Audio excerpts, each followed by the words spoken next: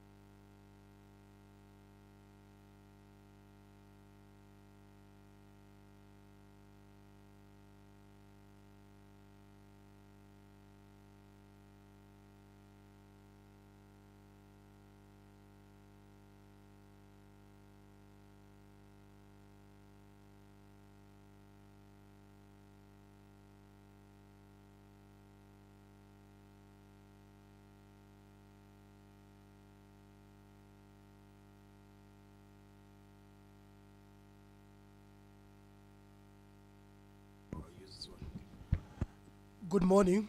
We will start. Once again, we apologize for starting a bit late. Certainly, it was not due to any disrespect or our fault. The media wanted to take a live interview, but they were delayed. So we do apologize for that. Welcome to day 4 of the inquiry into the impact of load reduction on human rights.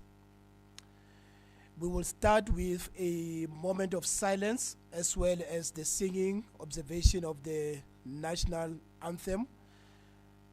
A moment of silence for a silent prayer, a reflection, a meditation. You will then remain standing for the singing of the national anthem. So if we could all stand for a minute of silence, please, of silence.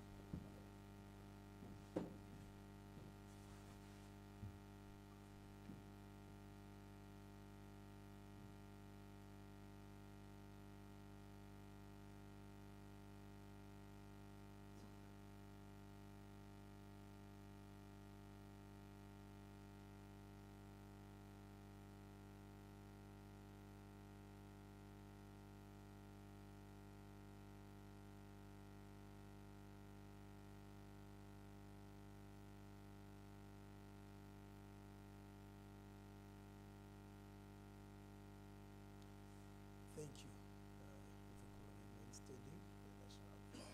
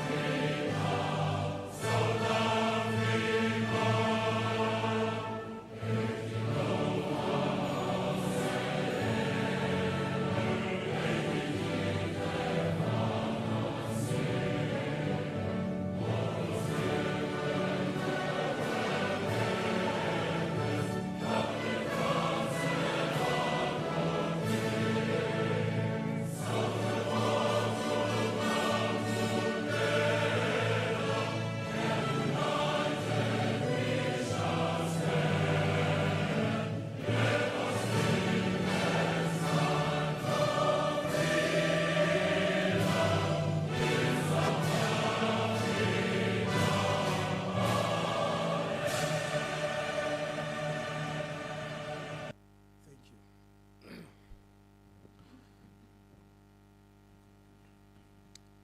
Welcome once again. My name is Commissioner Tsepo Madlingozi. I am one of the commissioners at the South African Human Rights Commission. I'm also the chair of this inquiry. On the panel, I'm joined by Advocate Sandra Makwasha, who is also one of the commissioners at the commission. We also have evidence leaders led by Ms. Mlombo, our head of Legal Services Unit, together with Mr. Kenneth Sitebe. Today is the last day of the sitting of the inquiry, but certainly not the end of the inquiry. As I explained, the inquiry did not start last week. It started in December when we called for submissions. We received a number of submissions, and we have also had to extend the sitting by a day. So thank you so much for indulging us with an extra day. The inquiry will continue beyond today. we continue to receive written submissions. We continue to reserve the right to subpoena any institution, any person whom we invited to appear before us but did not appear or did not respond to our request. So yes, there might be subpoenas that we might issue for those people.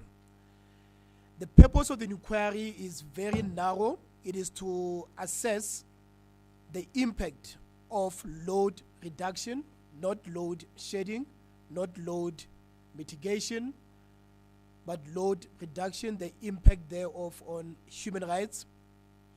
In the first place, we seek to understand the legal, practical policy justification for load reduction. Secondly, the extent of load reduction. Related to that, we seek to understand which communities are disproportionately affected by load reduction. What then are the human rights implication of load reduction?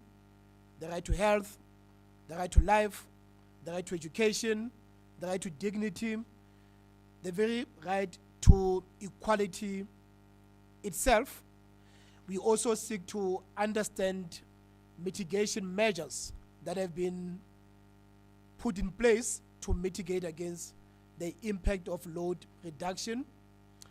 Finally, we seek to therefore answer the question, does load reduction violate human rights? So we are grateful that today we are joined by a number of stakeholders, including the Department of Health, led by the DG. There is one change in the program. It is a change that I communicated yesterday. SALGA is no longer able to appear today. They've asked to send a written submission. We have allowed that. City Power will appear today, so City Power will take the place of SALGA, and we are grateful that we'll be with City Power today. The last change to the program is that we received a request from the Minister of Electricity and Energy, together with ESCOM, that we take their testimony simultaneously. We had planned to take them in 10 consecutively, but they've asked that we allow them to make one joint presentation. That's not our preference, but we will grant that request, which means, colleagues, the minister will present, followed by the GCE of ESCOM, and then we'll put questions to both of them at the same time. That will be this afternoon. Once again, we apologize for starting late. We could not control it. We rely a lot on our media colleagues, so if they make a request, we grant their request. In the interest of time, we will not recap day 1, day 2, day 3, as we have normally done, but because there's no time, we will not recap, but I wish to recognize the presence of many of the witnesses that appeared before us, from Hammarskraal, from Mpumalanga, from Yeoville, from Khayelitsha, from all places. And your presence really means a lot to us because you are the affected communities. The last announcement is you will see that the changes in the seating arrangement. Evidence leaders are sitting to my left and not to my right. That is because the Department of Health will be making a PowerPoint presentation, therefore they will sit to my right. DG, if I can ask you to make your way to the stand to prepare for your presentation.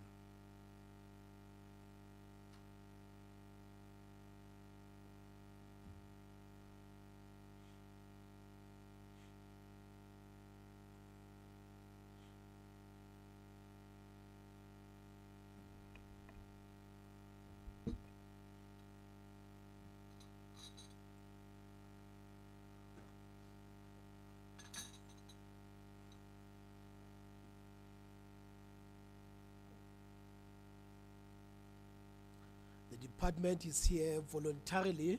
We did not subpoena them. They are not in the dock. They are here to really assist us. DG, I don't know if you've received the briefing, but from a lot of communities, the impact of load reduction on the right to health came up in virtually all the presentations. So we are really grateful, DG, that you are here. We are really grateful that you were here an hour before we started. I want to recognize that. Just to start with the confirmation, will you be presenting the two of you, DG, or just yourself? I don't know. It's working, yes. Thank you very much, Commissioner, all the commissioners and all the distinguished participants. I'm accompanied by, my name is Sandy Leptelis, Director General for Health. I'm accompanied by a team led by Mr. Christy Engelbrecht, who's the head of our infrastructure. So he's the one who's going to lead the presentation. Thank you very much. But there are other colleagues that are here. Our head of legal services, Advocate Mahoshi. We've got Mr. Solani Kosa from also infrastructure and Dr. Spencer from infrastructure. Thank you very much, sir. Thank you so much. So I will swear you both into oath, starting with yourself, DG. If you could state your full names for the record. My name is Sabelo Sandile Siabonga Buthelezi. Thank you, Mr. Buthelezi. Will you be swearing or making an affirmation? I'll be swearing. Do you swear that the evidence that you are going to present today is the truth, the whole truth, and nothing but the truth? If that's the case, would you raise your right hand and say, "So help me God"? So help me God. Thank you so much. Over to you, Mr. Gomu. If you can start by stating your full names as they appear on your ID document. I'm Christopher Engelbrecht. Would you be swearing or taking an affirmation? I swear. Do you swear that the evidence you are about to present today is the truth, the whole truth, and nothing but the truth? If that's the case, would you raise your right hand and say, "So help me God"? So help me God. The stage is yours. We ask that you speak, you can take a seat. We ask that you speak slowly, we speak clearly. We've got sign interpreters. Therefore, for them to be able to follow, we ask that you take time. As I said, your evidence is germane to this inquiry, so please take your time. The stage is yours. Over to you. Thank you, Commissioner. Good morning, Commissioner, members of the panel, and other relevant stakeholders. Half an hour set aside with regard to the presentation from the National Department of Health, so I've shortened the presentation. There was previously a much more detailed technical presentation, but the importance here is to communicate with regard to what is the interventions to mitigate the impact of load reduction on health services delivery. So it's important to provide you with a background and context from the National Department of Health.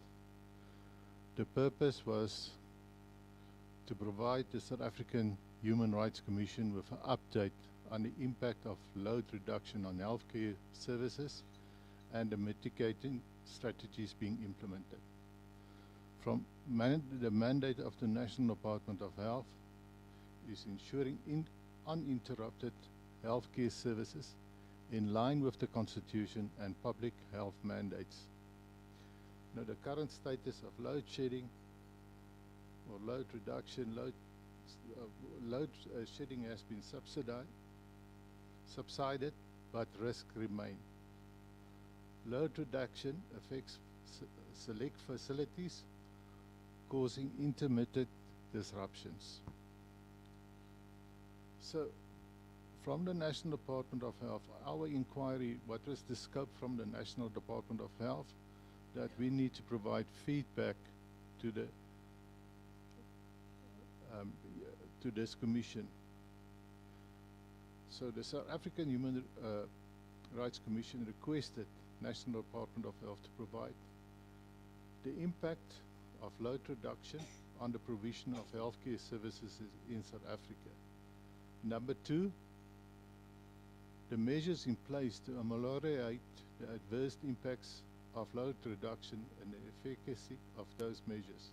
And 3, measure your department proposes to take action by state and non-state actions to improve the noted impact of load reduction and reduce load reduction. Now, on the first intervention from the National Department of Health, what is the impact of load reduction on the provision of healthcare services in South Africa? Important for us as the National Department of Health, we assess the negative effects of load shedding and load reduction. And to assess this, the National Department of Health conducted a due diligence exercise evaluating selected health facilities to determine their exposure to power disruptions, the effectiveness of existing backup system, and identifying gaps in the energy supply that could impact on the continuity of healthcare services. This is also supported by interactive consultations with the provincial departments, as well to understand and assess the interventions with the provincial departments to mitigate the risk jointly. The second National Department of Health intervention is the measure in place to improve the adverse impacts of load reduction and the efficacy of those matters. Now, what we've identified 3 load shedding or load reduction interventions that we've identified. We've identified a short term, a medium term, as well as a long term. The short term, where we seek the exemption of key hospitals on the grid to be excluded from load shedding, of which 76 hospitals benefited. On the medium term, we've conducted with CSIR a report and supported a due diligence exercise to analyze the backup solar energy solutions rolled out to the healthcare facilities. The third one, and that's the long term, is that it covers the installation of dedicated lines for all the hospitals identified by Eskom itself. These hospitals that I need to mention are embedded either in residential communities or in industrial areas, so they can't be exempted with regard to load reduction or load shedding in that regard. So of important, the measures that we put in place to improve the adverse impacts of load reduction and the efficacy of those measures, we focus for this presentation today, we will focus on the results of the medium-term intervention. That is a detailed assessment by the CSIR as commissioned by the National Department of Health. Now, the brief that we've issued to the CSIR, we issued them with a brief to review the impact of load shedding on service delivery and propose solar photovoltaic plus battery storage solutions to mitigate the loss of critical services. That was the brief that we issued to CSIR. The methodology that we agreed with CSIR, we've selected representative sites for audits, and we've also done interviews. Now, the sample that we selected, we use Gauteng facilities for this sampling purposes, and then we made a comparison, or CSIR made a comparisons to facilities in other provinces where the data is available. We've also, from CSIR side, conduct regular assessments and define the ongoing critical services and the impact of load shedding. So it was a continual assessment around that. Then we've also determined load profiles of critical services through measurement billing data, and equipment audits. Then we've modeled the PV, photovoltaic, and battery performances at mitigating load shedding using the determined load profiles.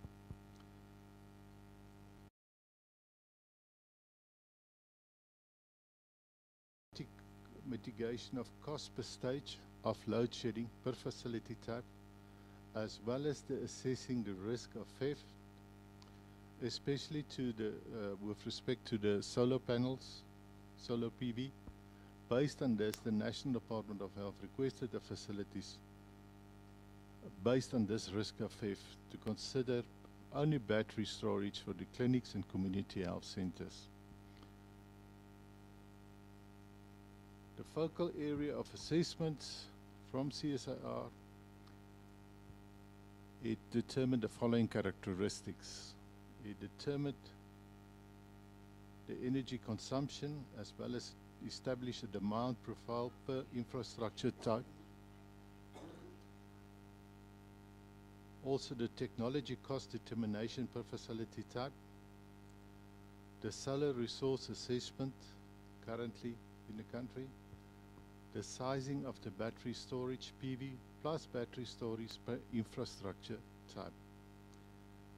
And the last one, and the focus of assessment, the quantification of total investment, the capital expenditure per infrastructure type. That was the focal areas of assessment by the CSIR. Now the healthcare facilities that we've assessed, it was 8 healthcare facilities that we've assessed. That includes community health centers as well as clinics. So we've assessed Soshanguve Community Health Center, Mamelodi Regional Hospital, Tshwane District Hospital, Steve Biko Academic Hospital, Kalafong Provincial Tertiary Hospital, West Koppie Psychiatric Hospital, Pedisong 4 Community Health Center, and Soshanguve Clinic 2, Extension 2. Of importance here is that clinical as well as technical staff were interviewed, and the impacts of load shedding or load reduction were discussed. Walkthrough assessments were also conducted through all these facilities. Then there was also assessment of the engineering drawings, the civil as well as the electrical design drawings of each of these facilities. So of important detailed findings are presented in the document mentioned below here on the presentation. Of importance that this report can be made available to the SAHRC, and we are also shared it along the provincial departments and other stakeholders which may benefit from this report. This is a 56 detailed assessment report from CSIR. It's a high-level study to include battery storage, solar PV, plus battery storage as backup at primary healthcare facilities. Also of importance, when you go through the report, you will see that there was 12 questionnaires that we raised with all the relevant role players. On these questions, there is the questions that was asked. I've mentioned here 11 questions. The questions that were asked with to the relevant role players at these facilities.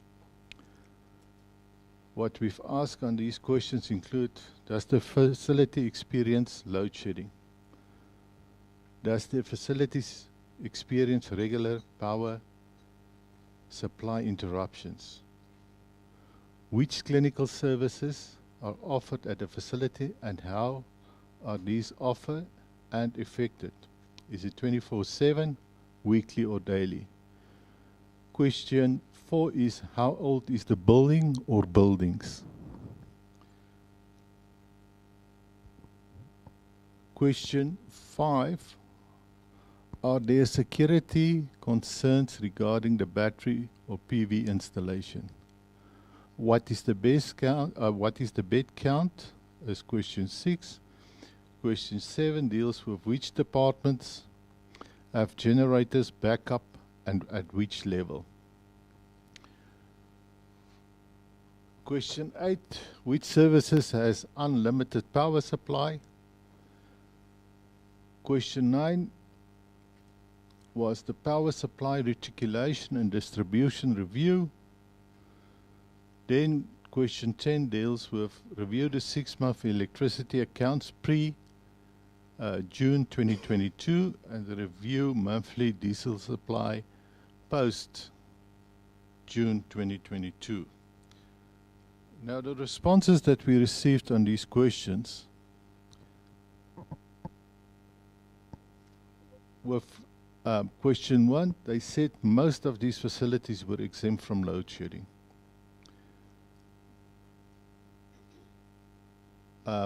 Regarding power supply interruptions, most facilities would experience occasionally extended outages from the utility failure, vandalism or theft.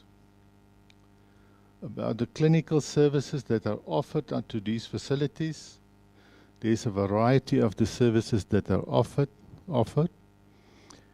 We've got outpatient and specialist services that is generally offered 5 to 7 days a week between 7 o'clock till 4 o'clock.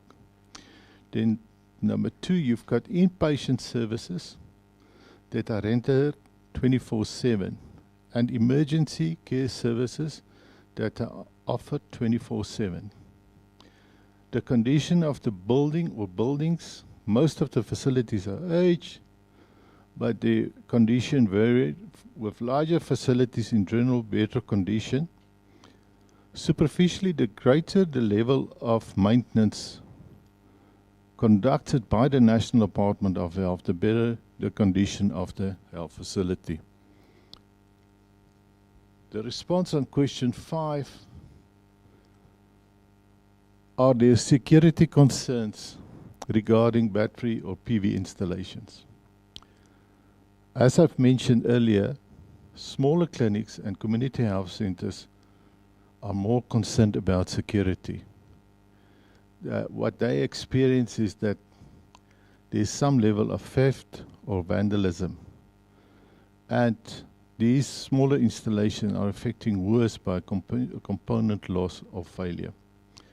The bed count, the importance of the bed count, we take the bed count in consideration, but what we find here is that the bed count and the patient number were only estimates. Reliable data numbers were not readily available. Which departments, question 7 was, which departments have the generator backup and at which level? I need to emphasize here that all facilities visited had high level of generator backup. Of importance here is that our administration admissions often have no generator backup for administration as well as admissions.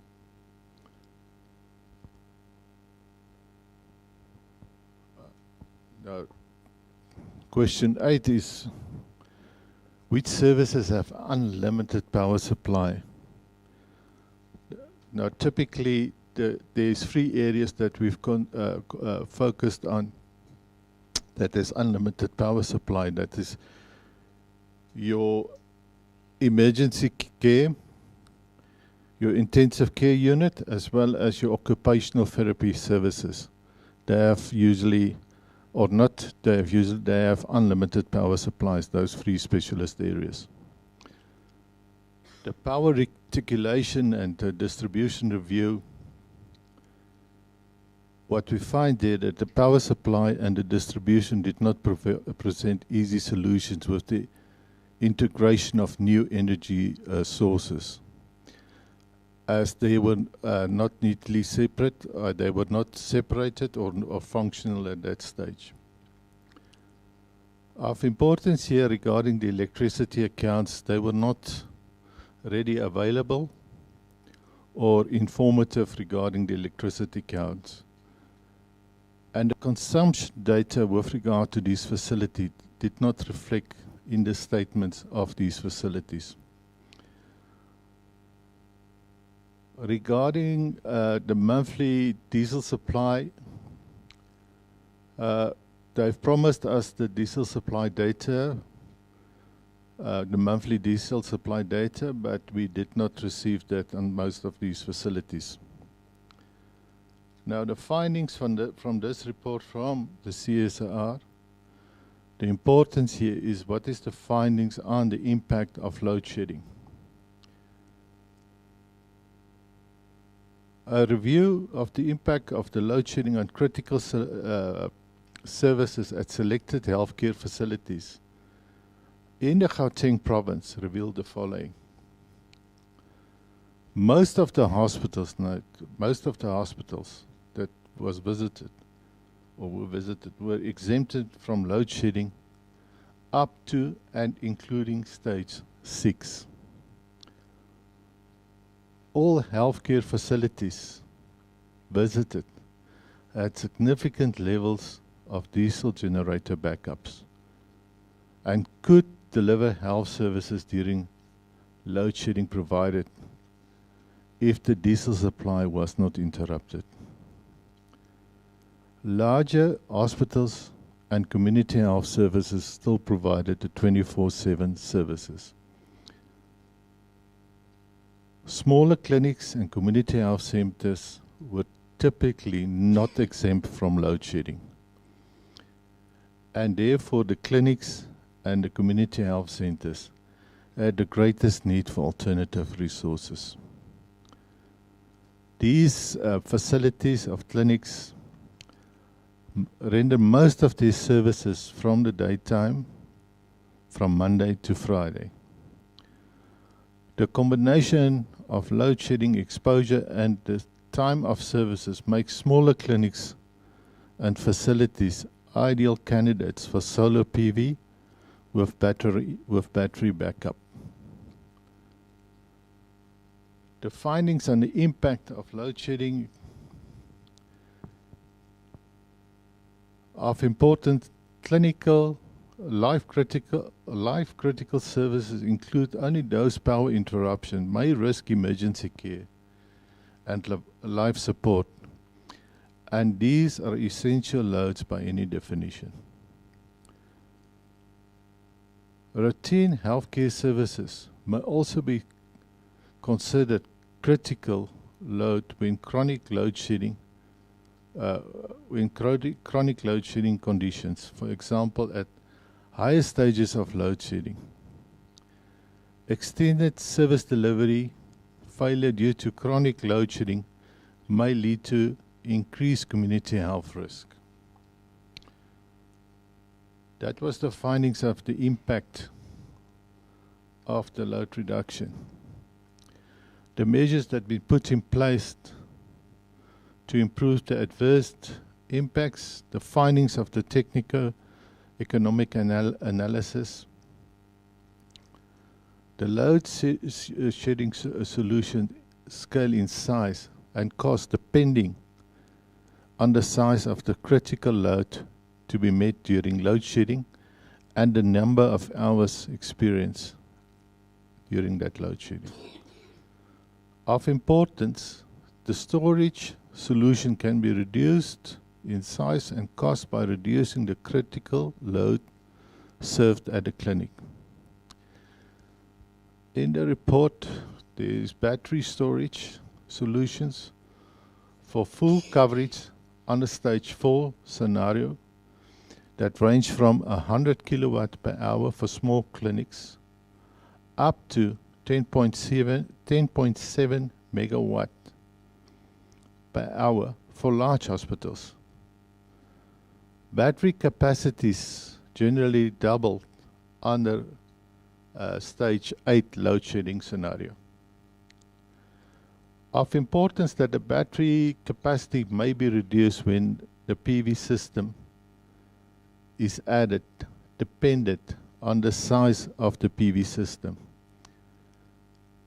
Now, of importance in that assessment report, the business case for a regional hospital, which is quite big, on the stage 4 load shedding, predicts an initial cost of around 24 million, 23.9 million for storage only, and about 37.7 million for photovoltaic plus storage. Also, still continue on the techno-economic analysis, the business case for regional hospitals on the stage 4 load shedding predicts a cost of electricity of around 1.3 RQVH for PV only and 2.87 RQWH for PV storage. Both solutions lead to a positive present value. So it's about 1.03 Rand per kilowatt hour for PV only and 2.87 Rand per kilowatt per hour for PV and storage for a regional hospital. A PV only solution does not provide load shedding resilience, but it also provides a financial opportunity to reduce the monthly electricity bills from the utility when the grid is functional. A battery storage can only, that solution provides the required load shedding resilience, but the return, the financial return on investment regarding only a battery storage is negative around this.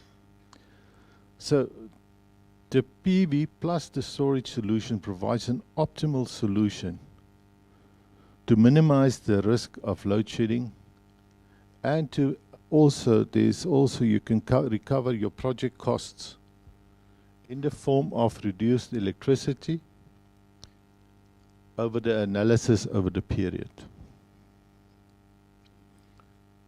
Now, what is the recommendation of the study? It led to the following recommendations. Implementing an energy and management program at all sites.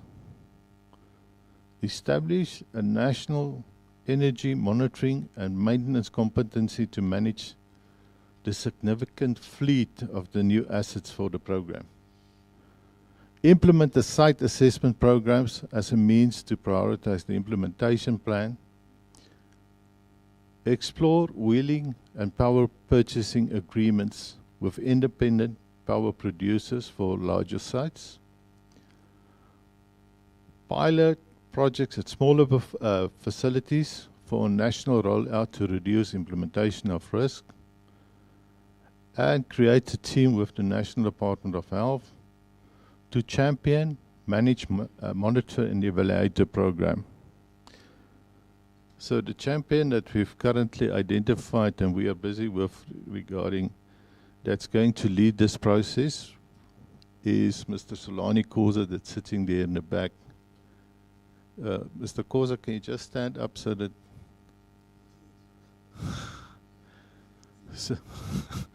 So he's going to lead the process in the future regarding this. So further analysis from the National Department of Health, there's 3 phases, and all 3 phases is a must. We must consider the installation of batteries in all the clinics, CHCs, forensic labs, and emergency medical services. Phase 2 is also a must. We must consider the installation of PVs and batteries in all hospitals across the country. And phase 3, that's the big one. We must consider the installing of dedicated lines to all the hospitals identified by Eskom. I will do a few extractions from the CSIR report. You will see this extraction from the CSIR report that gives the global horizon irradiance and estimated photovoltaic potential shown below for South Africa. Now, this global horizon irradiance is a good quite good for Gauteng, where it indicates 1,800 to about 2,100 kilowatt per hour per square meter for a year, publishing it in the Gauteng region. But you can clearly see that this, regarding this report with the global horizontal irridence, is that the country or South Africa is positioned favorably to benefit from solar itself. There's extractions from the report that you can see what is the annual electricity demand for all the healthcare facilities. It starts with the forensic pathology services going up to all the relevant facilities, and it ends up with the bigger users of annual demand, megawatt per hour for central hospitals. So you will see that the bigger facilities from a hospital, the demand is quite steeply increasing regarding that. Also extraction from the report, what they've done there, they've done the peak electricity demand for the healthcare facilities, where we can see there in that report, or the extraction from the CSIR report, is the peak demand, it's kilowatt, versus the average hourly demand. So you will see that the peak demand is more than the average hourly demand for these facilities, starting from a forensic pathology services to the central hospitals itself. In conclusion, from the National Department of Health, the Human Rights Commission also requested the following from the National Department of Health.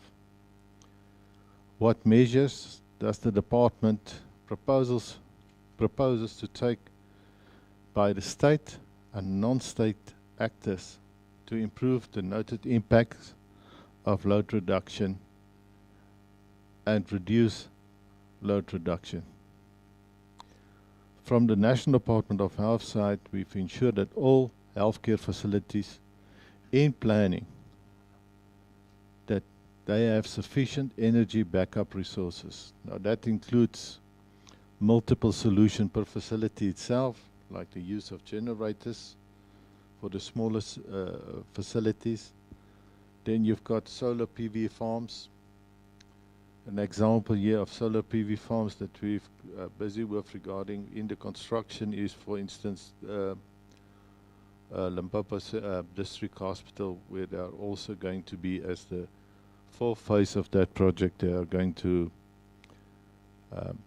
do the construction of a solar PV farm. Then you've got battery backups, and that's important for the larger hospitals, that we determine the sufficient demand or the sufficient supply for the demand of these larger hospitals regarding energy efficient designs to reduce the electrical demand. Now, facilities that we can mention there is currently Limpopo Central Hospital, where we've taken up these multiple solutions per that facility that's currently in construction to provide the solution for this load reduction. There's also constructive consultations with the Provincial Department of Health to understand the impact of this on their facilities per province. And we work closely jointly with the different provinces to ensure continuity regarding healthcare, critical healthcare services during electrical disruptions. And the last slide from my side is a national conclusion from the National Department of Health and commitments from the National Department of Health is that the National Department of Health is committed to energy resilience in healthcare. There's an urgent call for multiple stakeholder support to safeguard the healthcare services And the next steps, what we do is in collaborations with the South African Human Rights Council, ESCOM, and other relevant stakeholders around the commitment from the National Department of Health on load reduction. And that is it from the National Department of Health presentation. Thank you. Thank you very much, Christy. Thank you very much, Chair. But I think just to, we've covered, we decided to take a scientific approach by working with the Council for Scientific and Industrial Research so that we don't really just do something that is not informed. I think the second part, which Christy mentioned, we, during the high season of load shedding, we formed a joint committee with ESCOM, which was co-chaired by myself and Monde, who is the group executive for distribution.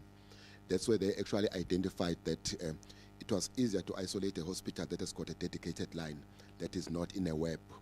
Then most of the hospitals, for example, in Gauteng, it was easy to isolate them and save them from load shedding. But in some areas where the hospital supply is in a web, you find that the hospital is supplied together with the whole industrial setting.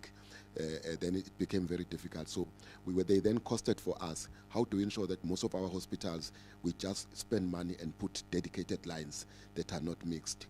But the third one, which is the last one, is that the lesson we've learned is that as we move forward with all the new facilities now, we've learned a lesson. We're building in, as we build them, as is mentioned with the Limpopo, we're building in an alternative energy supply system as part of the initial plan as we move forward.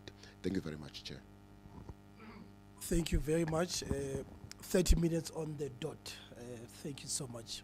Before I open the floor for the evidence leaders, I think the presentation was excellent in terms of mitigation strategies, but can I invite the DG, just at a high level, summarize for us some of the impacts of load reduction in cases where you don't have backup solar, backup battery, and so forth. I know the study was a sample of Gauteng, but are you able to extract for us for other provinces, or are you saying that this study can be extrapolated for other provinces? So it's two questions. Number one, just to wrap up the presentation by, at a very high level, what has been the impact of both load shedding and load reduction?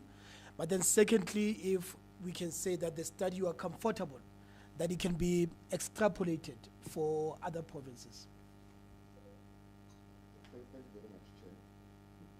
To an extent, yes, it can be extrapolated, but of course, Gauteng is totally different to the other provinces. But the main impact that we picked up is that in those facilities really where, first I must say, all hospitals have backup generators. But backup generators have limited time to function. So in some instances, we have cases, or maybe just also explain, even where there are backup generators, they are only in critical areas. As we would have heard Christy saying, in admissions, in where they keep the records, even in the residences, where we had also residents, let's say in hospitals, complaining that it might be unsafe to move because they don't have, because we usually prioritize areas like operating theaters, ICU, high care, neonatal nurseries, and all of that, so that we focus in those areas. But when there is a big problem, we have no option but to transfer patients from those particular hospitals to bigger hospitals, which then increases the workloads of those hospitals. Because on most of the instances, the bigger hospitals are more resilient, they have much more bigger generators to sustain them. So that's the main impact. But you might also find out that in some instances, even in hospitals with backup generators, where they are not sure how long it's going to last, they will postpone elective surgery. That is surgery that is not urgent. They will postpone it. And as you know, elective surgery might become emergency surgery if you don't take care of it. So they will postpone that or refer those to higher level institutions. So those are the main issues that are mainly problematic. That is why we now want to have a lasting solution as we move forward. Thank you so much. Evidence leaders, I will start with you, Mr. Sithebe. Thank you. I hope it works. Thank you, Mr. Engelbrecht, and thank you as well, DG, for your presentation. Good morning, Chairperson. Good morning, Commissioner Makosh. Two questions that are very brief. Your presentation touched on hospitals. I did not get a sense of clinics, which were subject to the evidence yesterday and several days ago, where they were saying, owing to load reduction, you find that you are unable to be processed at the clinic, your file, creating new file for you or sourcing your old file for you. That's one. And number two, Mr. Engelbrecht, you mentioned an assessment that you did in Gauteng. And I don't know if you said you'll make that assessment available to the Commission for this exercise. Okay, well, I appreciate that. But keyly, in the assessment, and you did mention technical and clinical staff were interviewed, even walk-ins were interviewed. I don't know if the assessment does include a question to the effect that has there been loss of life as a result of load reduction? Yeah, let me stop there. Thank you very much for your time. I appreciate it. Let's take those two questions and then we'll go to Ms. Mulombo. Over to you, DG. Let me second now.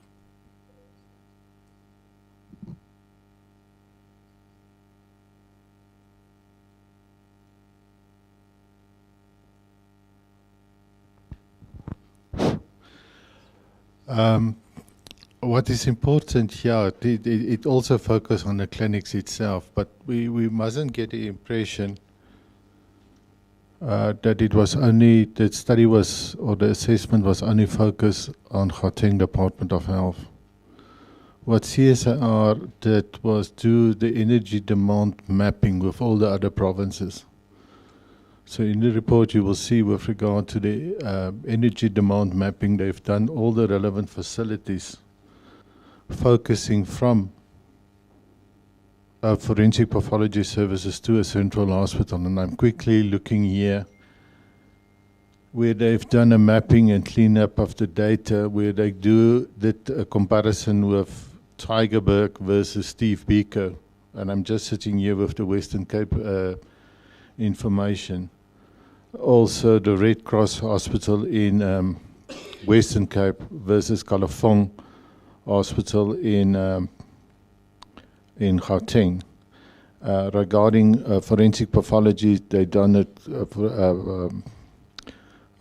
in George. They've done a comparison with the facilities in Gauteng regarding forensic pathology services, emergency services, community health centers. Like for instance, when I'm talking about clinics, around clinics itself, there is, for instance, a comparison between Western Cape Riversdale Community Day Center versus Rushanguvi Clinic around that. The important here is a thing that I want to highlight here, that in the report you will see with regard to that the CSIR also provide us with a detailed summary regarding what's the battery size and the battery storage installation cost from a forensic pathology services to a central hospital. And what I need to emphasize here, some of the facilities like the clinics is sitting with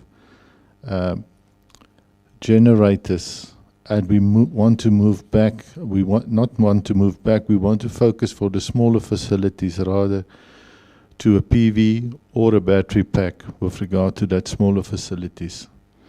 What you find in the rural areas with regard to clinics,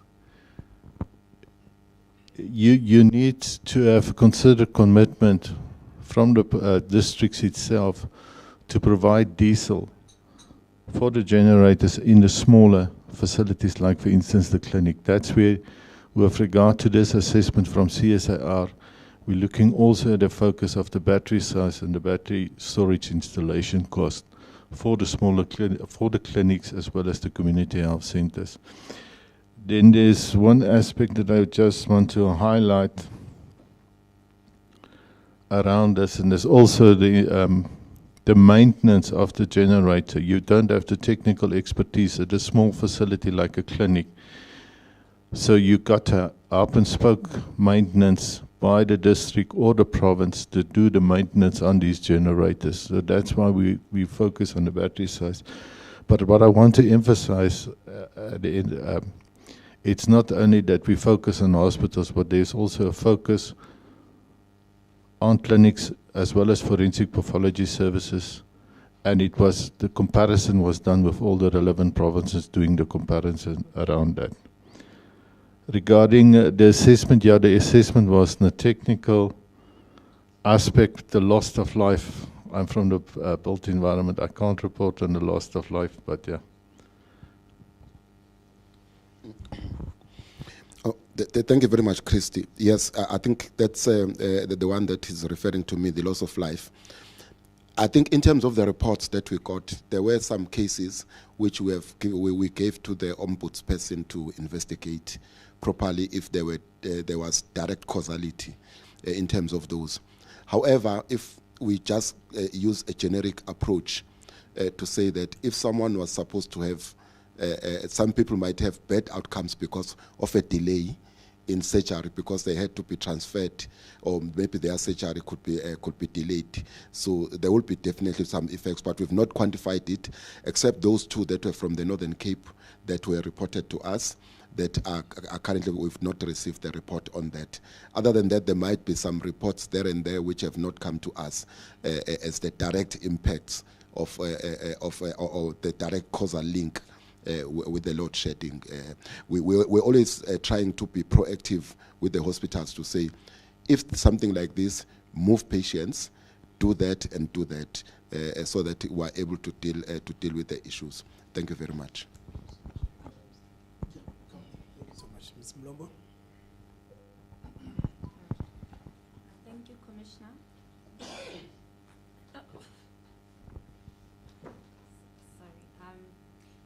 Thank you, Commissioner. I'm not sure if I understand the explanation regarding the methodology that was used for your study. Because initially in the study you indicated the hospitals that were investigated as part of the study, but are you saying there are other hospitals that are not on the list? If you can just clarify your statement around the methodology.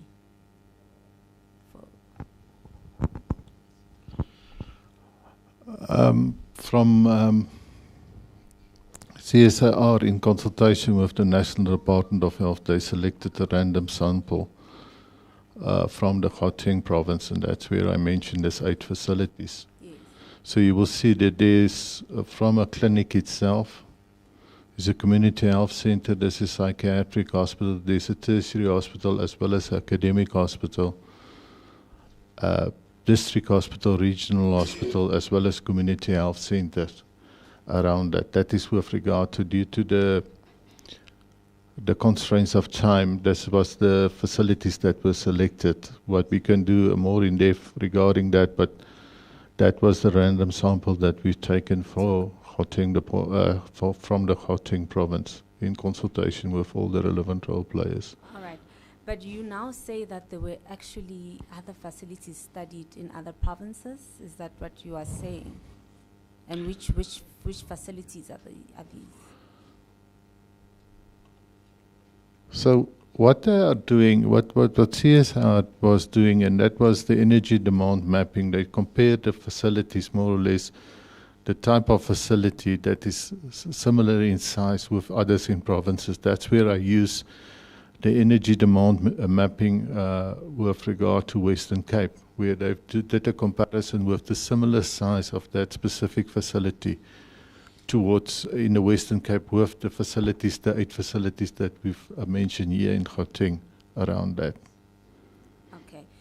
Maybe in the interest of time, what I would request then, can we then be provided with a full list of all the facilities that were assessed? If you are saying these, because you started saying these are the facilities that were assessed, but now you're saying there are other facilities that were assessed. If you can please provide us with the list. And the reason I'm interested in the list, as Commissioner has indicated, we've received testimony from witnesses, many of which live in rural areas, in villages, who are saying that their facilities are being impacted by load reduction.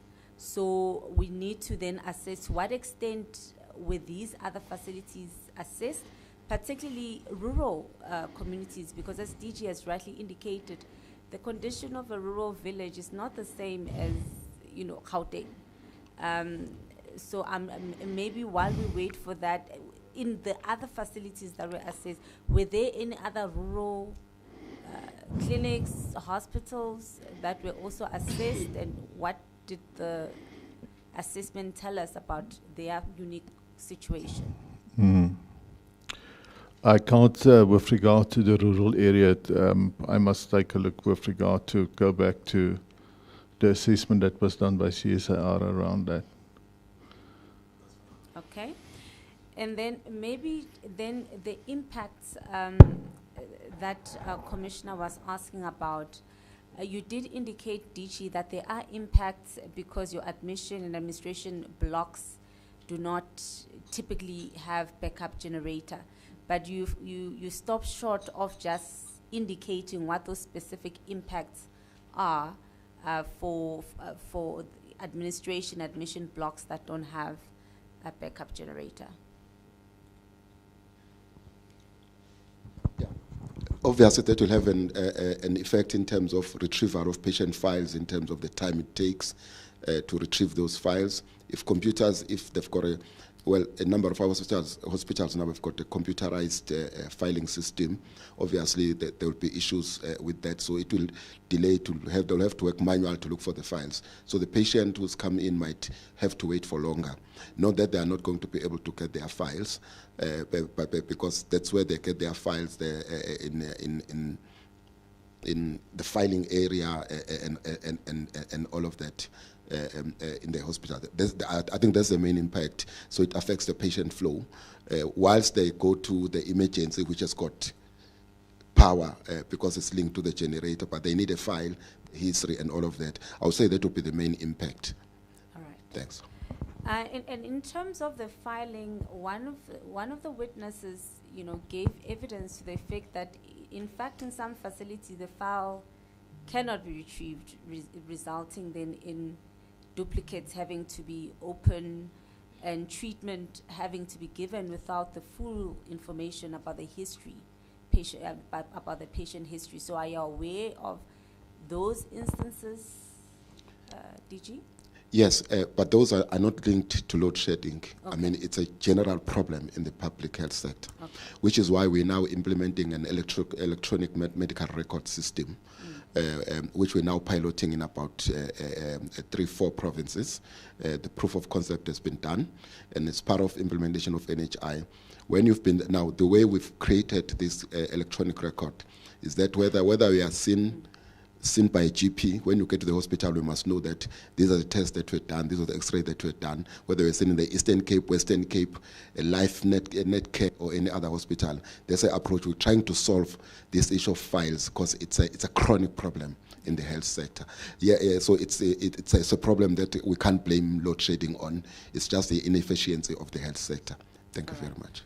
And maybe lastly, question around the cost of the mitigation measures you've indicated. What is the cost to your department, and where are these funds to fund these mitigation measures coming from? A very difficult one. Yes. Let me, for example, let me say when we worked with ESCOM as a bilateral and identified hospitals that we want to isolate and have a dedicated line so that it's easy to exempt them. They went and did costing for us, and I think it was 356 million. We got stuck. Yeah, it was 46 hospitals. That's just for that. I'm not talking the 356 million for them to start the work. Remember, they still need to do the EIAs and all of that, because to put in these cables, I'm not an engineer. I only know Panado in my life. So so they gave us that. That's just that. But we're negotiating just to say, can we find this money, because it's going to be the lifelong solution. At that time, we were told load shedding is here to stay. But obviously then with the changes, we select a bit and said we'll focus, but we still need that money because it's costed and Eskom was ready to do the work for us. But then for the solar PV and all of that, we are actually for the new facilities, it gets built into the costing of building the hospital. Yes. But also as they do the revitalizations of hospitals, they build the cost into that. But there are all those old hospitals where we are looking for money from the fiscus to find it, because we believe this has to be done. It's part of a critical infrastructure for the healthcare system. We will find the money. I know that the Global Fund is willing to assist in some instances, but they can't go 100%. But we are looking for funds, and we think we will be able to find the money to sort this thing, because we don't know for how long we're going to stay without load shedding. For now, I can't give you the sources, but we think we are working. We know the cost has been costed.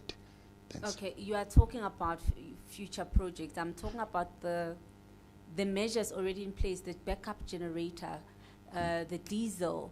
Do you get an additional line item from Treasury to say this is for your backup measures, or are you required to tap into the resources, that you would have otherwise directed to other important priorities in the health sector? Yes, maybe you want to come, Christy, but we do buy diesel. We budget for diesel, but we budget for up to a particular level. So when there is overload, facilities will need to, we're complaining because they need to move money from somewhere to pay, because we're paying more than what we had budgeted for diesel. But we do have a budget for diesel that we put in through our HFRG grant. Yeah, the grant that we give to the provinces for diesel. But obviously during high peaks of load shedding, that budget doesn't suffice. Then we have to get some money from somewhere to ensure that services they are able to be continuous without being delivered.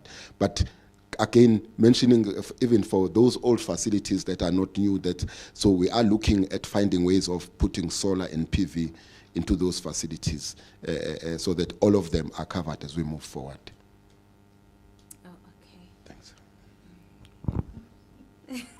Thank you. Thank you. In the interest of time, let's go to Commissioner Makwasha. Thank you so much, Chairperson, and I'd like to thank the DG as well as Mr. Engelbrecht for the presentation. Indeed, it was a very scientific presentation, and as a lawyer, I'm not good with numbers and I'm not good with medication. Therefore, they are experts for that. But perhaps let's break it down. The presentation that they said that only 76 hospitals are exempted from load shedding. In total, how many hospitals do we have in South Africa? So that we can just get a proper understanding of how this impacts hospitals. That's the first question. Let's deal with that question. Okay. The exemption, when did it commence?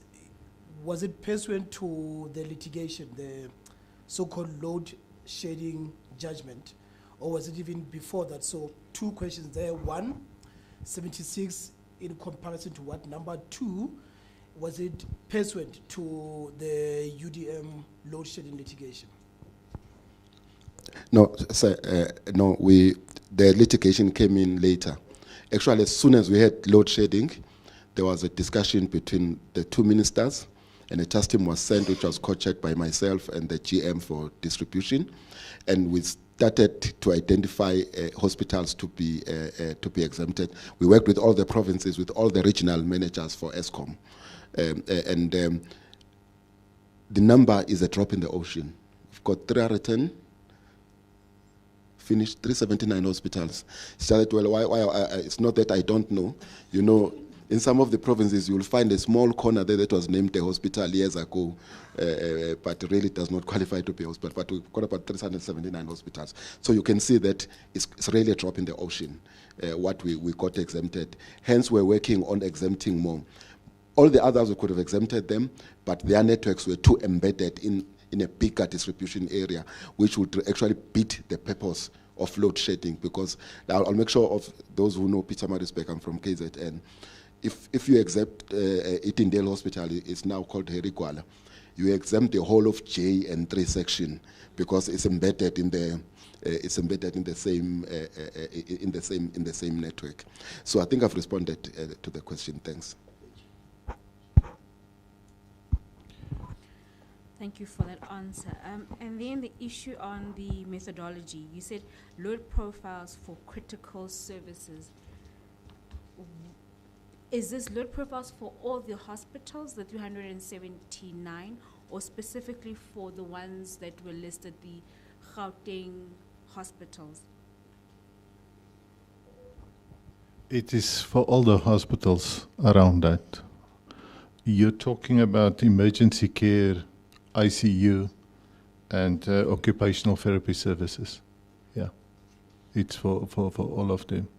What I also, to come back, sorry, Chair, in the report you will find a total indicative costs. That's why we know about the 356 million for phase 3.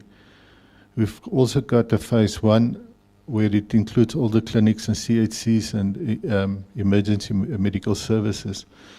There in the report, there's a breakdown of all the relevant facilities per province. And also, when the DG is saying with regard to the amount of hospitals, there's a breakdown regarding from a tertiary hospital down to a district hospital. That's why it's so difficult to talk about the total, because I can tell now we've got about 18 tertiary hospitals. But if you talk about the amount of total hospitals, then you need to add up all the subtotals around that. So we've got all 3 phases. The indicative, what is the indicative cost that we are looking for funding for these? What we said, it's a must. Sorry, I deviate from the question that you've asked. Sorry, Jay. Just, Commissioner, just the last one. All of the 379 hospitals have got backup generators, whether they are exempted or not exempted. Thanks. Thank you. I think you have preempted my next questions. Now, it goes back to Ms. Mlambo's question regarding costing.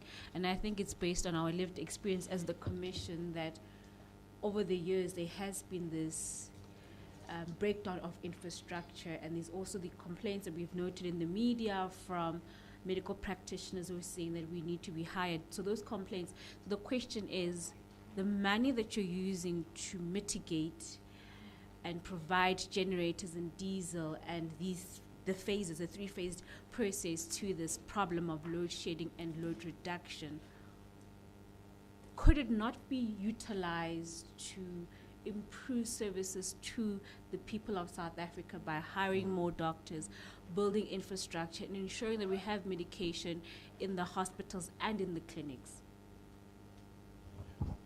Yeah, no, thank you. I think that's a very critical question, because I mean, as a department, we are faced with competing priorities. We are faced with competing priorities. Our current COE, which is the compensation of employees budget, it sits about 62%. That means then we have less and less. Actually, we're eating less and less into goods and services, which is your procurement of medicines and all the others.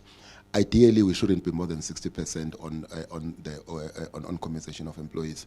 But the pressures that we have, they really become a huge issue for us.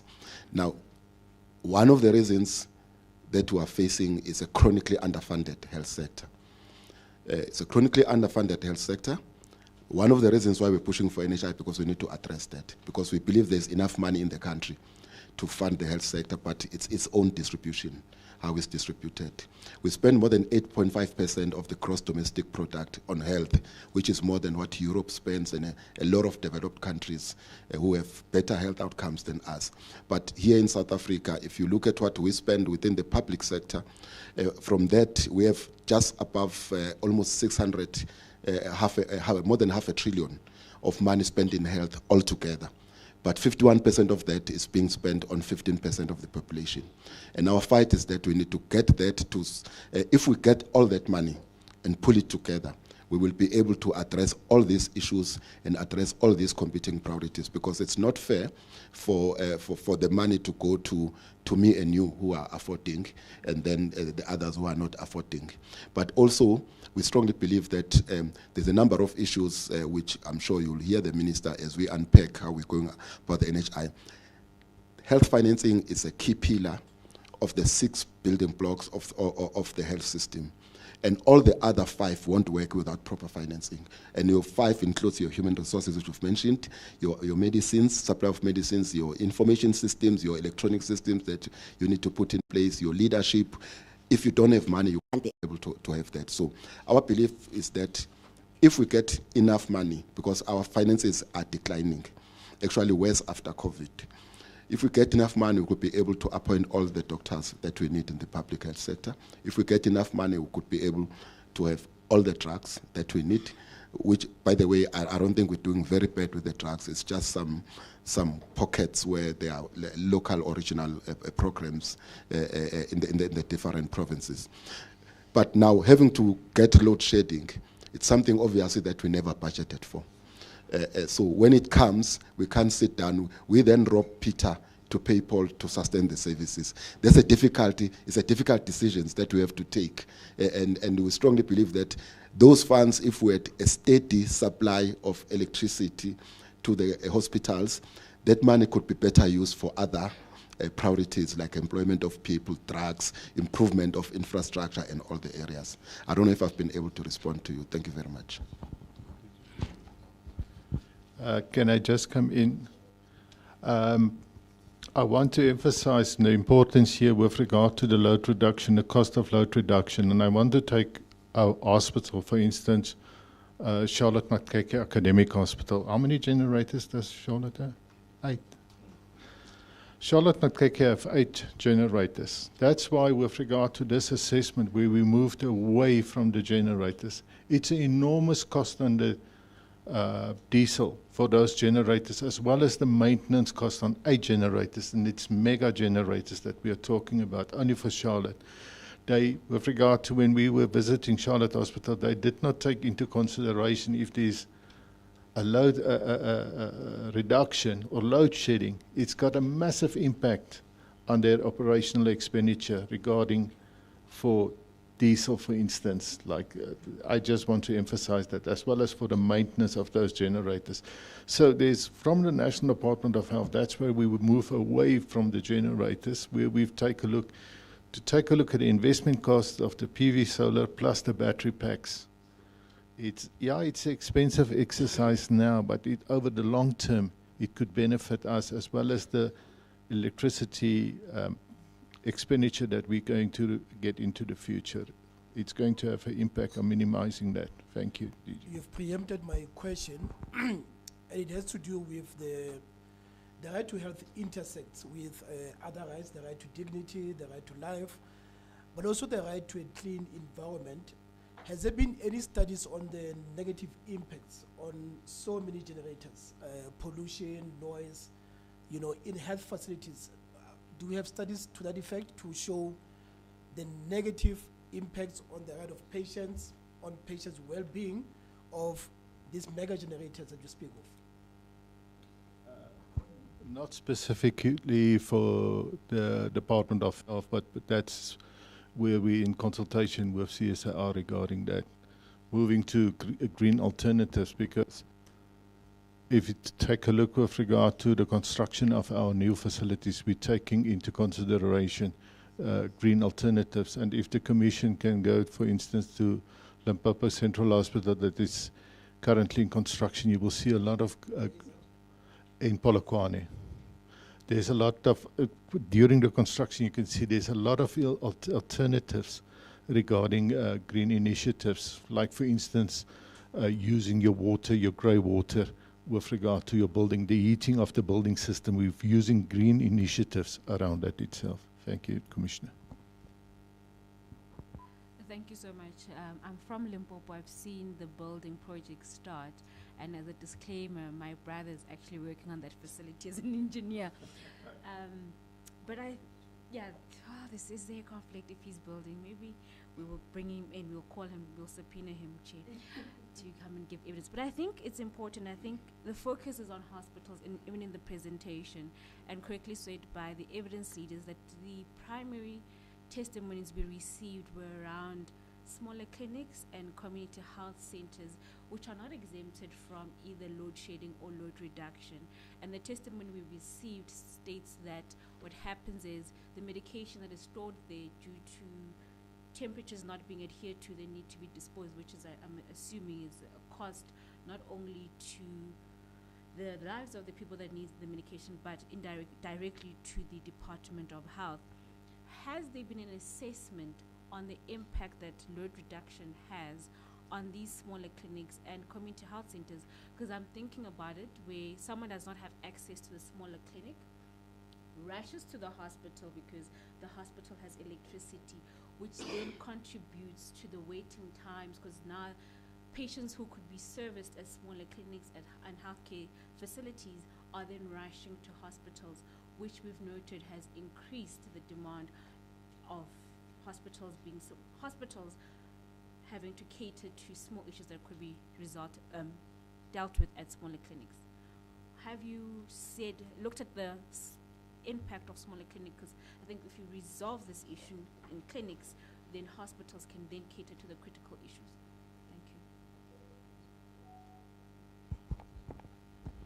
Thank you. I will first take a bite. Okay.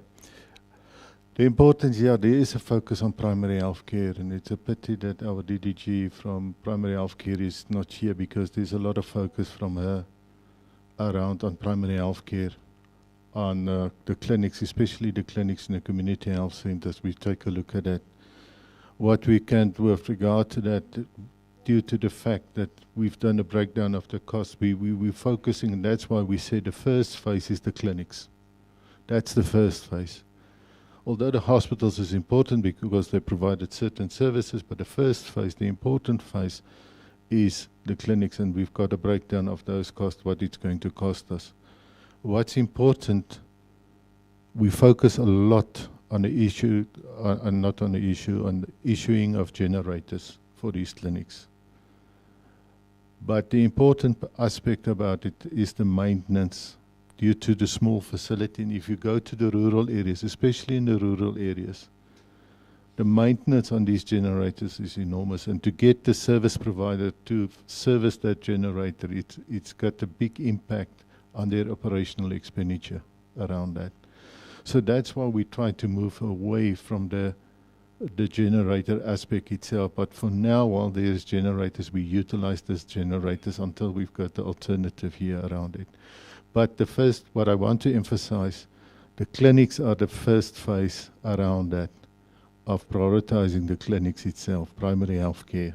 We're focusing on that one around it. So the assessment report indicates what is the megawatt hours per year for the clinics, for every facility. It indicates what is the megawatt hours required and what is their peak demand as well. So we've already done that.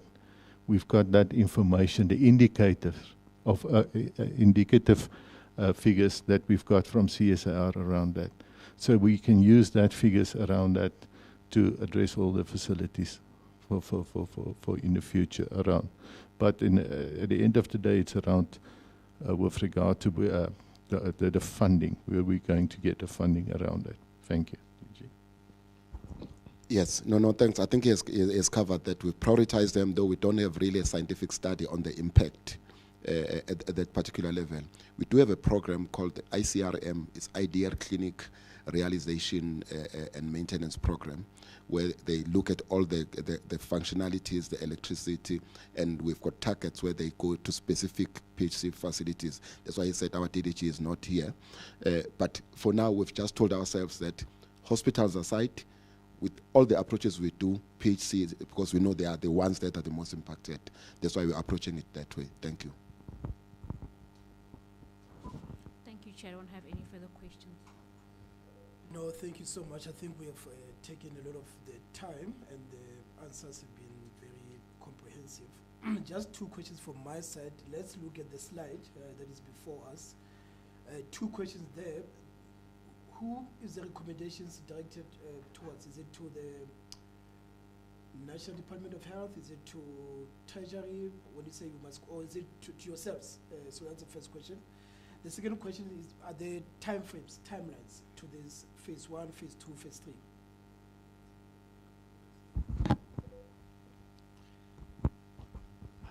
3? This is with regard to where we've taken ownership of the recommendation from the CSIR report. We've taken ownership of this where we said it's a must. There's 3 phases around that, Commissioner. Around the timelines is still debatable with regard to the financing, negotiating of finances with National Treasury around that. We can finalize the timelines around that. But I also want to, there is going to be a formal communication issue to the relevant manager, Mr. Solani Kozai. In the future, he will provide definitely the timelines for that of moving forward. He will also, apart from top management, but because top management is also committed with regard to getting this additional funding. That's why the DG was mentioning alternative funding, like for instance, global funds. We are looking at all these alternative avenues to get funding for this around it. But the timelines we will provide as soon as the realization of the funding is around that. Thank you. DG, Mr. Gilbert, thank you so much for your testimony. Thank you so much for your proactive engagement with us, but also the scientific studies that you have done. Your last slide was on the need for multi-stakeholder engagement. We really want to emphasize that. We want to wish you all the best in this process. Mr. Kosa will be following up with you, and we really want to wish you well. Thank you so much. You are both excused. Thank you. The next presentation is City Power. Can I get an indication by a show of hands if they are here? City Power.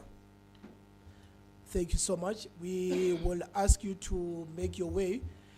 We will take a 5 minutes body break, 5 minutes, so we'll come back at exactly 11 o'clock. Thank you so much. Do you want to swap? Yeah, okay.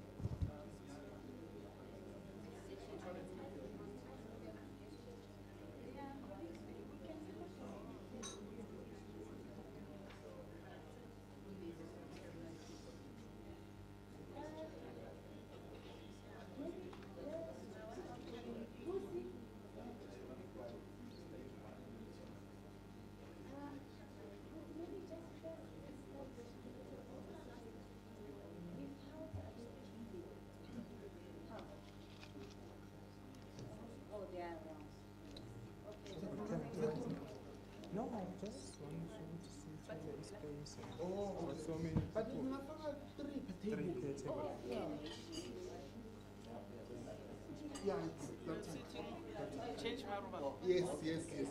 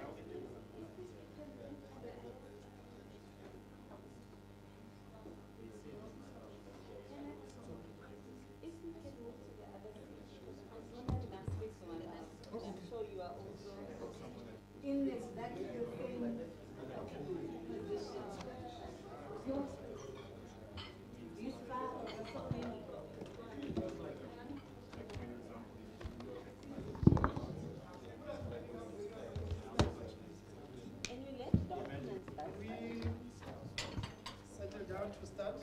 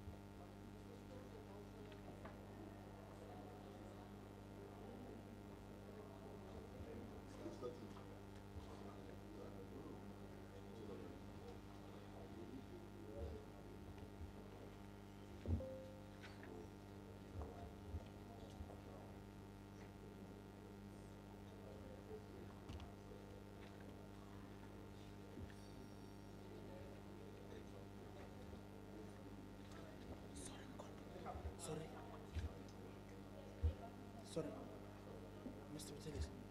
Ngikubuza man, angibi i-first lockers.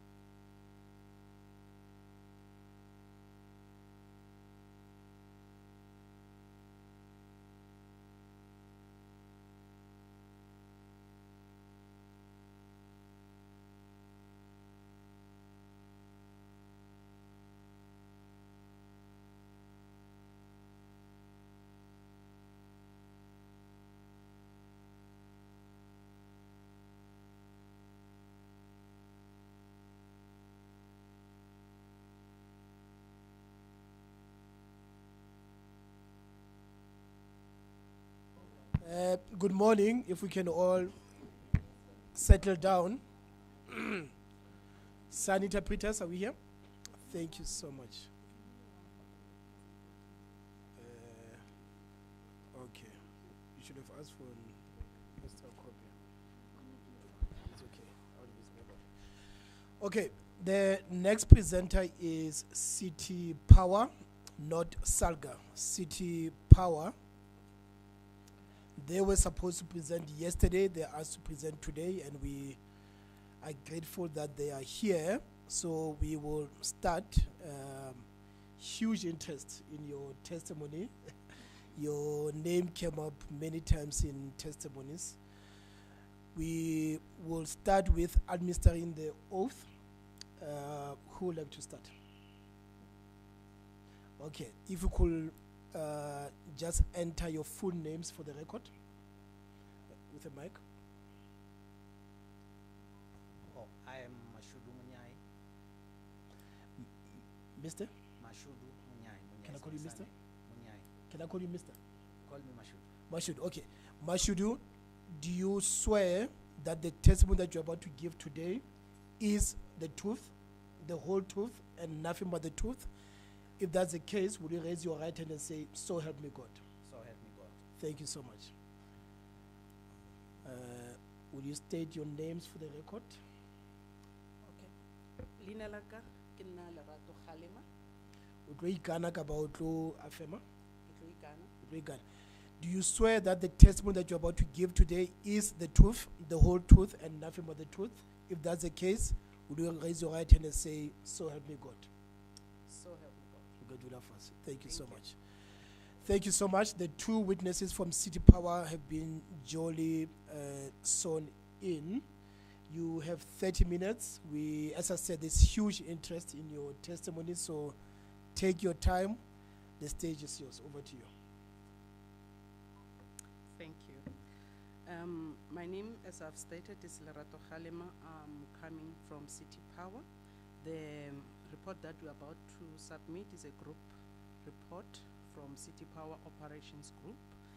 And then what I've realized as we're going through the inquiries that so counter off, we're talking about load shedding interchangeably with load reduction. As for City Power today, we've come to address the load reduction issues that have been highlighted to the Commission. So for what you call load shedding, you know that is a national crisis. It's implemented by ESCOM. So now we are also helping the national crisis.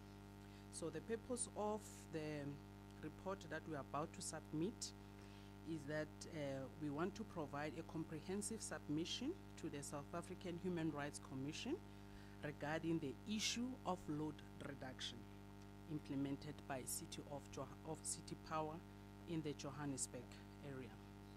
The report aims to explain City Power's mandate, address human rights concerns, of which are balancing load reduction practices with the constitutional right, particularly in the right to electricity, environment, sustainability, and access to information, highlighting the infrastructure challenges, identify the overloading, illegal connections, and aging infrastructure, and as major contributing to load reduction.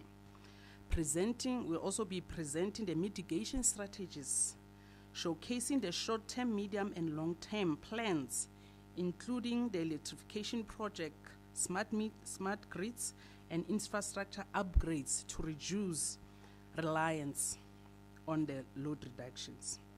Seeking stakeholder collaboration, urging government entities, regulatory bodies, and communities to engage into a solution.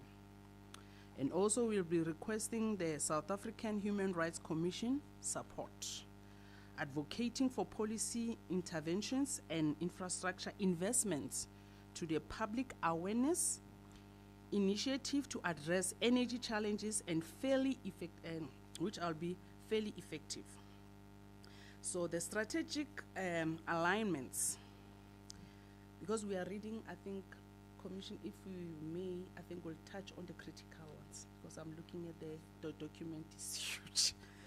Yes. So the strategic alignments. So our strategic alignments to this report is centered on City Power's commitment to reliable and strategic electricity distribution, one, and adhering to constitutional and regulatory mandates. It ensures the compliance with Electricity Regulation Act, NERSA licensing conditions, and municipal obligation, reinforcing City Power's role equitable to service delivery. The report highlights the effort to enhance energy security and infrastructure development by reducing reliance on ESCOM, integrating renewable energy and modernizing the grid, investment and smart grid, microgrids and energy storage solution to support sustainability in the urban planning, while addressing challenges such illegal connection and overloading. From the socio-economic perspective, City Power seeks to balance energy supply with economic growth and ensure reliable services, expanding electrification programs, and addressing the disparities in the historical disadvantaged area. Environmental responsibility environmental responsibility is also a priority, with efforts to transition towards the cleaner energy and then the greenhouse emissions.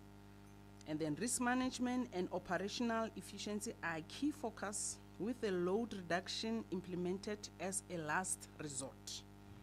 The report outlines the mitigation strategies, revenue protection measures, and stakeholder collaboration to certain financial viability while ensuring fair electricity access.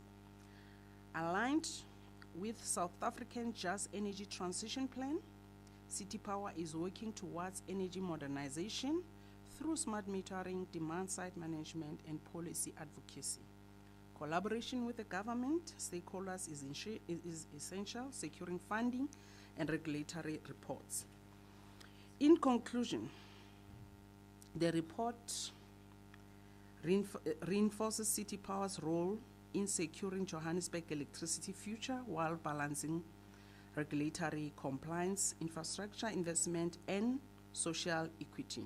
By engaging stakeholders and implementing sustainable solutions, City Power aims to strengthen energy reliance and economic stability. And I'll be moving to page 4, that is a discussion of the day.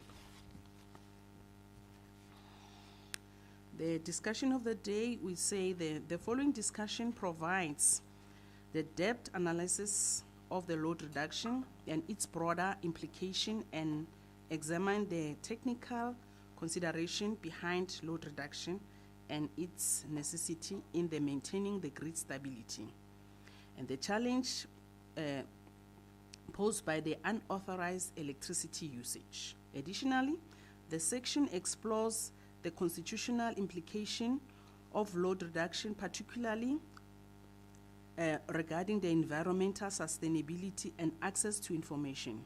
Further, an assessment of network capability and capacity and outage trends and high demand areas offers an insight of the factors contributing to the load reduction. Finally, the discussion highlights the ongoing planned intervention and including infrastructure upgrades and electrification programs and regulatory measures aimed at mitigating the impact of load reduction and ensuring long-term energy security for Johannesburg residents.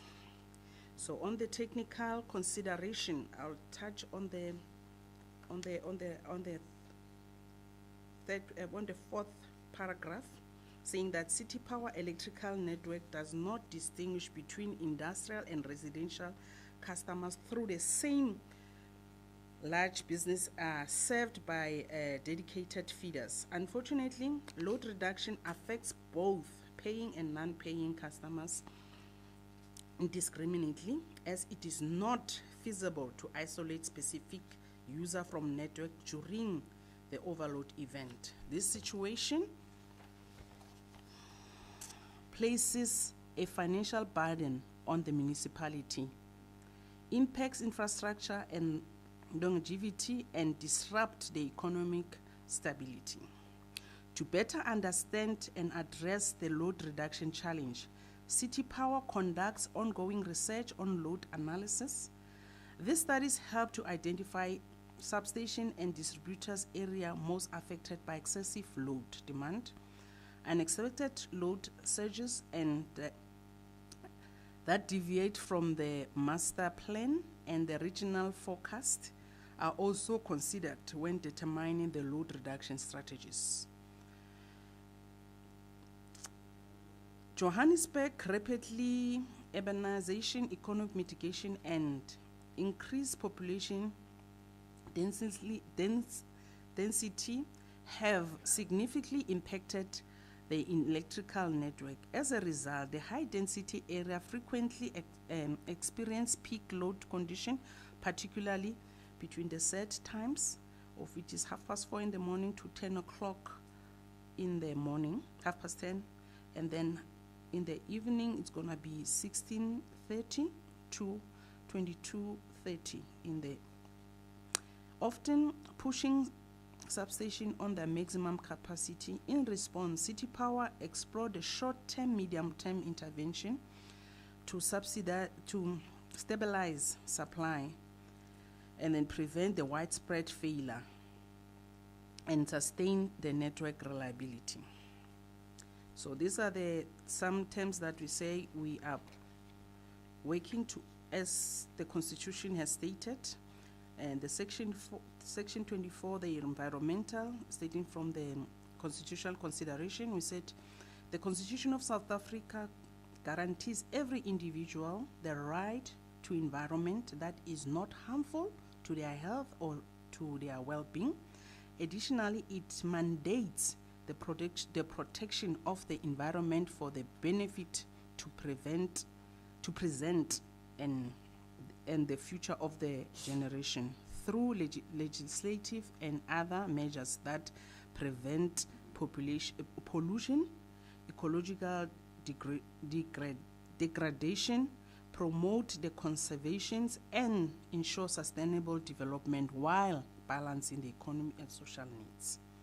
So this one meaning that given the Constitution, the environmental protection, sustainability, and load reduction must be implemented in a manner that aligns to this principle. City Power acknowledges the environmental impact of the energy sources and actively working towards incorporating the cleaner and more sustainable energy alternative. Load reduction serves as a productive measure to mitigate the risk of catastrophic infrastructure failure, which could lead to prolonged outages affecting local economics and community livelihoods. By strategically managing electricity distribution, City Power aims to protect both environmental and the stability of the energy supply, ensuring minimal disruption to the residents and the business while maintaining the ecological sustainability. Going to section 34, the constitutional consideration, the access to information. The Constitution of South Africa guarantees the right... Sorry, section? 32. Not 34, yes. No, 34 is 24 is the one right. that I read. 34 is the generation part. Okay. The constitutional consideration on the section 32, access to information. The Constitution of South Africa guarantees the right of access to any information held by the state, B, any information held by other entity that is necessary to exercise or protect any rights. So this meaning that the implication of this load reduction, in accordance to this constitutional provision, City Power acknowledges the necessity of providing a clear, accurate, and timely information regarding the load reduction to the affected communities. Transparency in this sharing the load reduction schedules, the rationale for the implementation, and the anticipated impact on the residents and the business is essential to upholding the right. City Power ensures that such information is widely disseminated through multiple channels, including the social media, of which is a WhatsApp, managed by our councillors, and then also official media platform and other communication network. And however, in the exceptional circumstances where critical risk to substations arises, City Power may be required to implement load reduction with a minimal or no prior notification in this regard. In such instances, immediate action is imperative to prevent extensive damage to infrastructure and to avoid prolonged outages. While these emergency measures may limit the prior communication, City Power remains committed to ensure transparency and keeping communities informed about ongoing and future electricity management strategies.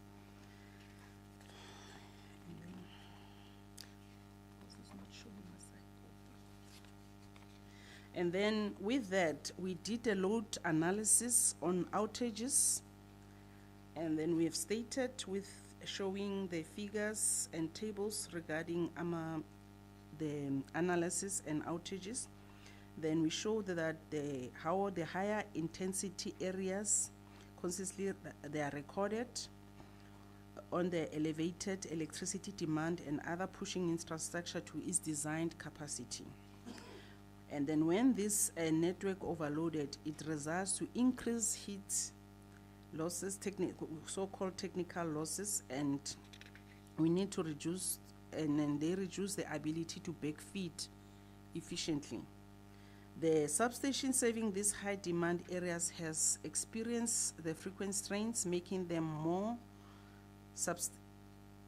stable to outages, and then a detailed breakdown of the substation is affected by such demand surges, and as it's provided by this table, showing that yes, the notified demand that has been designed and how much are we exceeding. Okay, this is very useful. You keep using the word high density areas. Yes. Can we just give us a definition of high density areas? What makes them high density? Is it the population size? Is it the consumption? Is it because there's not enough substations? What is the definition so that we can follow you? If you can, I was going to go to the next one. If you can check in our, more especially where we do this load rotation, it's so much highly dense because we've got informal settlement that are connecting to the grid, and we found out that particular substation, it reaches its own designed capacity. Hence, we are saying that. The next trainer was going to talk to your question, saying just showing how this and how many this informal settlement are being connected. Mostly in this case, it is mostly in the Lenasia area.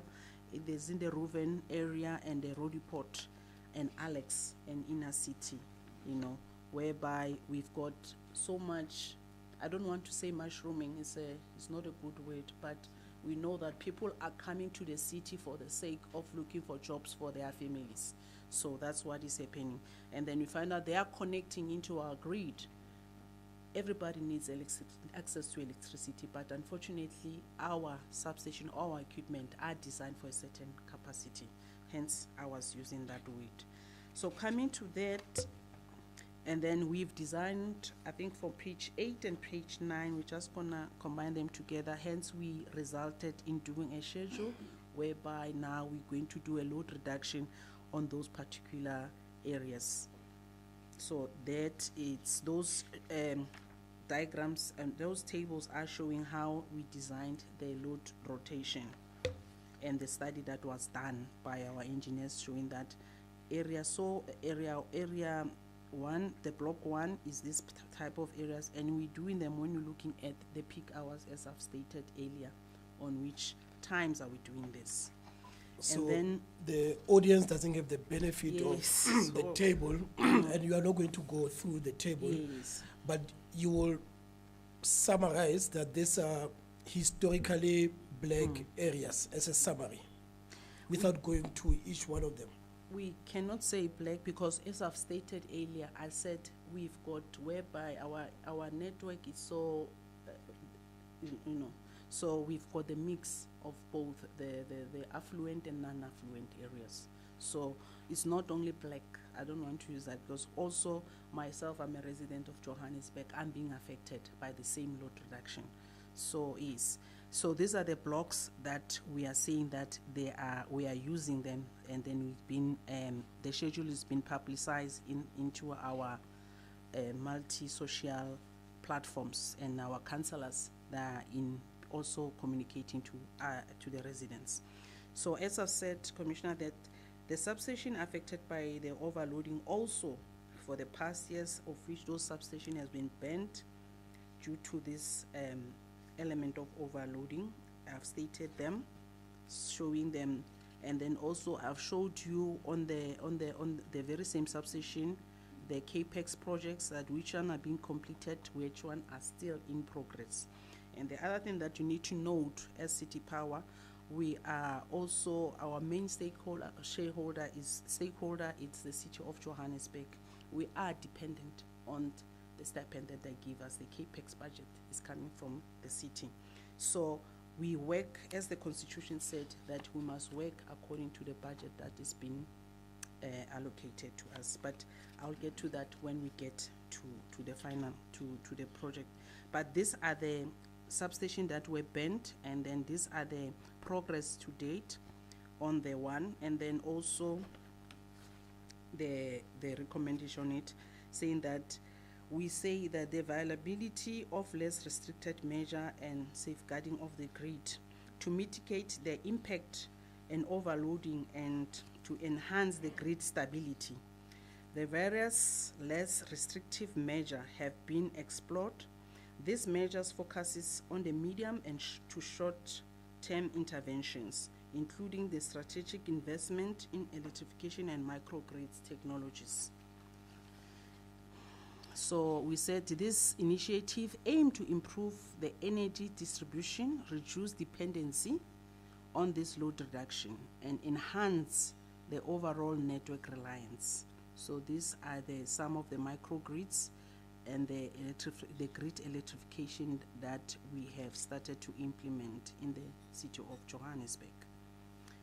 And then just to say that I'm just gonna say, because this one's a short list, the project description is the electrification of Cathedra, that is a grid electrification, and then also the electrification of Vlakfontein, that is a microgrid.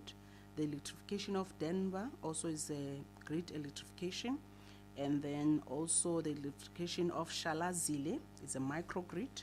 Electrification of Vukani, it's also a microgrid, and electrification of Slovo Park in Crosby, that is also, it's a grid electrification. The electrification of the View, it's also a microgrid. So these are the short-term, medium to short-term intervention City Power is planning, is doing. So also the application lodged to Eskom for upgrades, because you know that City Power, we are a customer to Eskom. So we have also applied for supply from Eskom. So these are the list listed below. These are the list of those substations that we've listed to Eskom, saying that they can help us in the upgrades, aiming that we must enhance reliability to accommodate the increasing demand and to improve the overall service delivery in our region. So also the other one is also the network reconfiguration, because you know City Power, our network is so dense. So we said the Lutz, of which is in the Reduport area. So there is a new 132 line, that overhead line that is being constructed between Lutz, is a new substation to existing substation of which is called Peter Road in Rodiport. This project is designed to relieve the load from Princess. You know, Princess is also, if they don't know, Princess is the side of West the Westgate Mall in Roodepoort by enabling the power distribution from Lutz. And then we've got the capital project that is CAPEX that is funding this initiative. And then we've got the construction of Mondio HV switching station, of which that one also is currently under construction at Mondio to enhance the switching capacity and operational flexibility. And then also we've got the construction of Pennyville HV station. It is near the Soweto, if you know the N17, towards the end of N17 towards Soweto. That is where the substation is. The construction of this substation is underway to improve also the capacity to ensure a greater network reliance. And then also we've got the normalization initiatives on our, what you call the prepaid. So the list that I've given is per service delivery center, of which we've got the Alex, Hestill, Inner City, Lenasia, Midrand, Randburg, Ruven, and Roodepoort. The total of this, it's been said, is about 14,014 prepaid meters to be normalized to date. And then we've got the long-term initiatives to eradicate the load reduction, of which the one that is City Power is planning long-term strategies to aim in improving the grid efficiency, increasing capacity, and promoting responsibility of energy consumption. So these are the initiatives stated on page 13, of which is also the smart grid technologies, the energy system, that is the long-term, and the grid modernization, and then also demand-side management, smart meter load limiting. So this initiative are collective aim to enhance reliance and electricity supply, reducing the dependency on emergency load reduction measure, supporting the sustainability of power distribution. So coming to the legal implications of our submission. As the state-owned company, City Power operates within a highly regulated framework with Constitution of the Republic of South Africa serving as a supreme law. Various legislative instruments govern its operation, ensuring compliance with national regulation and industry standards. These include the ERA, the environmental and safety legislation, the city's licensing condition as issued by NERSA, and industry standards such as the NRS.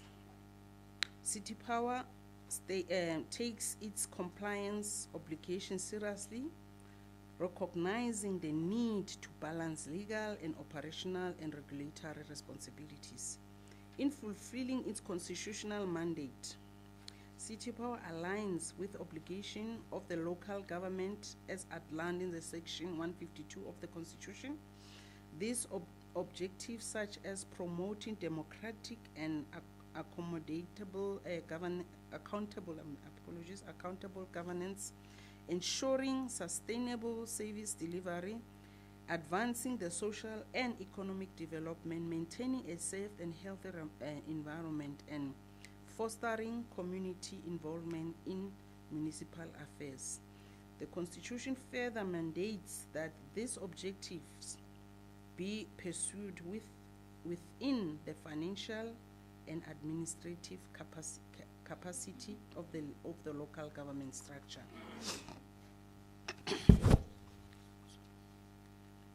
And then with the section 36 as per the Constitution allow for the limitation of rights of the bill rights, provided in such limitation are justifiable in an open and democratic society when restricting electricity supply through load reduction.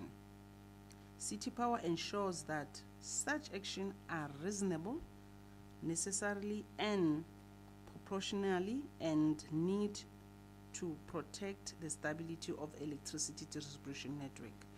And these are the ones that are being listed: legitimate purpose, rational connection, balanced rights, less restrictive means. And then City Power remains committed to uphold the constitutional principle with ensuring the sustainable and reliability of the electricity supply by balancing operational constraints with a legal human rights consideration. The company seeks to implement policy that serve the best interests of all its stakeholders. In conclusion, City Power welcomes this initiative by the Human Rights Commission as a critical step towards addressing the challenges of electricity supply and distribution within the city of Johannesburg and the broader Gauteng province. We believe this inquiry will provide valuable insight into complexity of maintaining a stable power supply within highly regulated industry governed by standards such as those NRS standards and the NERSA standards. While many of the measures we implement are mandated by the regulations. City Power has made a significant investment in the infrastructure, human resource, and alternative energy sources to strengthen the service reliability.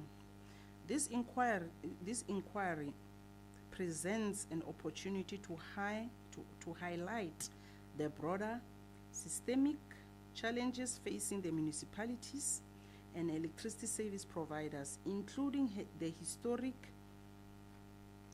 underinvestment in the infrastructure, maintenance backlogs, and regulatory constraints. We hope that the discussion will also address the present issues such as the culture of non-payment, the affordability of electricity, illegal connections, human settlement challenges, and the social policy mechanism that can empower the municipality to better serve their communities. Achieving a balanced approach that considers both rights and responsibility will be the crucial sustainable electricity provision. Addressing these challenges require pragmatic, long-term solutions that go beyond City Power mandate alone.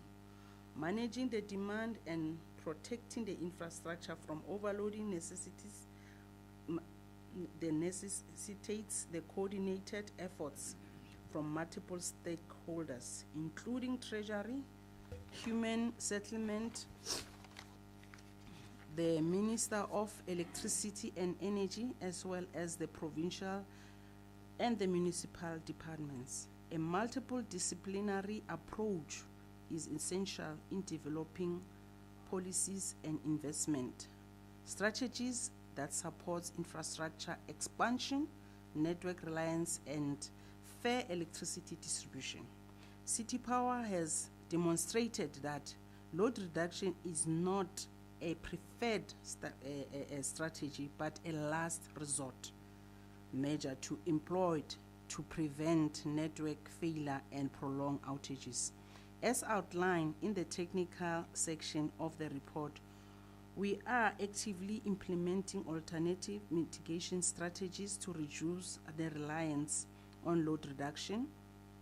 Given the circumstances, we submit that load reduction remains a constitutionally permissible and necessary measure used in a manner that both justifiable and proportionate to need to safeguard the integrity of Johannesburg electricity grids and its customers. Through continued collaboration and investment, City Power remains committed to ensure stable and equitable energy supply to all residents. This is our submission to the Commission. Thank you so much. I was worried that you were going to exceed time, but you are right on the mark, 27 minutes. So, thank you so much. Let's start with two questions just to situate our discussion so there's no confusion. As you know, we use inquiries also for pedagogical reasons to educate members of the public. Just start us off on the relationship between ESCOM and City Power. You spoke of it as a footnote. You know, City Power is a customer of ESCOM. City Power is a state-owned company. As footnotes, you said that. But can you elaborate and locate for us the relationship between City Power and ESCOM? Where does one start? Where does one end? Let's start there. I'll come with the second question that will also help us to frame this discussion.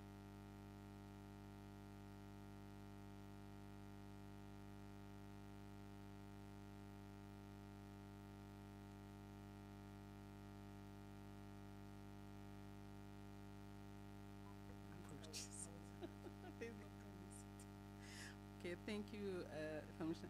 With City Power, we are situated in the city of Johannesburg as a municipality.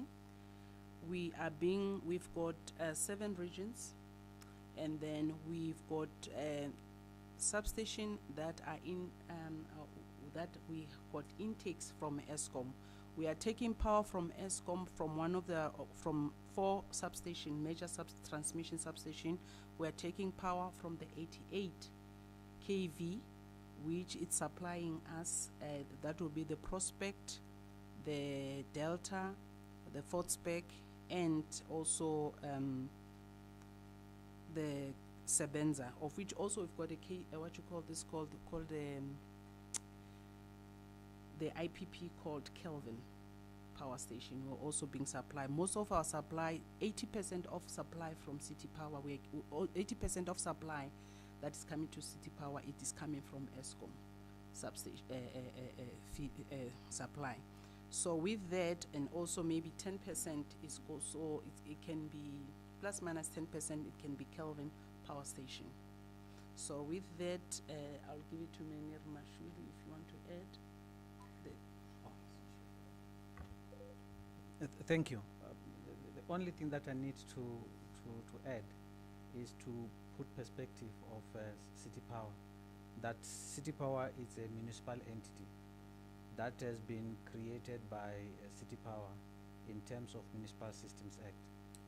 You will note that we are one of the few, us and Centlec are the only municipal entities that exist within the country. And that's because City of Johannesburg as a municipality has chosen a model to use entities to execute or to be able to get its constitutional mandate fulfilled. So we provide electricity for the entire city of Johannesburg. However, there are certain areas within City of Johannesburg that are provided by ESCOM, because the license that we have for distribution electricity within that does not cover that. You will appreciate that there is Soweto that we don't provide electricity. We only provide street lights there.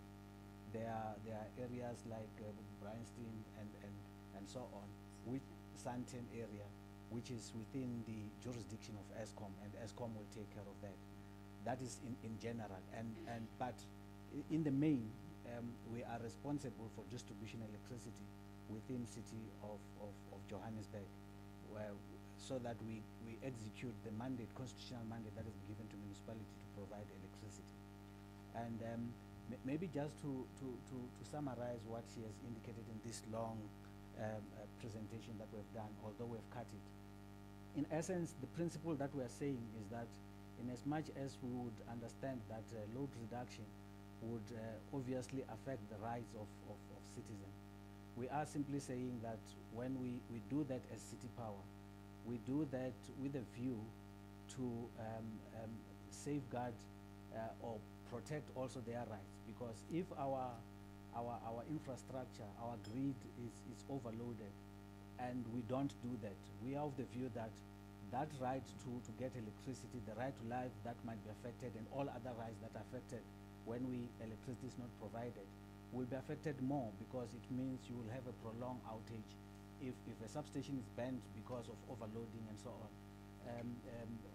Rebuilding or redoing, making making sure that electricity comes back might take longer, which also will take that. And hence, that is why our approach, we are in our approach and in our presentation here, the key element that we're providing is to show you what have we done despite just doing load reduction, because load reduction is the last resort.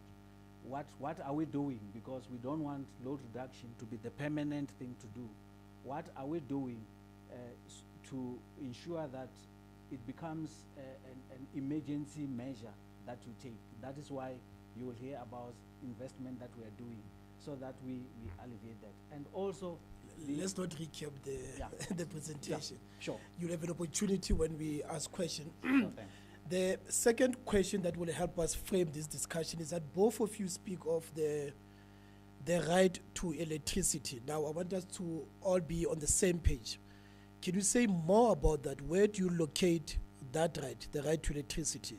Do you believe that there is a right to electricity that, you know, that as City Power, you are the bearer of that right? Because, no, let me not say because, but can you just unpack more this right to electricity so that when we ask questions, we are on the same page?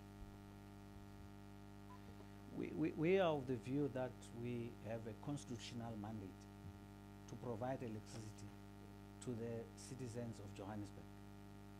And we are of the view that this right is not absolute.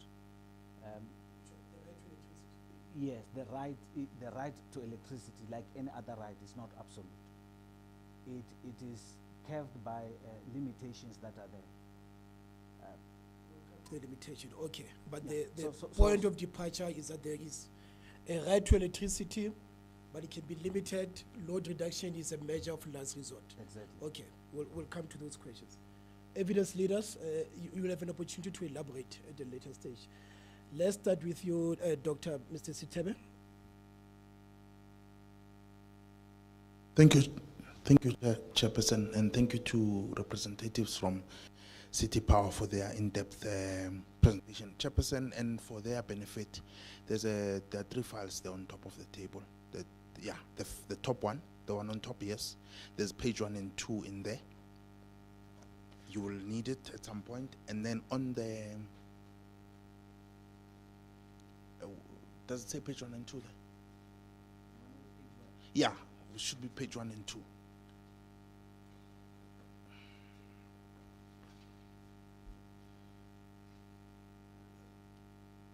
Can you find page 1? Media advisory. Correct. Correct. So you'll need the page 1 and 2. And then on the other file, in front of you, sir, the other file. Yeah. You will go to page 967. It's almost at the end. 967, the page number. Yeah.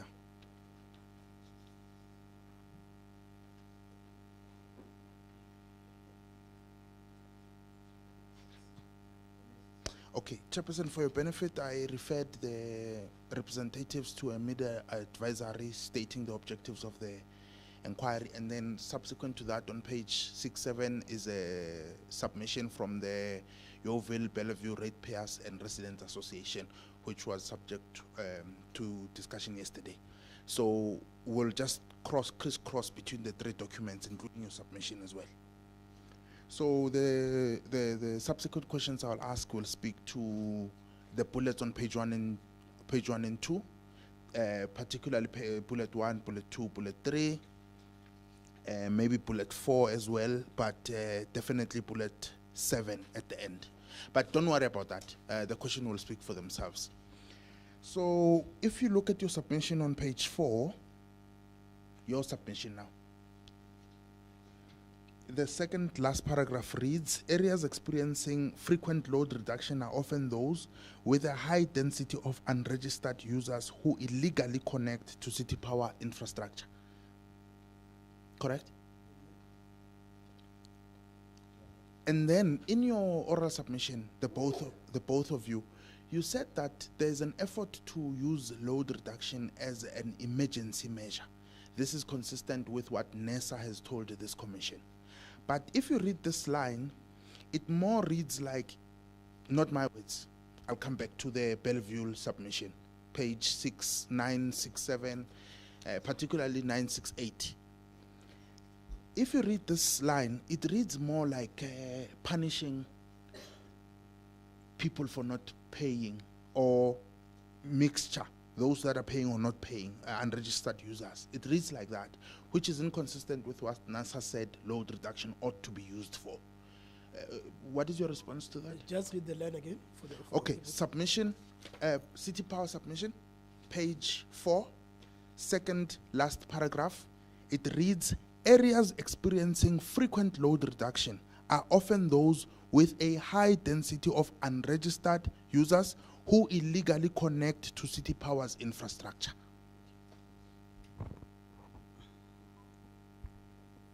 Thank you. I don't know what interpretation are you using, but I don't see why you would think that we are punishing. This statement illustrates that when you have areas wherein people illegally connect and they have not been catered in the grid itself, it overloads our grid. So that is the emphasis. It could be so that those people are connecting illegally. We have other processes that we deal with illegal connections and not reduction. So we don't use load reduction to do that. We go and disconnect them. If there are people who want to be connected, they will need to pay fine and so on. Those are the measures that we take. But in this statement, the purpose of putting this statement is to also indicate that in area wherein you have illegal connections, especially because we have indicated informal settlements that are closer to our grid, who connect immediately into our grid without us connecting, thereby overloading our substations, and that necessitates load reduction. It is not that people are being punished, but the conduct of connecting illegally eventually caused overloading that we cannot really prevent, and as a result thereof, to protect the infrastructure, one would need to apply load reduction. Yeah, no, thank you for that. It provides clarity that is required by Yeoville and Bellevue residents who, by their own admission, say they use that permission. So I'm very grateful for that. On page 9 of your submission now, you'll see there are blocks 1, 2, and 3. In block 3, you'll see there 1, 2, 3, 4. Number 4, Bellevue East, Bellevue Extension, and then you skip Linksfield Ridge, you go to Yeoville. Now I'm going back to the submission by Bellevue and Yeoville, particularly page 968. Yeah, 968, the sentence before conclusion, it reads as follows. So it is very unjust that in our government, I want to make the link to page 9, that it speaks to City Power. You provide them with power there. It continues to say those have-nots are not treated unfairly. People lost a lot of their hard-earned food, and their electricity supplies got damaged during these instances of power interruptions. And then this is where then Mr. Matubatuba said, we're being punished here by these interruptions.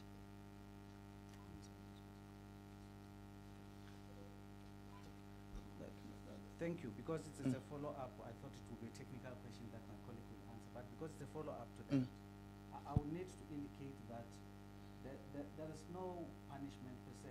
And like I've indicated, there are always measures that are there. For example, City Power has an insurance. If during the load shedding and as a result of City Power not necessarily doing what it's supposed to do, you incur any expenses through our insurance, you could be able to claim. Yeah. But what I'm saying is that in as much as residents of Yeoville, which I understand their point of view, think that they're being punished, we are simply saying, as City Power, it is not the intention that we want to punish them. We are saying the intention is that we want to protect them. Because if we don't do this load reduction, they are likely to have prolonged outages because our infrastructure or our equipment will be damaged more. Yeah. So for someone who has a card, I would understand that that person will feel aggrieved and might feel that is being punished. But the true sense of the fact is that it's not necessarily punishment, but the protection of the same rights that are there. Because if you allow your grid to be overloaded and it switches itself or it bends, it will be, you will have a prolonged outage. Yeah. And therefore, I am simply saying to the residents, we are the caring municipality, that we are entrusted with the right, with the obligation to provide them with electricity. And if, and that's why we are saying load reduction as we do it is the last resort, because you must also understand that when we also cut this electricity, we also lose revenue. And we, as we have been put as entities, the main reason is to ensure that we provide revenue for City of Johannesburg. Yeah. So it's not something that we like to do and so on. It's something that we do out of necessity as an emergency. Thank you for that. They needed to hear this, obviously. And Chair, to your point, that part of this exercise is also to be informative, to inform the affected residents what is the situation. So it's not. But last point on this issue. In your submission, page 4 again, the last paragraph, it says City Power's electrical network does not distinguish between industrial and residential customers, although some large businesses are served by dedicated feeders. It continues. Unfortunately, load reduction affects both paying and non-paying customers indiscriminately. Is that not the contention here? That your inability to distinguish between paying and non-paying significantly compromises those that are law-abiding, those that want to assist City Power generate the revenue that you are saying they want to do, those that want to live in light, those that want to secure their streets, those that want to cook a meal for their families. Why are you failing to discriminate between paying and non-paying? I believe I did mention earlier on regarding the network designs that we are having as City Power. Our distributors or feeders, they've got house A and house B and house, different, houses, different customers. Okay, the feeders that are connected. Okay. The network configuration in City Power, it doesn't distinguish who customer A, customer B, and customer. All customers are connected there. So if house A or house B is not paying, and find out house B is paying, when I'm talking about maybe those non-paying customers. So our network is so dense. Hence, certain like the health guys, the health team that presented, we found out at least with the hospitals, we managed to have direct feeders. Like for Bara examples, feeding from Soweto, it's got a direct feed, And then we found out there will be those situations whereby maybe it's during load shedding, for example. We found out we do the load shedding, but we found out Bara, we keep it on, the lights on. I'm making an example with Bara. But we find out there are those maybe customers that are also included in the Bara, they are feeding from that Bara feeder.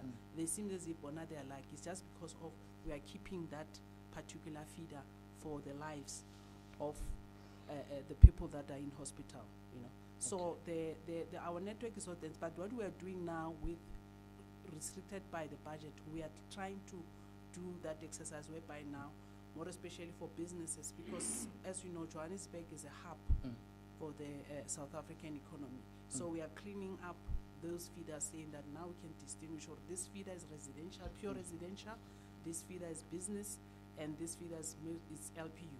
So that's what we are doing currently. But unfortunately, the design of Johannesburg, it's so infused. I don't know if I answered. So let me ask, follow up the question. So for the paying customers, you say technically you can distinguish, you can discriminate.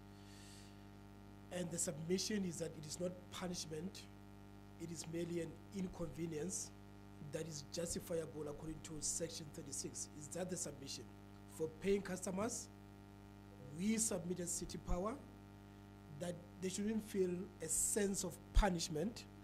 They should feel a sense of inconvenience, merely inconvenience, justifiable by Section 36. Is that the number of the submission for paying customers?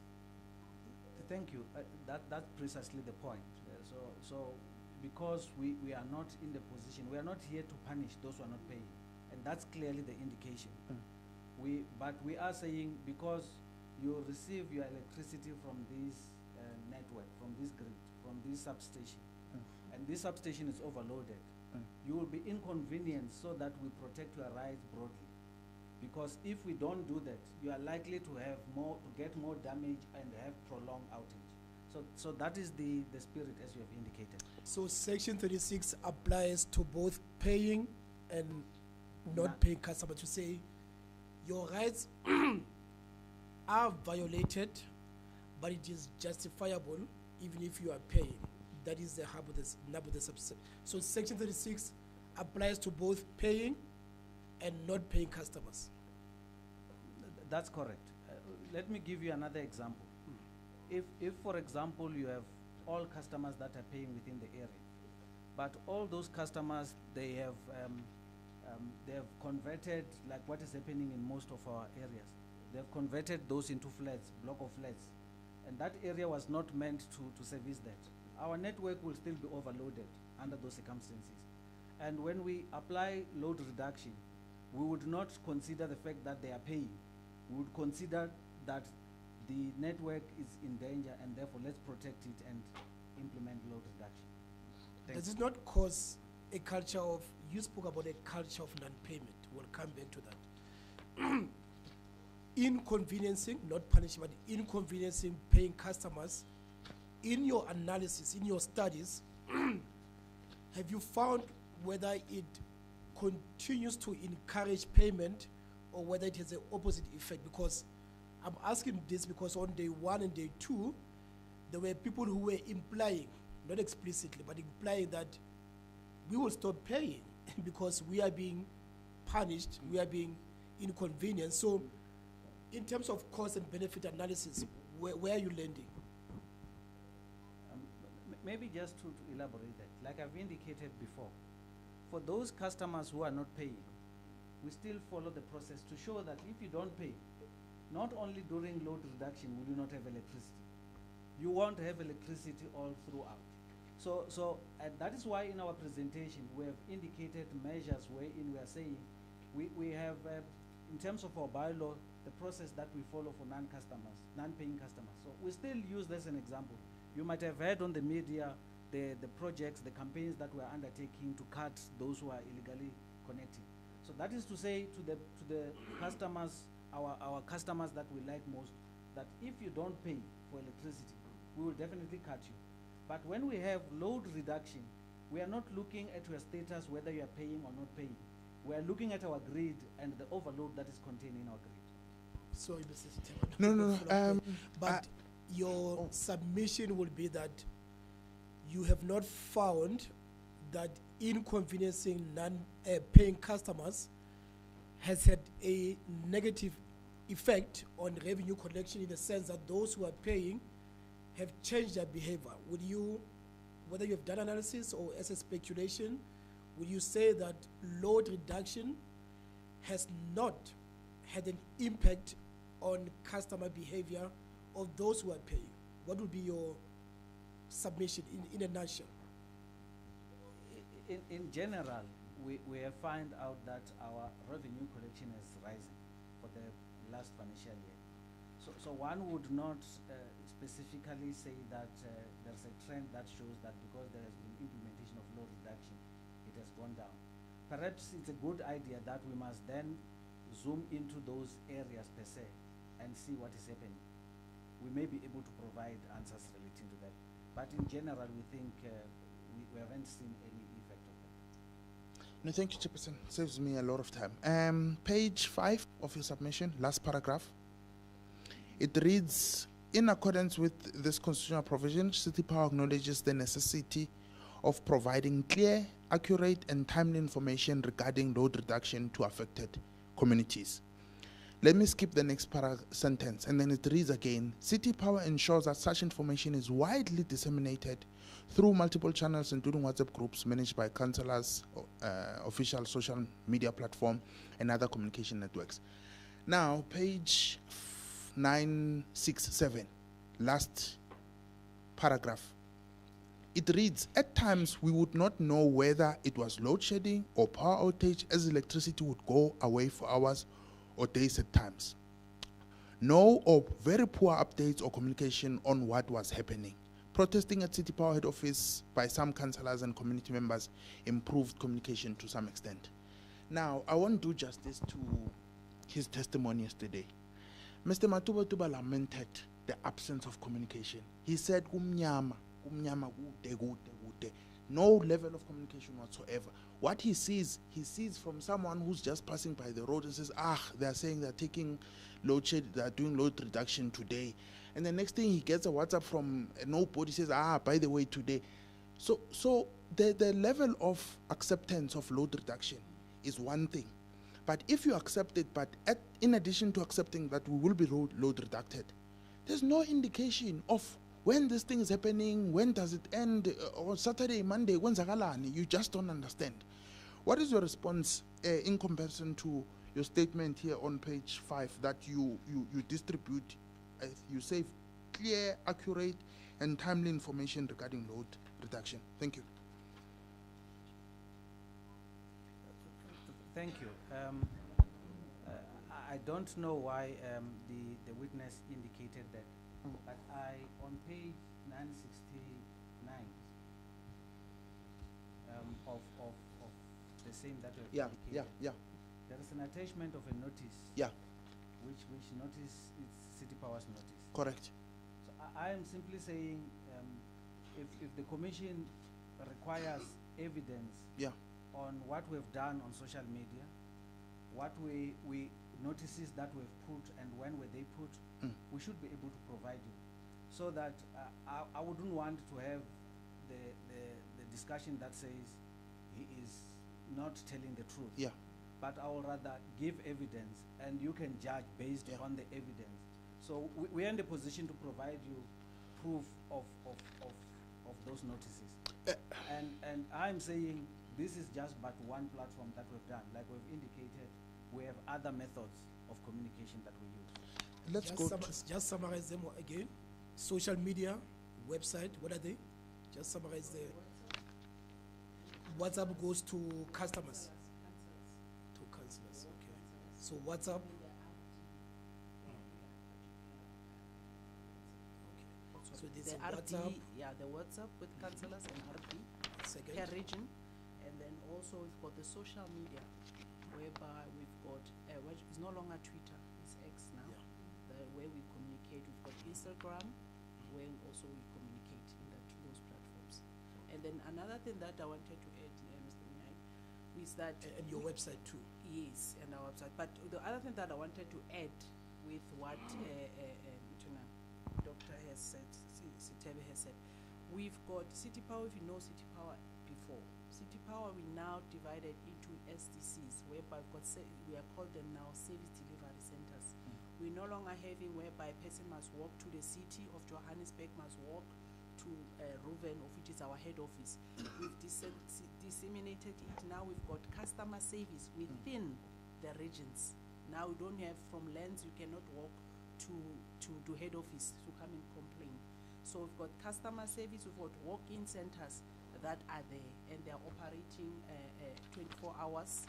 Even if you can notice, City Powers, we are operational, the SDC is operational 24/7.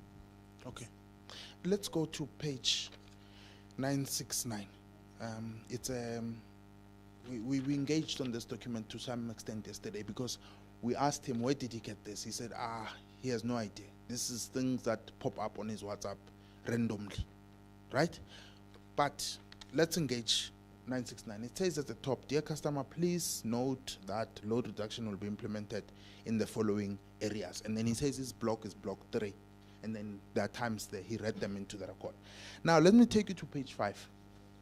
Page 5, there's the sentence we skipped when we were reading that paragraph. It says transparency in sharing load reduction schedules. The rationale, please focus on this one. The rationale for their implementation and the anticipated impact of residents and businesses is essential to upholding this right. But from this document, one does not get a sense. The other evidence leader said, do they tell you that this time we're implementing load reduction because of illegal connections? Do they tell you that, no, this time we're implementing it because of pressure on the system? Or are they implementing it now because of X and Y reasons? But this document does not state that. But in addition to this, after he read this, I just lost part of his evidence. He entered into the record other times that are not here, that then they would experience load reduction. But now, again, this goes against this emphasis that you provide clear, accurate, and timely information and that. The reason I'm harping on this for the last time, it's because it's one thing to accept, Uti, our transformer is under pressure, we need to be load reducted to avoid this long-term damage that will suffer, right? So we need to be. But now, is not informing me sufficiently of when this thing is going to happen, so that I put in place measures for me, or I go away there for the 2 hours. Okay? I go and visit my friend and I come back after 2 hours.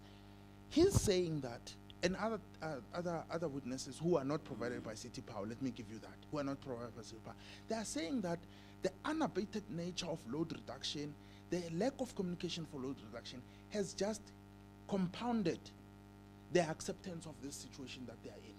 They have no problem accepting that they are going to be load reducted. But and they are not appreciative of that. Any response? And I move away from this. I assure you I will never speak about communication again. Thank you. I must acknowledge that at no time that one would say I have communicated enough. And therefore, if our residents are saying we are not communicating enough, as City Power, we would take that and look into that. However, I'm still reiterating to say that if it's an issue of counter statements, yeah, we can provide evidence that shows that perhaps during that time this is what really happened. And I appreciate the fact that you are indicating, which is a feedback on us in terms of communication, whether our communication has sufficient information that our residents would need to have that. And that's why we appreciate this kind of setting of the commission to do that. And we must acknowledge that we are not here to say we have done everything and we don't intend to improve on communication and whatsoever. We take note of the fact that there's our residents that we're supplying with electricity who are not happy about how we communicate. And we should go back and look at it as City Power and say, how best do we do that? Because our mandate is also to satisfy our customer. It's part, and it's not only our mandate, it's also our KPI that we get from City of Johannesburg. So if you get that feedback that says you're not communicating enough, your notices are not enough, or for example, the fact that we're using WhatsApp, when someone sees this thing popping up in WhatsApp, we are thinking that we're communicating, whereas we're causing more confusion. So we would need to look into all those kind of stuff, because some of the things that we said we're communicating is through WhatsApp. And the witness is saying he probably just got this popping up from WhatsApp. And so we are definitely appreciative of that fact, and the City Power will definitely look at relook at our communication model and strategy and improve. Yeah. Let's ask a different question. When you communicate, do you say why you are implementing load reduction? Do you say it's because the substation has exploded? Do you say it's overuse? Do you say it's, illegal connections? Do you communicate? Because you are relying so much on Section 36. Now, as you correctly said, Section 36 has got that phrase, open society. And that speaks to the notion of transparency and accountability by the state. People must know why we're being inconvenienced. Let's use your term. Do you communicate the exact reason why there is load reduction being implemented in this area? That is just a very short question. is the reason always always communicated. I know you're going to supply evidence later, and we do appreciate that, but from your normal protocols, do you always, because people say we want to know, we as evidence leader said, we understand that we live in areas where there's informal settlements, therefore we'll be punished, we'll be inconvenienced. That's our that's our fate. But we want to know why this is being done, or is it just a general standard motivation to say overloaded, therefore load reduction? Do you always communicate, and is it always in multiple languages? I must concede, you have a note here that does not indicate why. So I must concede that it's not always wherein you will say it's because of overloading, because the assumption is that based on the discussions that you would have with councillors and so on who are assisting us, our assumption is that it's known that in general that when we have overloading, we use that as a means to protect our infrastructure relating to that, and that's why I'm here accepting the fact that perhaps we need to have that improvement. I must concede that it's not in all notices wherein you will have that specification to say today we have been overloaded because in this area there's illegal connection. In this area we're overloaded because we now have more people who are connecting to our grid, and we don't do that. And languages?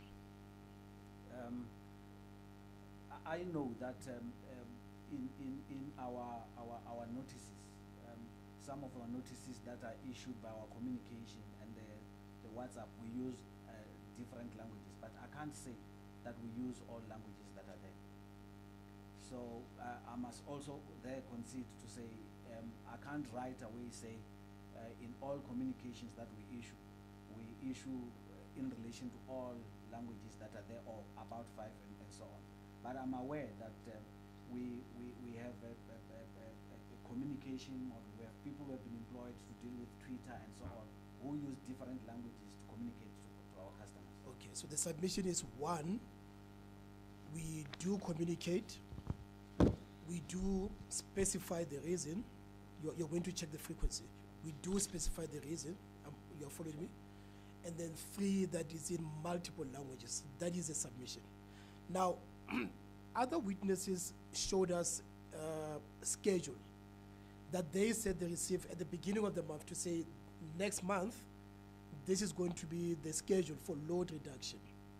Is that the case that some people get communication that gives them a schedule that will be every week, every month?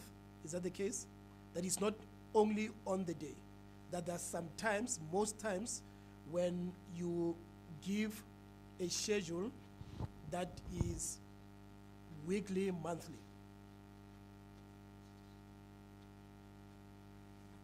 You know where I'm going with this question. I wish you can finish where you're going so that we can get the direction. But with that, I think with that, I'm sensing that we are going to the load shedding direction. Because with load reduction, we cannot say next week we'll be having a reduction. We have a reduction, we monitor the system, we see for this day or maybe 3 days, we know that we'll be suffering. Looking at the weather also, is the one that is determining load reduction. So we just not just switch, like it's different. Load reduction and load shedding, it's not the same. So it's localized, this one. We are looking at that particular substation. So load shedding is national, whereby we'll know the schedule, we'll communicate the schedule as is. So the submission is that for load reduction, there is never and ever a predetermined schedule. It's always on the day, depending on usage, depending on damage, depending on the weather. But load shedding, of course, it will be because it's rotational, whatever. But for load reduction, the submission from City Power is that load reduction is never based on projections. It's always on the day. That is a submission. Projections, we're saying that we've got what you call, I believe we stated somewhere in the report, even though we didn't read it. We've got a system control center Yeah. that they are monitoring. They'll be telling us that looking at this, we are anticipating such. So it's not the patterns, the behavior, what you can say, the behavior, it's not the same. It's not treated like load shedding, whereby we know that nationally this is what we're going to have. But we do foresee, or maybe this week, due to this weather, we might have load shedding. So it's conditional. Load shedding, not load reduction. Load reduction is never conditional. It's conditional, because now look at the weather That's right. today. It's raining. So we are anticipating, or due to the weather, it's cold, the people, they'll be switching on a heater. You know, with our people, we know others, we've got these ShopRite trolleys that are turning into heaters. So they're also overloading network. Yes. So we've got those. So looking at the weather, looking at the pattern, we've got that. So Okay. it's also we are looking into those type of conditions when we do a load reduction. No, that's fine. Ms. Tsebe? Last question from me, Chair. Last question, City Power. It's about NESA, page 13 of your submission. Chairperson, you'll recall that when NESA appeared before the inquiry, they insisted that they have an arbitration tribunal of sort. I want to know if City Power is aware of the tribunal. Have they appeared before the tribunal? Was there any matter that was finalized before that tribunal? The reason I'm asking this is that NESA was very clear that they also have advocacy and promotional material, and part of the outreach is that tribunal. So, owing to the depth of the complaint regarding City Power, it would be a misalignment if City Power was not aware of such a tribunal when NESA is saying that. I'm giving you that background so that you can simply say, I see us no, see us this thing, and so on. I don't want to blindside you with, so hence this background. But in addition to that, I would really like to thank you, Mr. Mnyai and Mrs. Kalema, for your time. Really appreciate it. Have you appeared before the tribunal? Has there been any findings against you by the tribunal? We are aware of the tribunal, but we are not aware of the tribunal that only deals with load shedding. So the tribunal is there. When you have a dispute, and I can tell now, ESCOM, probably people are here. When we have dispute with ESCOM, there are times wherein we even refer that to NERSA, for NERSA tribunal to assist us in that. And if that answer question, whether we have appeared before them, they've entertained the disputes that we have, an example with ESCOM relating to the power supply, because we all account to them. Our licenses are issued with them, by them. But you've never been found by the tribunal to have violated your protocols, your legislation, your conditions, license conditions, because of how you implement load shedding or load reduction. We haven't, and that is why we were. So you haven't, or you're going to check? I can tell you, and the reason why I would tell you that is because I as part of the department that reports to me, legal reports to me. Yes. And this particular matter would have come to my attention. Okay. There's no way that it would not have come to my attention if there's such a finding. We have not been found by NERSA, and that's why we have put this statement, which we know NERSA will also read that. Which one? The statement that indicates that we comply with our licensing, our license, distribution license. Yeah. Because we are aware that if we don't comply, the consequences that are there are drastic. They can just withdraw our license. They can impose punishment on us. So, and hence we can rightfully say that we haven't been found wanting of violating our license conditions, and maybe given a grace to remedy them. Thank you. Ms. Mlombo?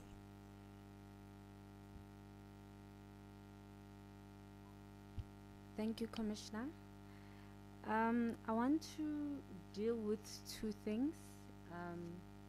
One, the issue of illegal connections, as well as the Section 36 inquiry. But perhaps let's deal with the issue of illegal connections. You have considered in your evidence that it will mostly arise in contexts where informal settlements self-connect to the grid, right, and overload existing infrastructure.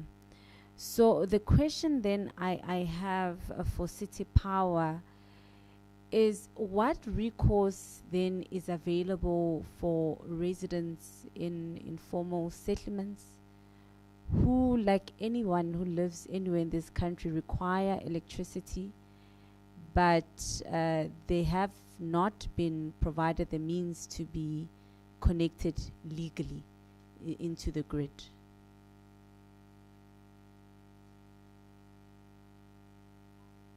It's one of the difficult one, but however, it's a question that we need to answer. Obviously, if there is an informal settlement that starts now, and we still have the duty to provide them with electricity. It is not us who decide whether people are going to stay there or not stay there. We have a constitutional mandate to provide them with electricity. But it must also be understood within the context that this obligation that we have is subject to the budget availability that we have. So not only with them, also with the development of urban area. If there is an estate that needs to be established, that's why application will have to be made to see if City Power will be able to have an infrastructure that will supply. And if it can't, what are the plans that are there? So we always make a plan to accommodate new developments that are coming, whether informal or formal that are there. So that is how we operate. It is just that it's difficult to say if it was possible that every time when there is a development that is coming up, we're able to provide that. We would do that. And I'm still reiterating to say one of the main reasons why we exist as an entity is that we need to generate income. So unlike maybe just a department within municipality, we owe our existence as a separate entity, separate from municipality, in generating revenue for that. So anything that cuts our electricity, even if it's load shedding, even if it's load reduction, it also have an impact on us, on our revenue generation, because we are here to sell electricity and we must make profit. And if you stop doing that, whether it's because you want it or not, it will still affect you. So to answer your question directly, we have a process wherein we accommodate new developments, either informal or formal developments. All right. And to confirm, because we've heard from our work that in other areas, they will actually have policies to say you can only have electricity if you are formalized, but you are saying for the city of Johannesburg, their policy does allow for the electrification of both formal and informal settlements.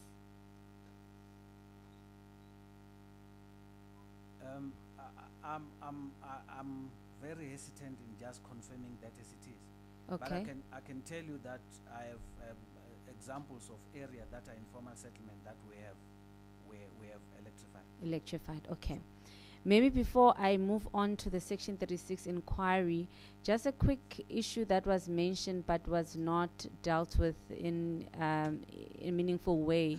You refer to the culture of non-payment in your submission. Can you explain what are you referring to when you say there's a culture of non-payment?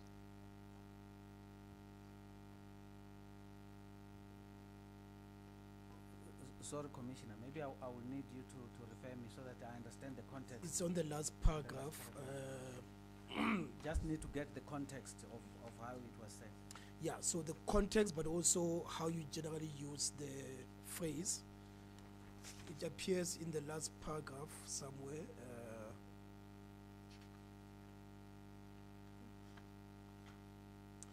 It appears page 14, paragraph 8, and we go to the second last, where is it? Second The last culture paragraph. of non-payment, yes. What is this culture of non-payment, and how do you quantify it?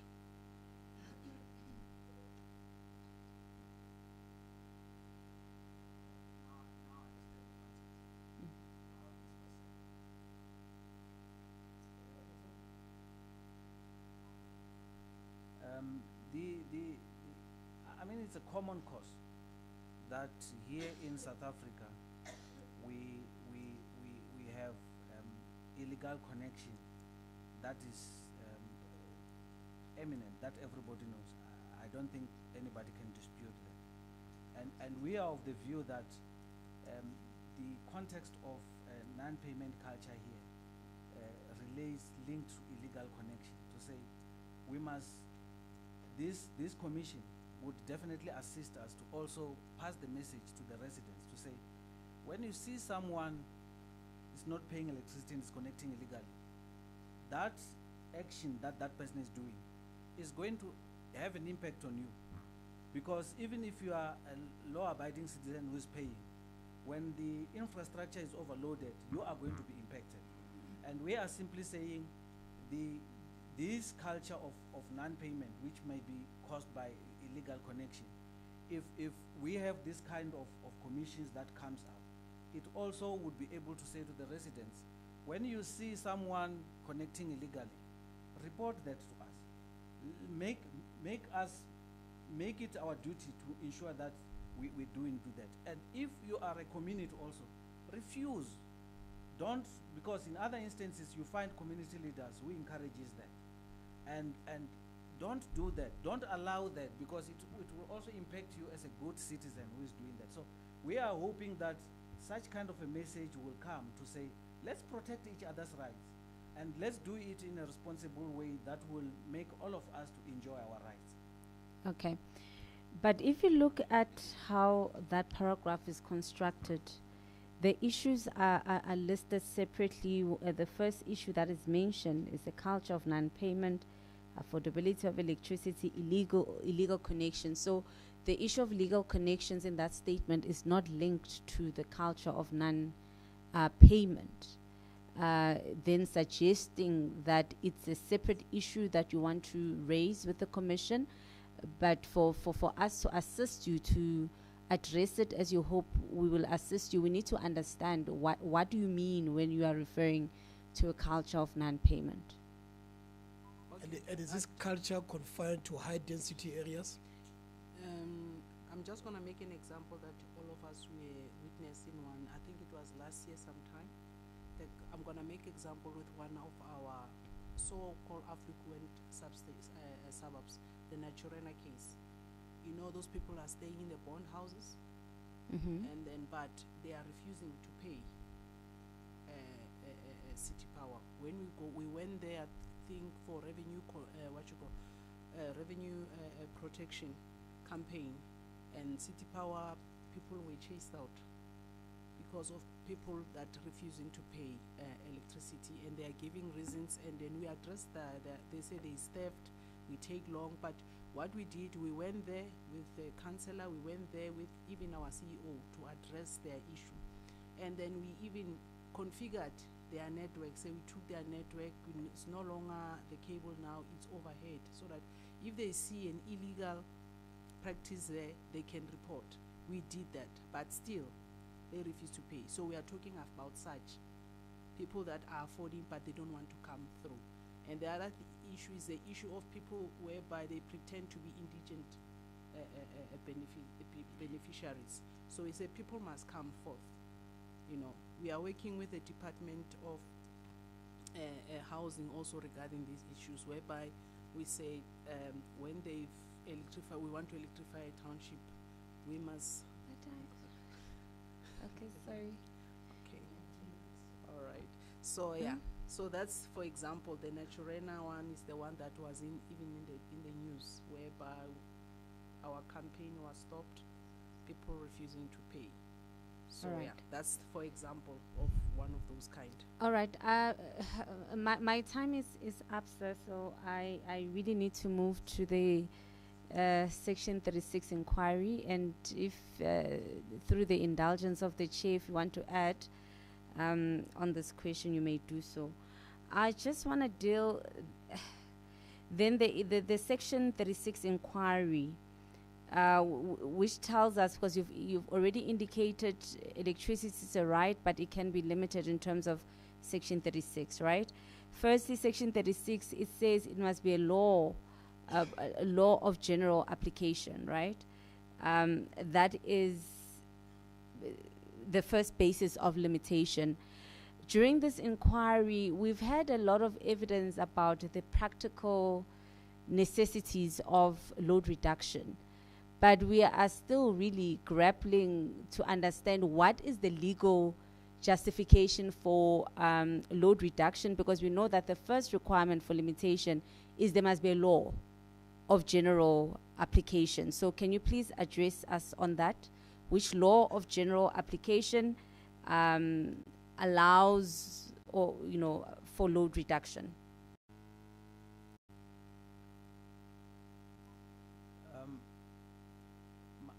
My understanding is that the general application requirement that is there, it's not necessarily saying that these rights, we are supposed to have a law that confers the right to limit, per se. No, we have to read the section. We have to read the section.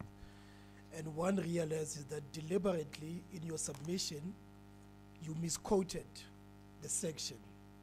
Not deliberately, but you omitted to quote the full section. The section starts with the term, law of general application. That's what it says, verbatim. And of course, it comes from we are celebrating Sobukwe month, and it comes from Robert Sobukwe, that you mustn't have a Sobukwe clause, which you know about.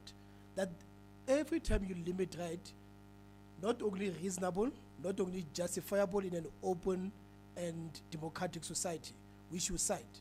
But the first sentence, that's why I had to take out my constitution, because I couldn't recognize what you have quoted here. Based on a law of general application. What is that law in this instance? The only law that is of a general application in our environment is the Electricity Regulation Act, which requires us to provide electricity that is safe, in a safe manner, and so on and so on. So when you start to have overloading, you then start to have a need for you to ensure that you still provide electricity in a safe manner. So that's the only way that I could indicate. Of course, it can be argued whether that I may need to go and relook at a specific section that deals with that issue. But there's nowhere in that act, of course, wherein they're talking about load reduction as it is. But impliedly, based on other obligations that are supposed to be there, one would say Electricity Regulation Act would justify such kind of a limitation, or will qualify as a law of general application. All right. In the interest of time, I will ask through the chair that you maybe provide further submissions on that, referring us to the specific provisions on which you rely for the practice of load reduction. I will maybe allow me to deal with the other requirement, reasonable and justifiable, later. But in your submission, you dealt with the nature of right, the importance of the limitation. But what you didn't deal with is the issue about the, okay, maybe it's part of the reasonable and justifiable, the issue around impact, because I didn't really hear evidence on how the city understands the impact of load reduction on its customers to be. Obviously, from the complainants, we've had evidence about how it affects them, but I've noted in your submission, there aren't submissions on how you believe it impacts your customers, and whether such an impact is justifiable when viewed against the purpose of load reduction. Here we must distinguish between a limitation and a derogation. So your legal justification is that this is a limitation, it is not a derogation. So can you attend to that concept of reasonableness in this case? From an impact perspective, noting how long load reduction has been implemented. Is it reasonable? It is not a derogation, it's a limitation, but is it reasonable? My submission is that indeed we may not have specifically indicated that this is the impact that it has, but we have accepted that customers would not have electricity, and because when they don't have electricity, obviously all things that are related to electricity and many other rights will be impacted, and that's what I've indicated earlier on. And we have said we have looked at that particular impact that is having and say, what do we do to attend to that particular impact? And our reasoning was that we need to reduce that impact, and load reduction forms part of the reducing measure, because if you don't, and that's why we were emphasizing the prolonged outages, the very same impact that we are saying you would have, yes, you will have that inconvenience as you have indicated, Chair, but if you don't do anything about it, that impact will be for a longer period. So it is within that context that we looked at the impact, at the fact that it's going to affect our customers, and if it's going to affect our customers and we don't do anything, it might affect them longer. And therefore we thought if you are impacted for a shorter period of time, you are in a better position than when you're impacted for a longer period of time. Okay. Just to add on what Mr. We Mnisi are said. way over time. Yeah, We are I'm way just, over time. apologies, Chair. We just, with City Power, what we've done, I believe you've known on the news, we've implemented smart meters, whereby we'll be doing e-load limiting. I'm coming to that, All please. right. Allow me to go through. Okay. All right. C, it talks about the nature and extent of the limitation. And one of the issues that was decried by witnesses is not only that they are without power for certain periods of the day, but particularly the times in which load reduction is implemented. It is implemented at times that will cause the most pain or most inconvenience to customers, which is why, as my learned colleague has indicated, some view this practice as punishment because it's when they have to prepare for work. Some even gave testimony yesterday that they even go out to public with ironed clothes because it is implemented when people are preparing for work, when people are preparing for school, when people have to come home to cook for their children. So can you address us then about the reasonableness of load reduction, having regard to the nature and extent of the this limitation that it poses on the right of access to, right to enjoy electricity? Okay. No, just I'm of the view that this question is the same question asked differently. Mm-hmm. In the sense that if you look at the rationale for load reduction, if you accept that it is to be applied at the time wherein our network is at constraints, so there is no way that you could say at this particular time people will be unreasonably inconvenienced, they need to do all this particular time. Because if you do that, it might mean that during that period and also period wherein we don't have constraint, they would not have power. So you take that reasonableness within that constraint to say you are here to limit the damage or the impact that might be there if you don't apply this load reduction. So that's why I'm saying I'm seeing this question asked differently, but looking at the very same aspect. And lastly, let me deal with the issue of less restrictive measures. Indeed, load limitation was given as an example to say it's a less restrictive measures. In fact, it is being implemented in Midrand. Why is it not being implemented in Yeoville or Bellevue?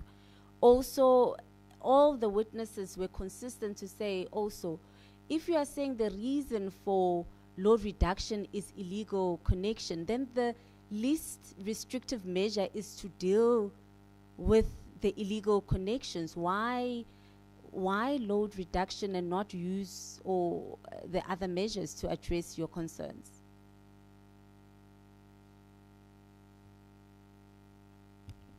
If you can just start by explaining what is load limitation. Okay, load limiting, it's whereby we reduce demand via our smart meters.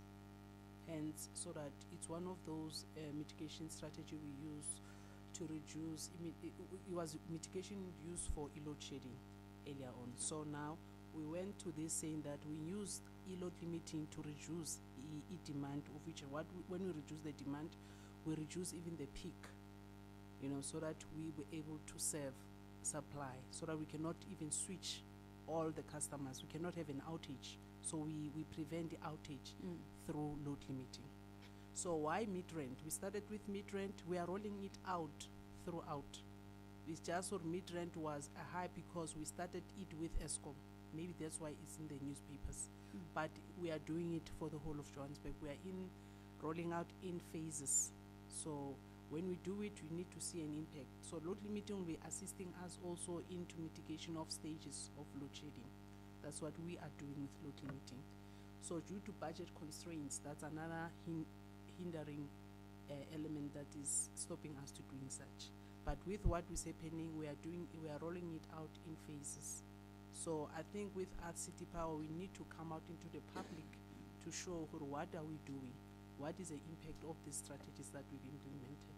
Same with The Amarasta. question is, as a least restrictive measure, therefore the question is, and a lot of testimony was to the extent that, to the effect that we do have smart meters, but we still, you know, get load reducted, whatever the term, the verb is. Why are you not starting in places where there is load reduction as a less restrictive measure, as a mitigation strategy? Why do you start at places where they are not inconvenienced, not punished? With that, we are rolling out smart meters. We have started. It's just so people won't say it, but we can even show the evidence of rolling out the smart meters where they are. So with what we are doing, we have already started. Midrand was hype because we're doing it hand in hand with ESCOM. It was a pilot with ESCOM. So with Abo Ntunang, with Yovel, we are still installing AMA smart meters, but you need to remember the way the arrangement of Yovel it is. We are cleaning up, we are putting, even on my submissions, there is where we show that how many have been installed, how many have not. So, way over time, Commissioner Makwasha, can I take it that you are covered? Can we, maybe we can submit an evidence of that? No, we will do that. Evidence Just leader. one last one, Commissioner, please. Last one, Commissioner Last one, Makwasha. yes. I have to limit your rights. Yes. Yesterday, also, just like lastly on this narrative of punishment, yesterday we heard evidence about Bellevue that was out of power for many days due to a cable that was damaged, right? And then Braamfontein then experienced the same incident of power. They were told they had to wait up to 12 months, but I speak under correction. Braamfontein experienced the same incident of power failure, but within days, the cable was replaced, and the only way they got their cable replaced was because Braamfontein was using the same cable that they needed to restore power in their locality. And so this is one of the things that make people believe that we are being punished, in that why is Braamfontein attended to with such speed when Bellevue was not attended to with the same urgency? So I don't know if you can comment on that. Thank you, Chair. Maybe just a comment. I don't have information relating to that, but I can say right away, it doesn't seem like a City Power way. What you have indicated that it has happened, it does not seem like City Power way. But however, if the commission allows, we can go and check the facts, whether it is the same, whether the outage is the same, whether what was wrong is the same issue. but it doesn't look like how we do business at City Power, that we give preference to others.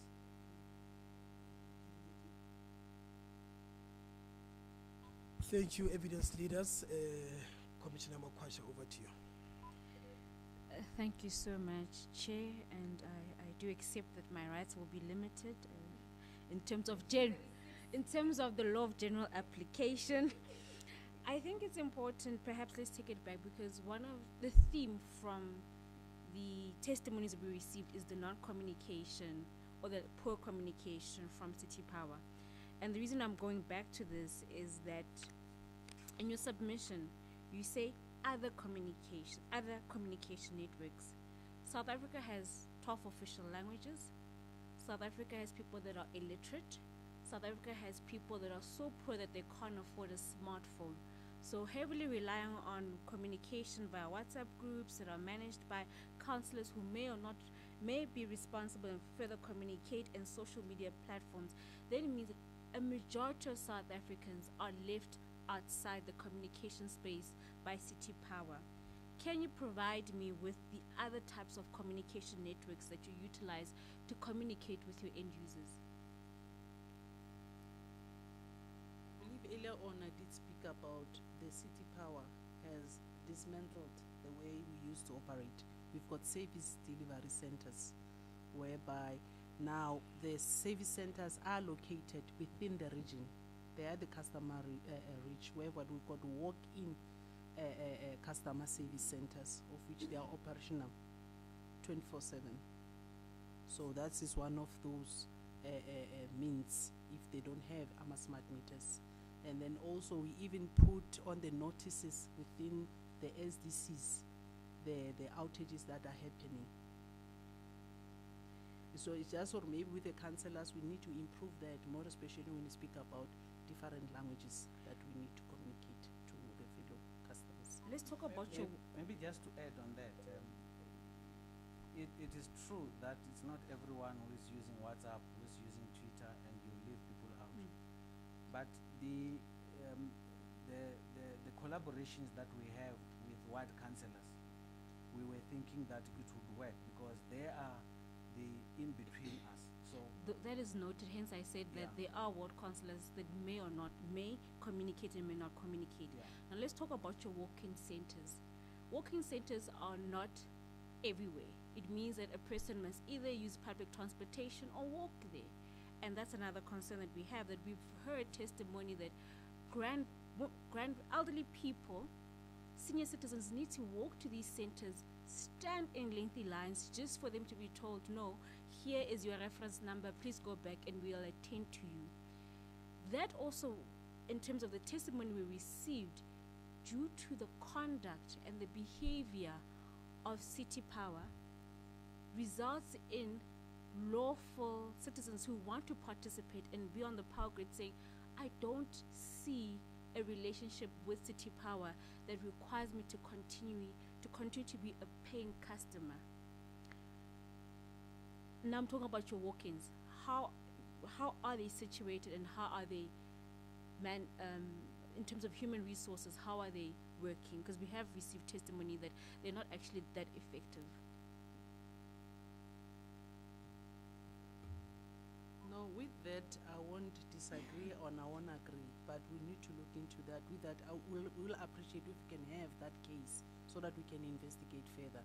Because with what City Power has done, somewhere we have reaped the fruit of the customer satisfaction. So with that, I'll appreciate if we can have that case so that we can address it. Thank Thanks. you. Chair, I think I'm going to just ask one question. This is in terms of your load shedding schedule load reduction schedule that you've shared with us. This is on page 8. And this would coincide with the submission that has been relied on by the evidence leader, Mr. Satebe. This is page 969. Are you there? 969. 969. This is the submission we received yesterday.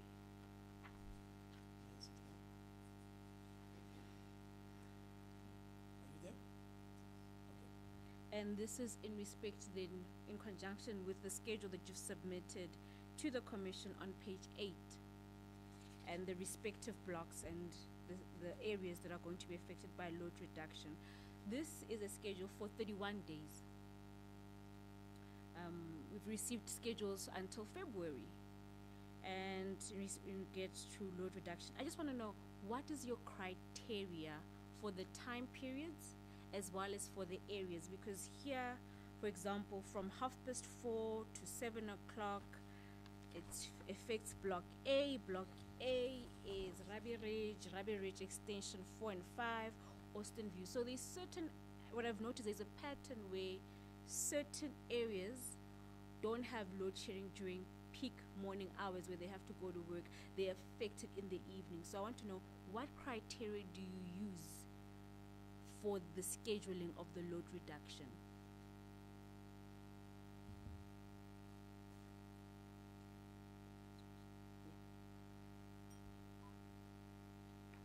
If you remember, we did talk about the plan for this schedule to be designed.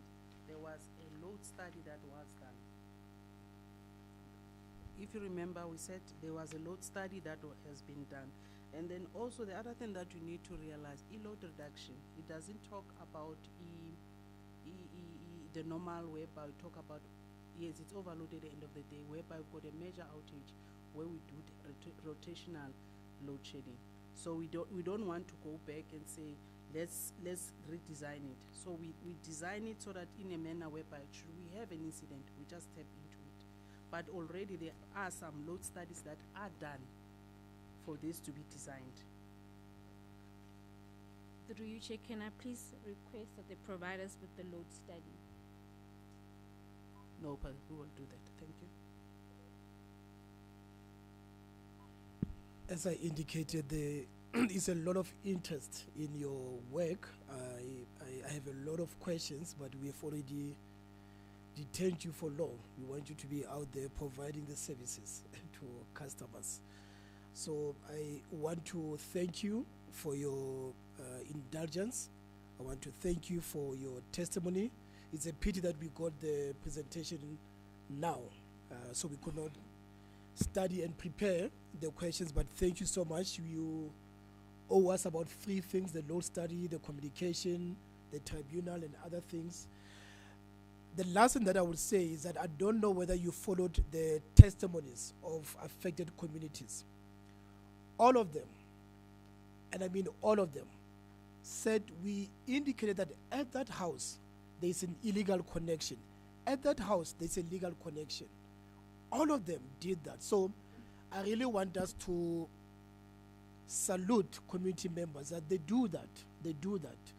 And lastly, that you can see from our vision, respect is very, very key. We emphasize responsibilities and rights. So thank you so much for your testimony, and you are excused. Thank you so much. We are an hour behind schedule. Please don't blame the chairperson of the inquiry.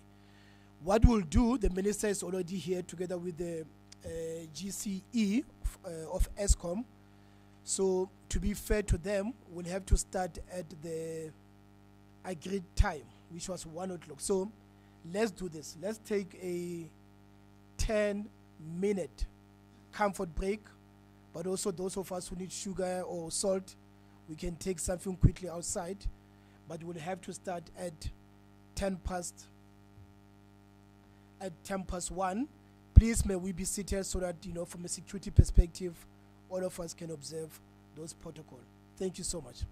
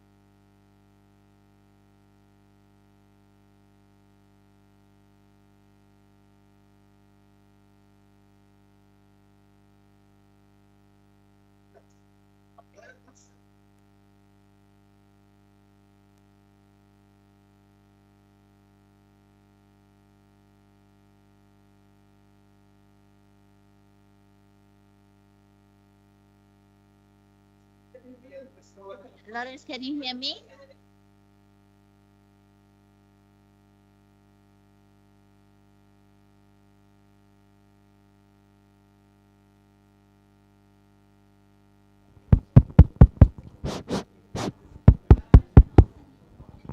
I hear that. Just that. 1 2 1 2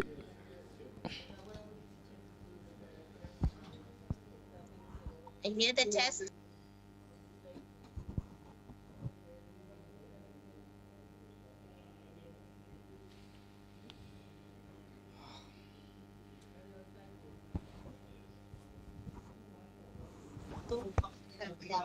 Kaya, Chairperson, can you hear us? We're just doing a test for now to see if you can hear, if you're audible.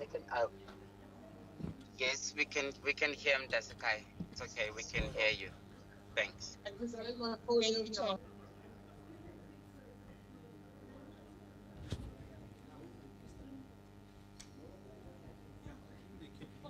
I'm not sure in terms of.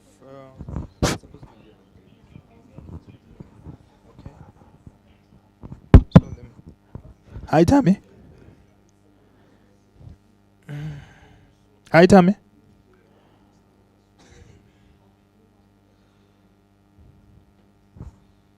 Yeah, but your mic is on. Hi, Tammy.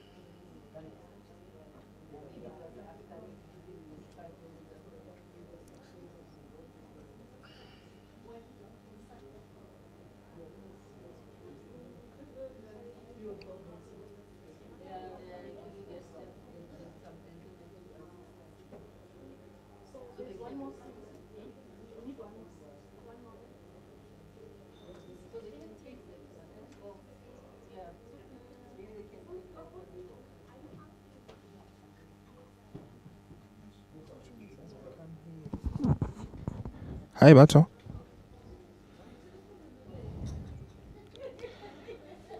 Hi, Bato.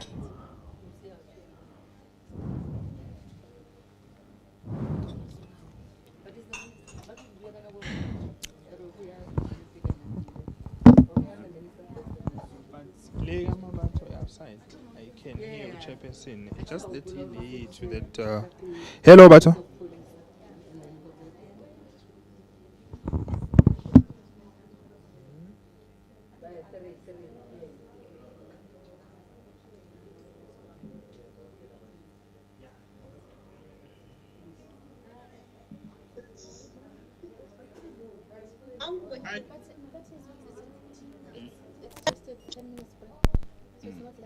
No, there's someone who's supposed to come through.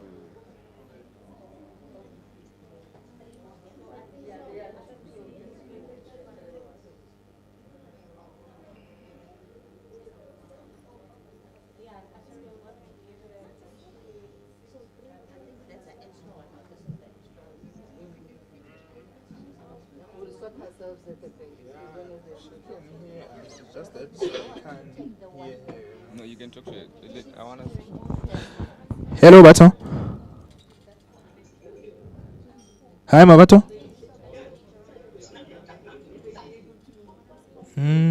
Good. I think we are going to hear something noise. You just let Naga respond. We need to hear a sound.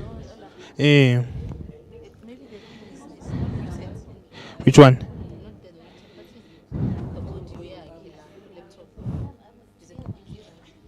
Yeah, I need to adjust my setting, lap. Hayi le kaMambatho i-right ne. Hayi.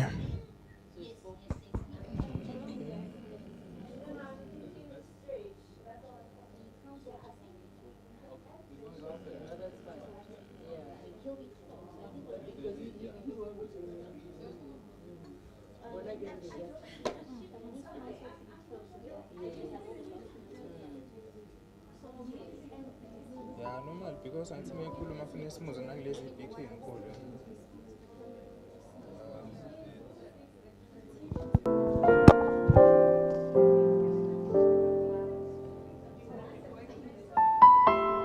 So uminister Speakers are off.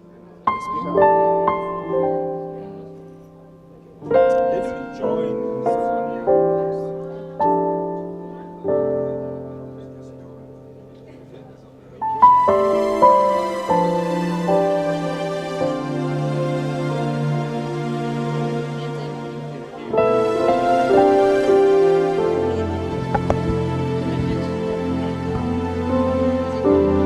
Hello.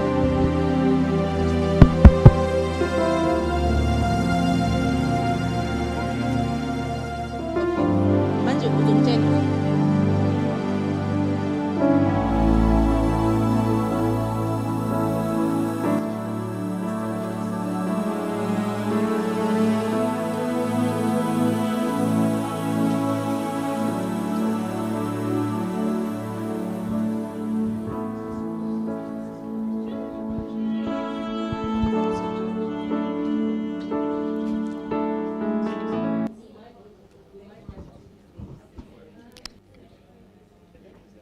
It's Terence or Lawrence? Lawrence.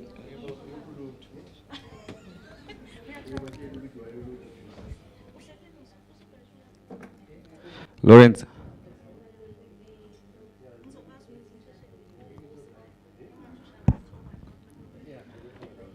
Are you able to hear me?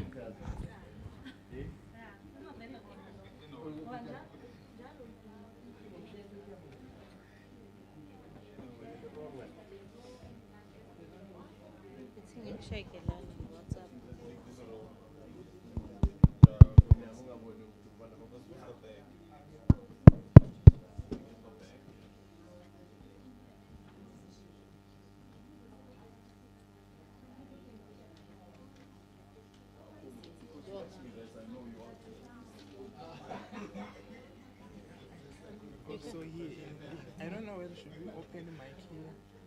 No. You're not hearing me. No, I don't hear anything. Sorry. 1 2 1 2 No, there's something coming. 1 2 1 2 mic test 1 2. Yeah, there is something. There is. This volume is low. Yeah, the volume is low, but there is something. Yeah, there is.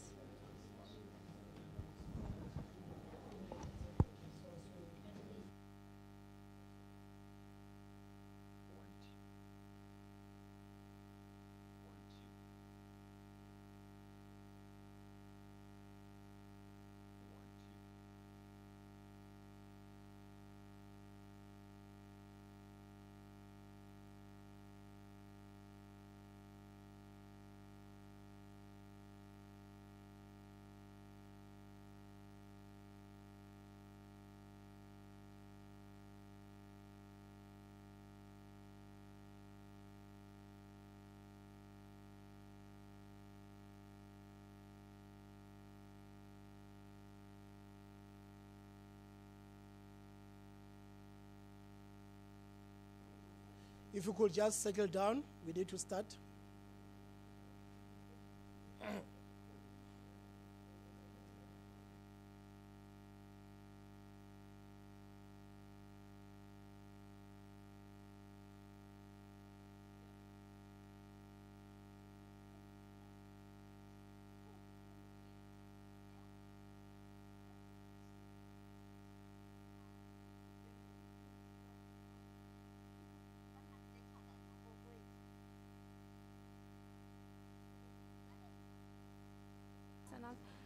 Hi, good afternoon, colleagues.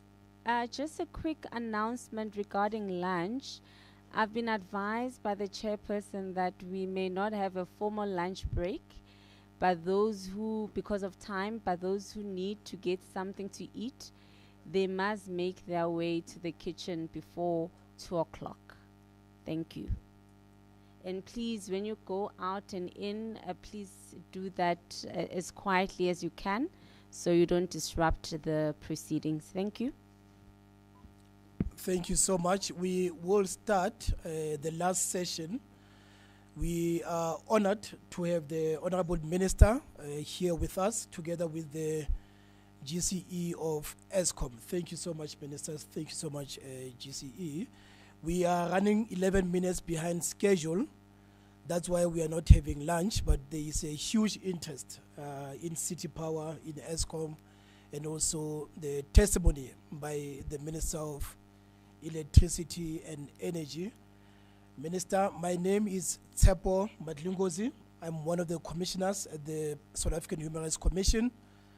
I am joined by Advocate Sandra Makwasha, who is also one of the commissioners.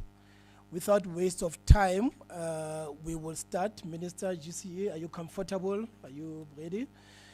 I will start by administering the oath, starting with the Minister. Minister, if you could state your full names for the record.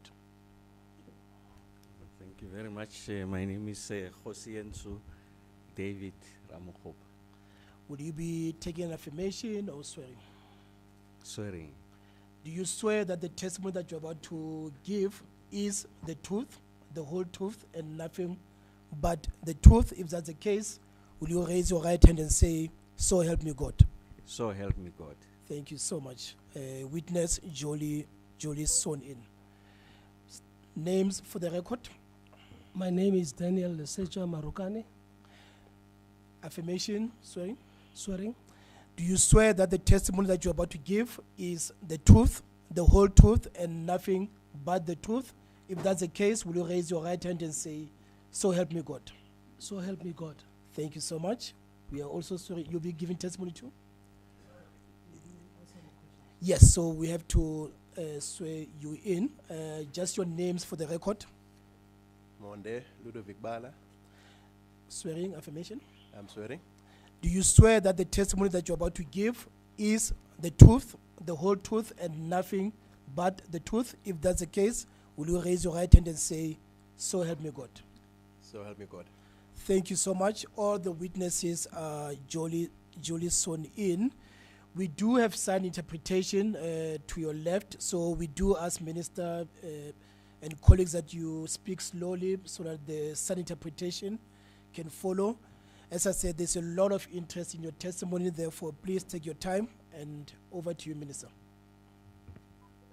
No, thank you very much. Greetings to commissioners, to the chair first, and to commissioners and everyone here present. In your eminence, let me start by thanking you most profusely for having occasioned this platform to allow us an opportunity to engage with the general public and some of the grievances that have come before you. So I want to give you the following assurances. The first one is that we subordinate ourselves to the Commission. I think the Commission is a Chapter 9 institution. It's an important part of the foundational aspects of the South African economy. Is meant to South African constitution, it's meant to ossify the foundations of the South African constitution. But we also welcome the angle that you are taking, that is a much broader angle, in that your interrogation is about the impact of load reduction on the lived experiences of our people.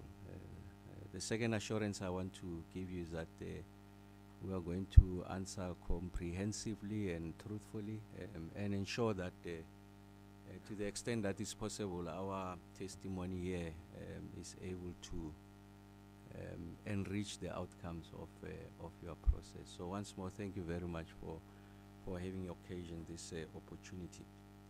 I thought it would be useful that I frame the policy environment in the country, so that when I get to the more narrow conversation around load reduction, there's an appreciation of the policy environment, because it supersedes, if you like, all other interventions that the state is making. I think the best place to start is the 1994 breakthrough. It is significant because it marks a point of political inflection in the South African body politic, the victory of the democratic project over a system that is universally categorized as a crime against humanity. And the first democratic government makes the point that one of its ambitions is to ensure that we are able to eliminate all forms of inequalities in the country. And one of those is the issues around energy poverty, energy inequality in our country. President Mandela makes the observation that before 1994, about 36% of the South African population were having access to electricity.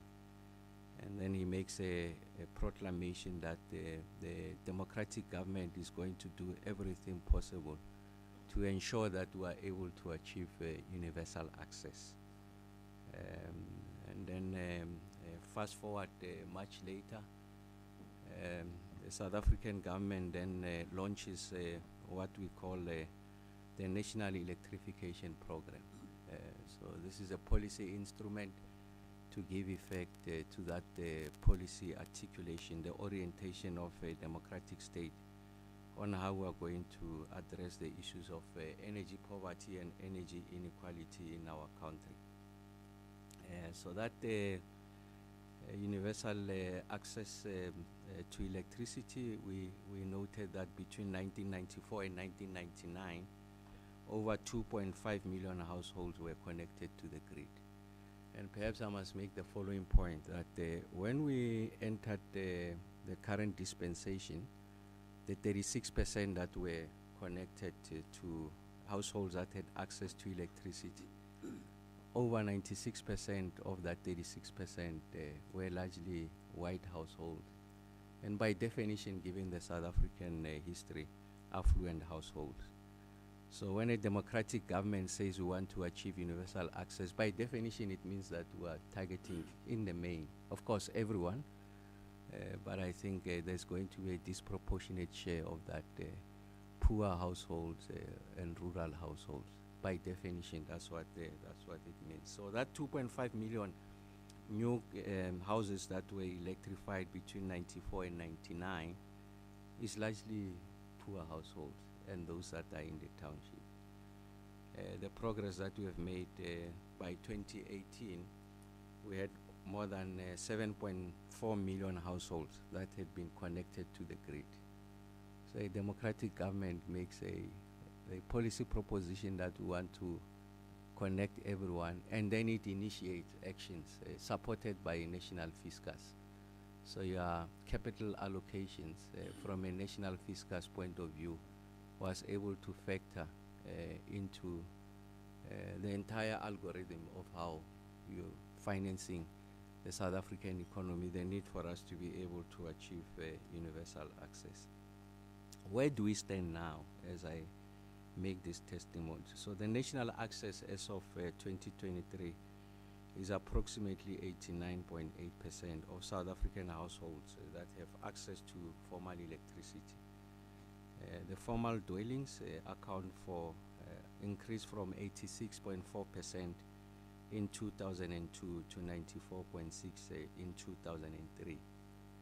The informal dwellings access rose from 52.3% in 2002 to 58.3% in 2003. I'll come back to this question because I'll answer the demographic profile of load reduction and essentially repudiate a suggestion that is an instrument that is targeted at the poor. Because I'm going to illustrate to you the concentration of informality versus formality and its geographic dispersion. so that there's an appreciation that it's not an instrument that is targeted at the poor, for reasons that will expatiate. And then the democratic government then makes a second observation. So the first one is to say that we need to connect everyone.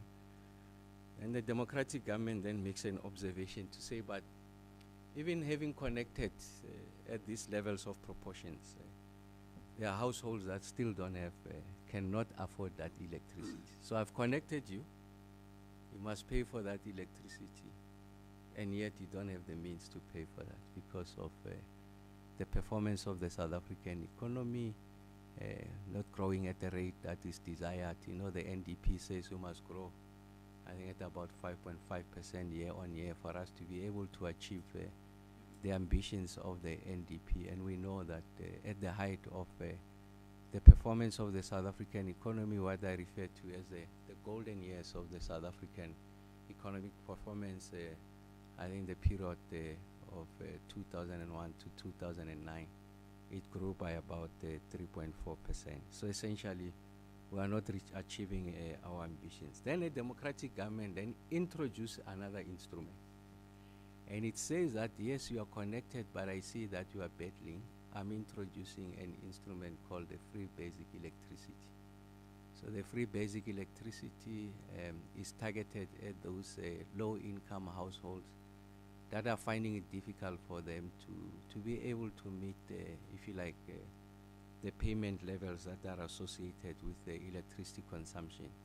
This get to be introduced in the early 2000s, I think 2001 to be more specific. And its initial quantum was that every household that meets a particular threshold. So it really has to do with the total income at the household level. Of course, it moves as the quantum of pension moves, so that threshold keeps on going up. But it's relative to what the pensioners are earning. And it says that will give you 50 kilowatt per hour of electricity for free. The assumption that the policy instrument make is that we are able to have sight of those that requires electricity. What do I mean by that? Is that these are people who are formally on the grid, are recognized by municipalities, by ESCOM.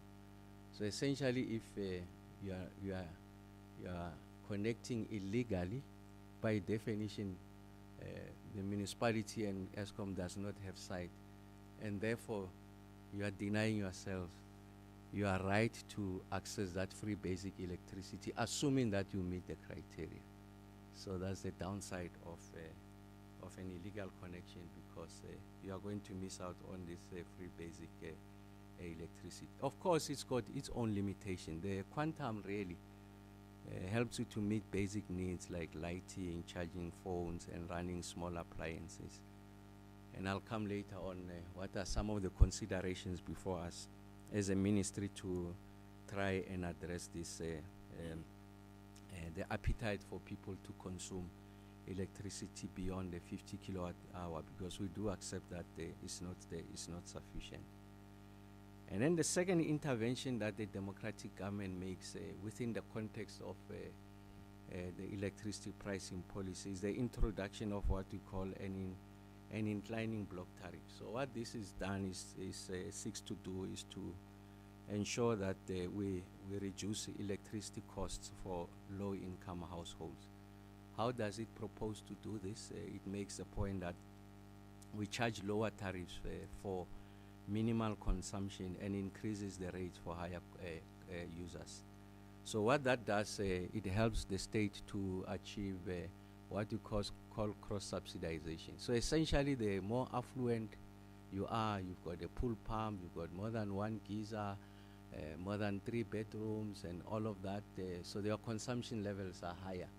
So the higher you consume, the higher the tariff, and then we are able to subsidize the needs of the poor. So that's what is intended to do. But it also does something outside the fact that there's cross-subsidization of the rich for the poor, is that it really encourages, if you like, energy conservation. Because even if you are rich, then once you go into a higher tariff band, it's going to hit your pocket So I think the one thing that you will do is to ensure that there's some degree of efficiency in how you are addressing this. So I thought that it's important that I foreground my presentation to say democratic government has made that ambition that we want to connect everyone. Everyone must have access to electricity, but we know that there are new dimensions of energy access and energy poverty that has to do with the affordability of that electricity, free basic electricity, and the inclining block tariff seeks to cushion the poor against that. What are some of the considerations we are making now as a department? First is just an appreciation that 50 kilowatt per hour is not sufficient. So we make that determination. And our view is that we need something in the order of magnitude of 150 kilowatt hour to 200 kilowatt hour as free basic electricity for vulnerable households. But remember, someone must pay for it. So this is not free. Someone pays for it because it's carried through the national fiscus. So the conversation ought to be had with National Treasury and other role players on how best to finance this and whether this is affordable within the context of the current fiscal constraints. And of course, we are waiting with bated breath what the Minister of Finance will announce tomorrow, but there's things that are apparent to us. We don't have to wait for him. The South African economy is not growing at the rate that is desired. The income opportunities of a democratic government is contracting, and the ability for you to expand the social wage gets to diminish because you are not growing the economy at the rate at which is desired. But this will not undermine our quest to ensure that we are able to rethink the 50 kilowatt per hour, and we are able to increase it to proportions that the fiscus can be able to afford, even if it's introduced over a period of time. We think that we need to go that route. And then the second one is we want to reformulate a grant. It's called the Integrated National Electrification Program. And this is a grant that facilitates the pace and scale of that universal access. So as I speak to you now, there's about 1.6 million households that are not connected to the grid. So outside the conversation around the affordability levels, there are 1.6 million households that don't have access to electricity. So they're having a different conversation. For them, whether you talk load shedding, you talk load reduction, it's meaningless because they don't have electricity. So what we are doing now is we are repurposing that grant to ensure that we accelerate universal access. So we receive 4 billion rands per annum for us to electrify. So we're using modern technologies. I'll expand on what those technologies are for us to be able to accelerate this universal access so that everyone has got access to electricity. I must make the point that achieving universal access means we are going to bridge the gap between the urban, peri-urban and rural areas. So there's a missing voice in the conversation. That missing voice in the conversation is the 1.6 million households that don't have access to electricity at all. So when we have conversation around load shedding, load reduction, there's 1.6 million people. So if we assume that every household is 5 occupants, so there's 8 million people who don't have electricity at all. So if you come to think of it, it's 24 hours of load shedding, 24 hours of load reduction, 364 days a year. So I think it's important that I make that point. I'm making that point because we are doing everything to address that. Where do you find those people? You find them in villages. These are people who don't have a voice, so they can go and block the streets. They can do it, but they are far-flung in a rural area. They are not going to disturb any traffic movement. They are not going to disturb any economic activity because there is no economic activity in that space. A lot of them might not have access to modern gadgets. They might not be able to frame they are applied in a manner that is attractive to the audience that cares to listen. So there's 8 million people that are not in this room that have been excluded. I'm saying excluded because of the nature of the conversation before us. I'm not suggesting that they are neglected. So it's an important point. I'm saying they're excluded because the conversation is around load reduction. So it's important that we are able to find instruments on how we are able to cater for those people. Like I said, they are found in the rural areas and the peri-urban areas, on the outskirts of economic centers. And then we want to ensure that universal access to electricity must not just be electricity that is available, but electricity that is affordable. And that's why we say that if we don't see you, we are not able to extend the free basic electricity benefit. I think it's important that when we have a conversation around people formalizing their consumption, making themselves known to the electricity provider, be it Eskom, municipalities, that they have an appreciation that if you don't do that, you are going to deny yourself an opportunity to benefit from the free basic electricity program, and therefore undermine the ability of the state to be able to address this very important question. So what are we doing?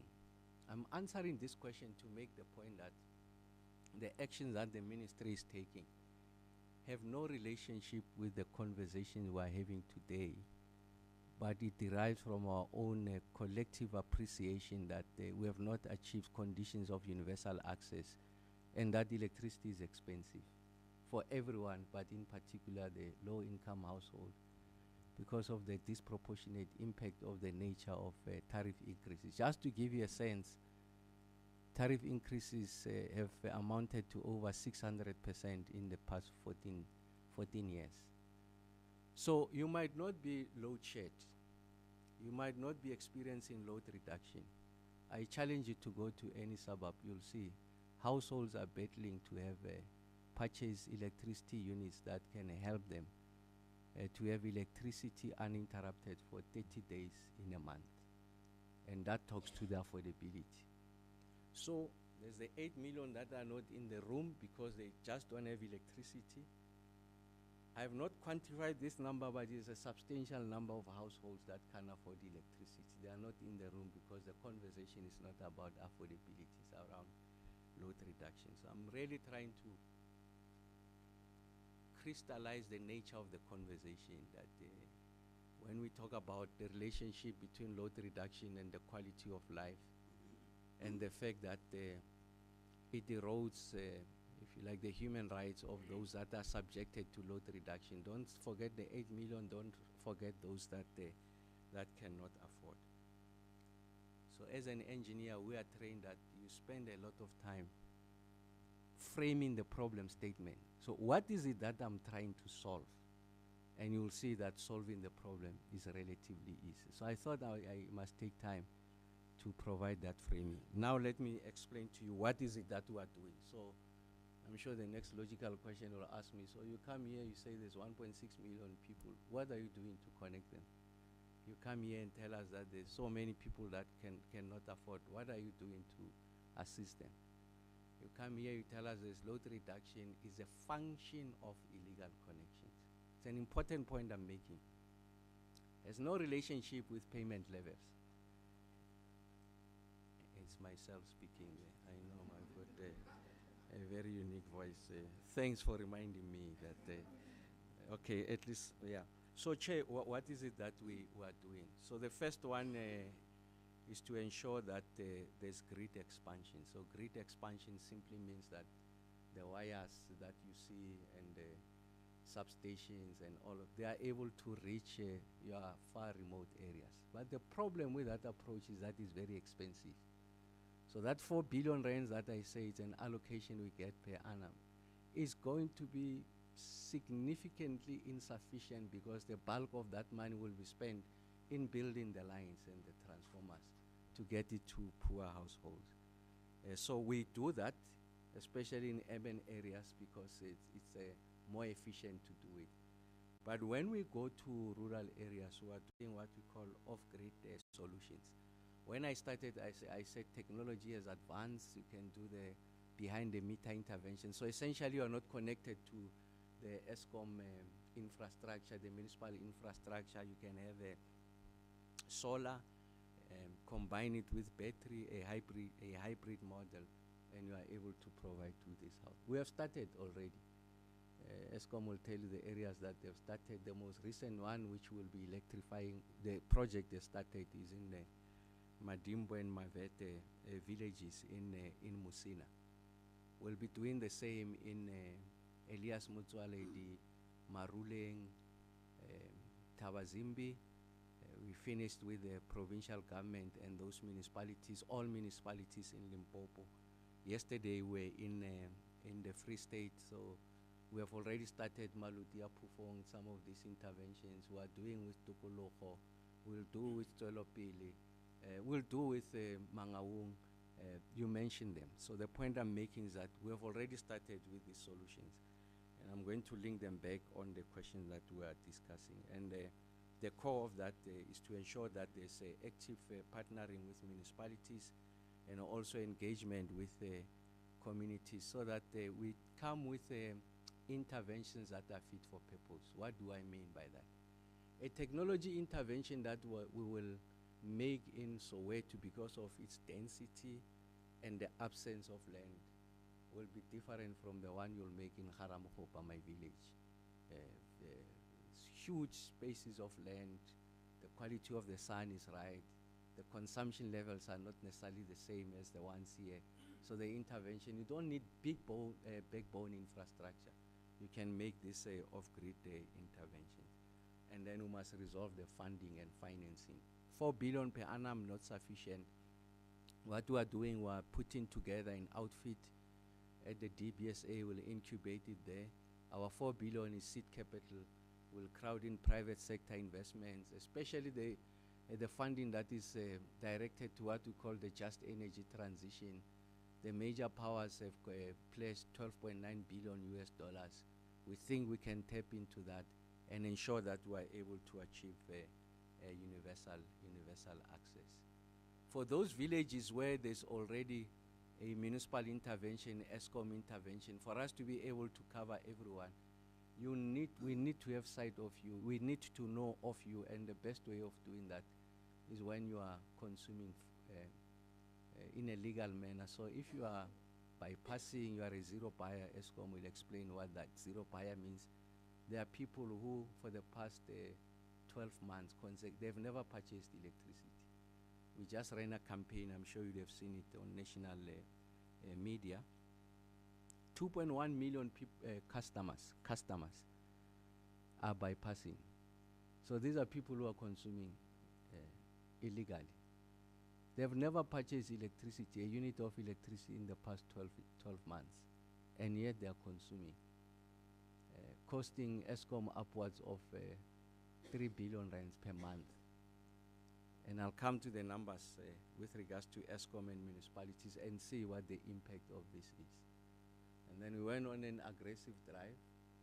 400,000 of them came and said, we apologize, please legalize us.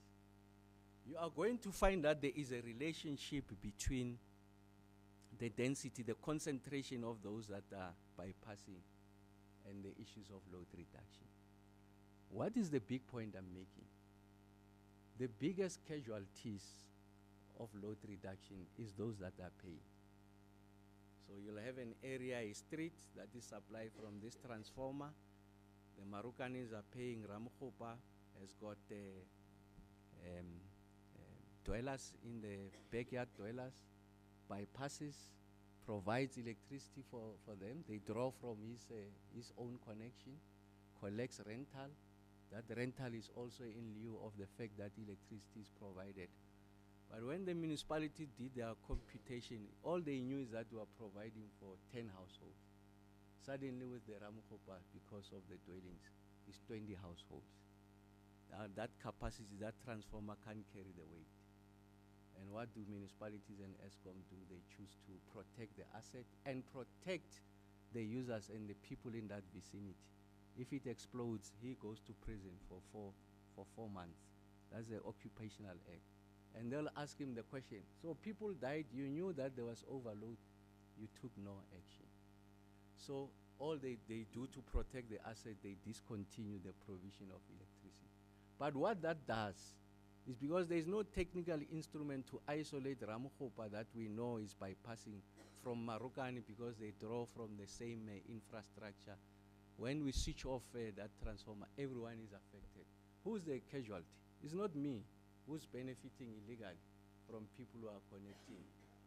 It's Marokani is paying on a monthly basis. Guess what?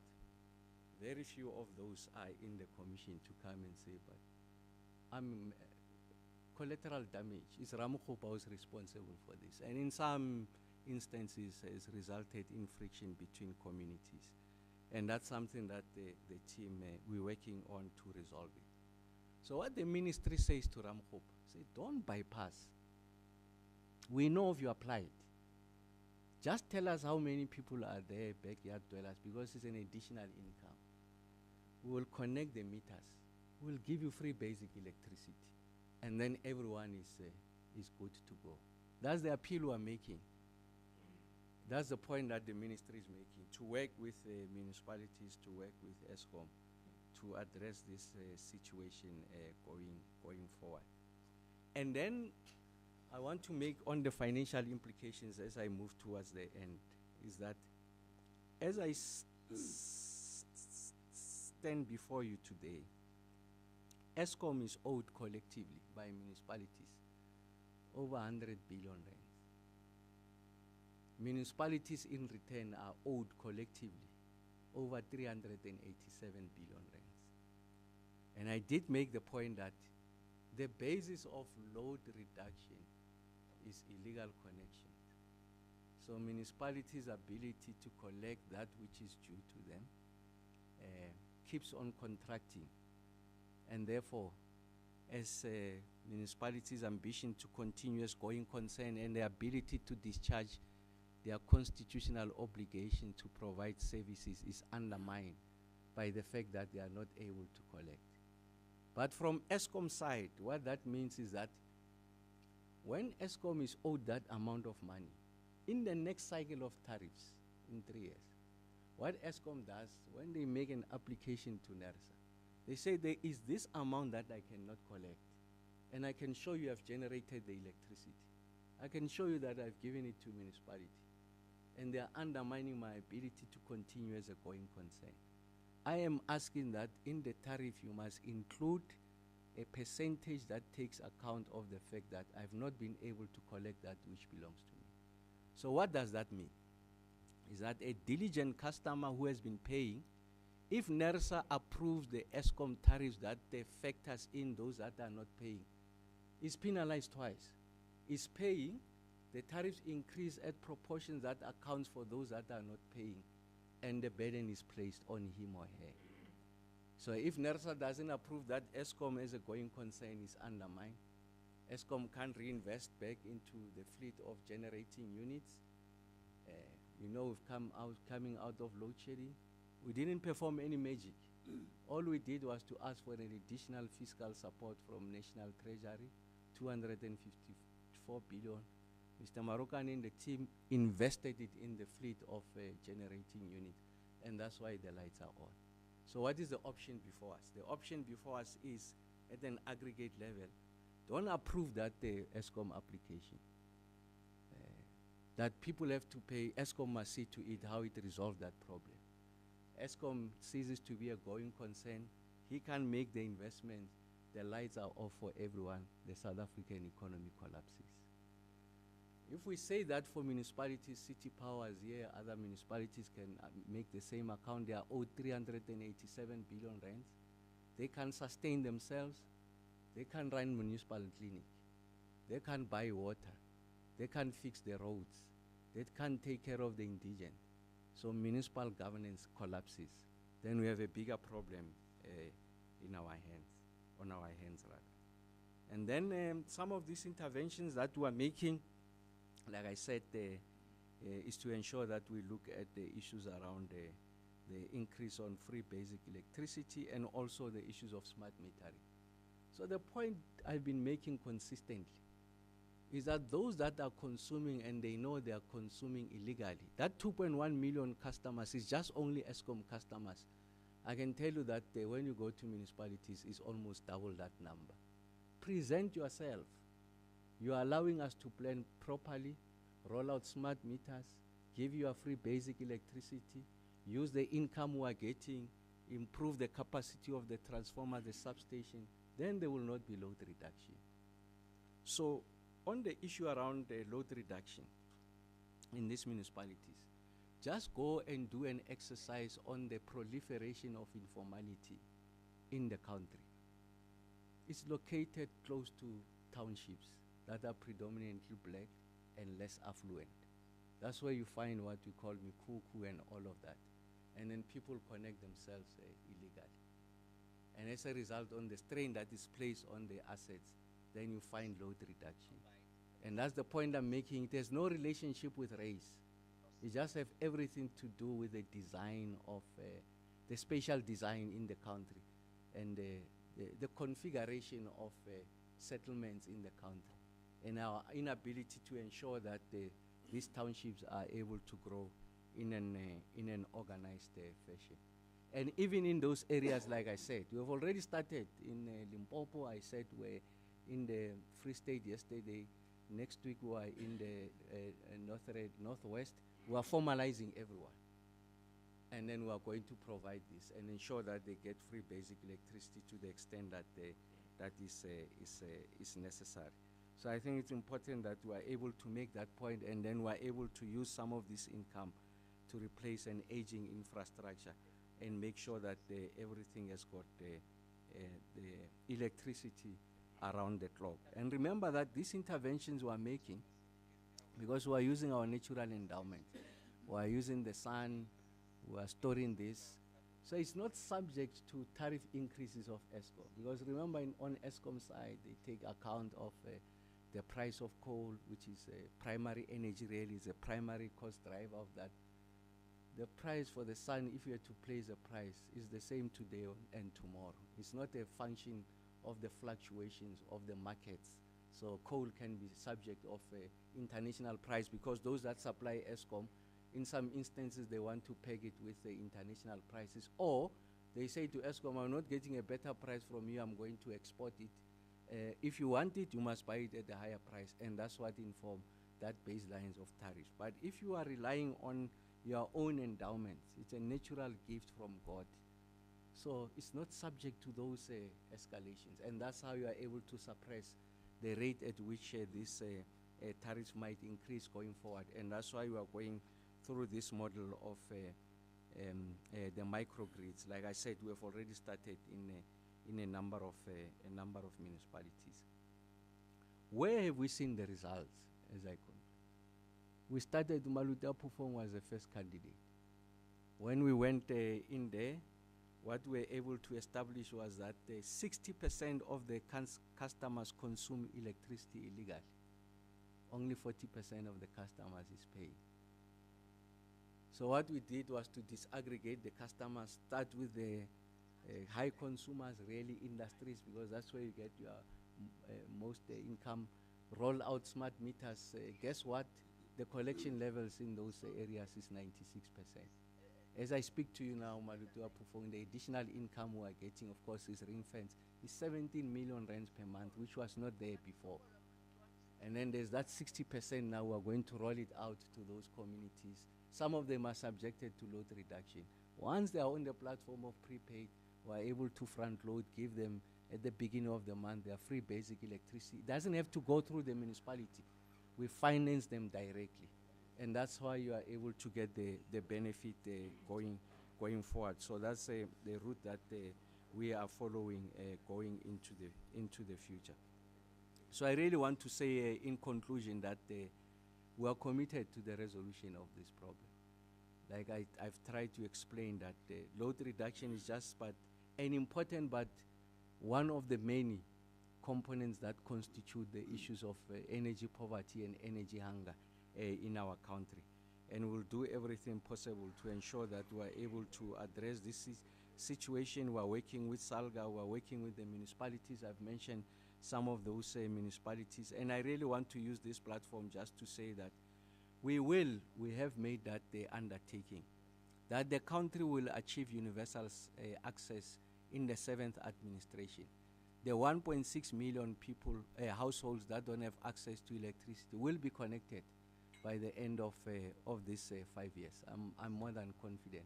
We are going to achieve universal access. We are going to design financing instruments that are going to make it possible for us to accelerate the connection and the delivery of this electricity. It's cleaner, it's cost effective, and it's also affordable. I'm confident that we are going to reach that. And I'm confident that we will defeat load reduction. Of course, that's a function of communities working with us. I really want to invite, before you conclude your hearings, just do an inspection in local. Don't listen to us. Choose any area. You will see the dangers associated with illegal connection. And all that we are saying to those areas is help us to work with you to be able to formalize, so that we are able to address the issues of load reduction in this instance, and then we are able to truly achieve universal access. So, Chair, I want to leave it there, and once more, thank you very much for the invitation. And of course, we will take the questions after Eskom has made the presentation, because they talk to each other. With your permission, Chair. Thank you. No, thank you so much, Minister. Yes, our preference would have been to take you separately, but there was a request which we have granted.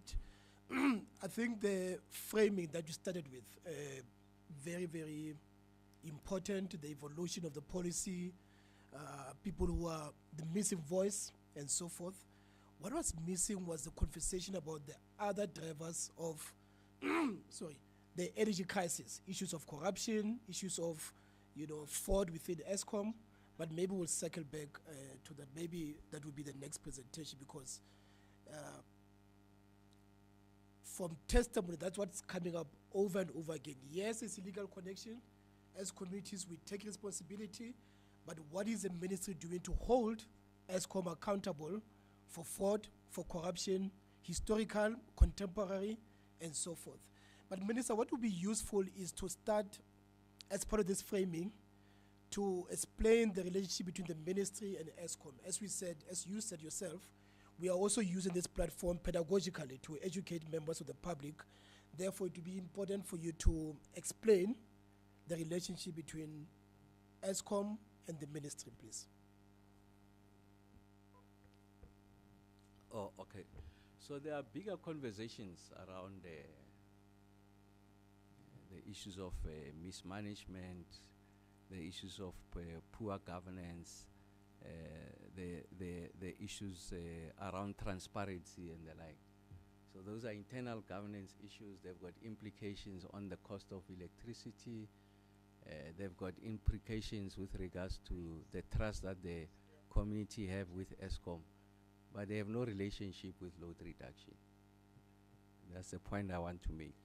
There's no relation. I've made the point, load reduction is a function of overcapacity, of demand that can be met by the capacity that has been installed. Of course, at the back of that is issues of misgovernance and the like.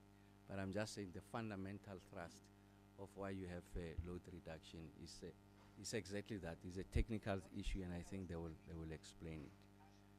So Eskom is a state-owned entity. So the state is a 100% shareholder at Eskom. It's at an arm's length. How we manage this relationship is through a compact, shareholder compact. So what we'll do, we'll articulate what our expectations of Eskom are, and then they'll develop a corporate plan to support that shareholder compact. And on an annual basis, we are able to evaluate if they are meeting those expectations of the shareholder, which is the South African government. And I'm the shareholder representative. In common nomenclature, we say Eskom reports to the ministry. So essentially, I'm the shareholder, represent the interest of the shareholder. The shareholder is the South African people. And the South African people, through 5-year cycles, they elect a government, or if you like, public representatives, and a government gets to be formed. And then out of that, an executive is then appointed by an elected president, and I'm the one who's then responsible for managing this relationship. But in legal terms, it's through that shareholder compact, and they will develop a corporate plan that support that shareholder compact, and then we get to evaluate their performance against that which the shareholder has deemed to be the priority for in relation to what Eskom needs to execute going forward. That's clear. Thank you so much, Minister. Over to you, GC. Thank you very much, Commissioners. Good afternoon. Good afternoon, Mina. Good afternoon, ladies and gentlemen. My name is Dan Marokane. I am the Group Chief Executive. Today, I'll cover some salient points that are well documented in our written submissions, including the supplementary submission that we submitted last week Thursday in line with the requests from the Commission. I'm accompanied by Monde Bala, who's the Group Executive responsible for our distribution business, which is our customer-facing entity, and essentially the bulk of the issues relevant to today's discussion happen within his team. Chairperson, if I may, and the Minister has really covered some of the context, if I may, I would like to start off by putting some pegs in the ground to assist the Commission in understanding the genesis of the issue at hand of load reduction. And I'll make some points, Chairperson, that are well articulated in our submission. At some point, I'll veer towards some legalese without necessarily getting into its detail. It's not my strength. I'm an engineer by training, but my legal team is here in the event that we have to go down a little bit deeper in that, along that corridor. So the first point I want to make for the records, Chair, is that the major contributor of load reduction is actually criminality. That is the theft of electricity and vandalism of infrastructure that are contributing towards the compromising of infrastructure. That's what is at stake here. The illegal connections and meter tampering are key drivers of theft, and this results in overloading of infrastructure. Chairperson, we've also, through the Minister's comments, and we'll do so later on, advise the Commission that perhaps some inspections in local are necessary to actually have a personal feel of what is at stake in terms of the physical infrastructure in its lane. We've also gone on record previously, and we do so every Friday in our power alerts, to advise communities in terms of the responsible use of electricity. And we have said this before, Chairperson, that in communities where we are not allowed access to conduct routine audits and enforcement of integrity checks, it means this situation remains in place for much longer than we would want to do so. And we do have materials to show in instances where this has happened. In fact, in some of these instances, this kind of dismissals of Eskom personnel has happened in the presence of law enforcement authorities that are overwhelmed by the situation. So the challenge is quite serious. From our perspective, and from a technical perspective, the load reduction is enforced as a last resort to protect the infrastructure, to prevent loss of life, and extend the periods without electricity once the transformer has exploded. So we want to make sure that this inconvenience is of the lesser evils compared to one where once the infrastructure is damaged, communities go for an extended period with us trying to replace the transformers, source them, and at the minimum we go for about 6 months before we get this infrastructure. In some of the communities, in the community of Makau, whose papers may be in the hands of the Commission, in that instance we dealt with a transformer that had blown 5 times. We have replaced the same transformer 5 times. So there's costs associated with that, but 5 times we have placed the community at personal risk in terms of life. We are unable to keep up with the pace and scale of transformer explosions, as I've said. We are a challenged organization from a financial perspective. We have limited capacities, and all these issues come back to really create pressure and take resources away from addressing the challenge that the Minister has explained, the challenge of connecting the remaining members of our community that also still are looking forward to universal access themselves. The money that we spent in replacing exploded transformers and vandalized infrastructure, as I said, could be utilized for electrification programs. So when we look at the root cause of this problem and seek solutions that will fundamentally resolve it once and for all, we should understand it for what it is. And I'm hoping that with the articulation of a submission that I'll do now will assist the commission in going towards that point. And we start off upfront acknowledging that load reduction by its nature brings about an inconvenience to customers who are paying. And Chairperson, I saw you nodding earlier, admitting to the fact that some of the members in the audience may be members who are affected in this way. And that's because of the nature of our networks, how they are constructed, they are embedded, and we are unable to isolate them. But we think, as the Minister explained, there is a solution that requires investments that will come with time. But we need to start off from an acceptance of what the root cause is so we can work collectively towards its resolution. So I want to touch on 6 points, if I may, Chair, and these are really lifting issues that are contained in a voluminous submission. The first one that I need to do, and I'm really going to go a bit technical here, is around the definition of load reduction and its impact at high level. So we are on the same page. The second one, which is necessary, given the focus of the Commission, is addressing regulatory framework on load reduction, because this is the framework within which we work with distribution license. I'll then deal with the issue of illegal connections, and that the fact in law is that there's a requirement that everyone who receives electricity should be a lawful customer. And I know that there's been conversations around the issue of self-connection, which is a method that does not exist within the Act itself or any of the codes. I'll also address the issues of the notices, the PAJA notices that ESCOM issues. And when we understand the nature of the risk, we'll then understand that there is very dynamic monitoring of what is happening in the space.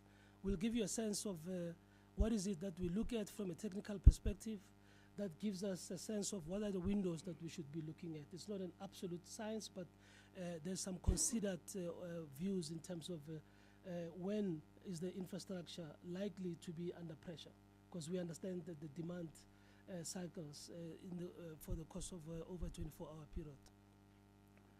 We also submit to the Commission that to assist the Commission in terms of tackling this key issue, that the participation be broadened quite widely with the municipalities. They also carry quite a significant impact of this.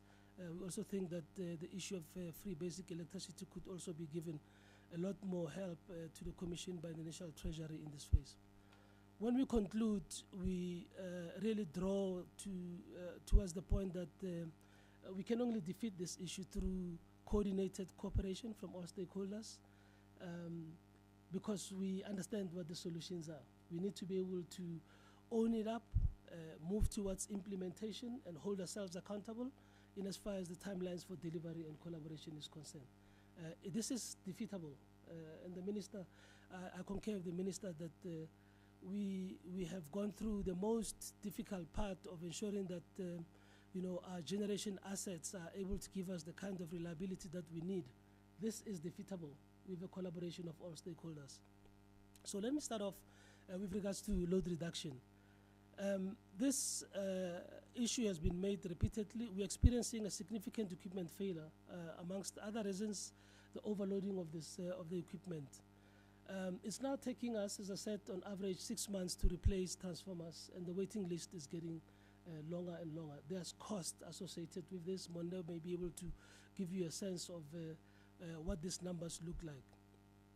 Now, from a technical point of view, the overloading is explained as when an equipment transformer starts to operate above the legal safety limits, and that is as a result of the demand being pulled from it being higher than its design.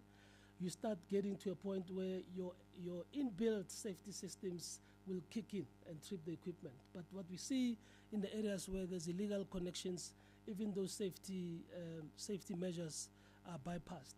The end result is many pictures that you may have seen of this equipment exploding, causing fire, damaging infrastructure, and also bringing health and safety risks.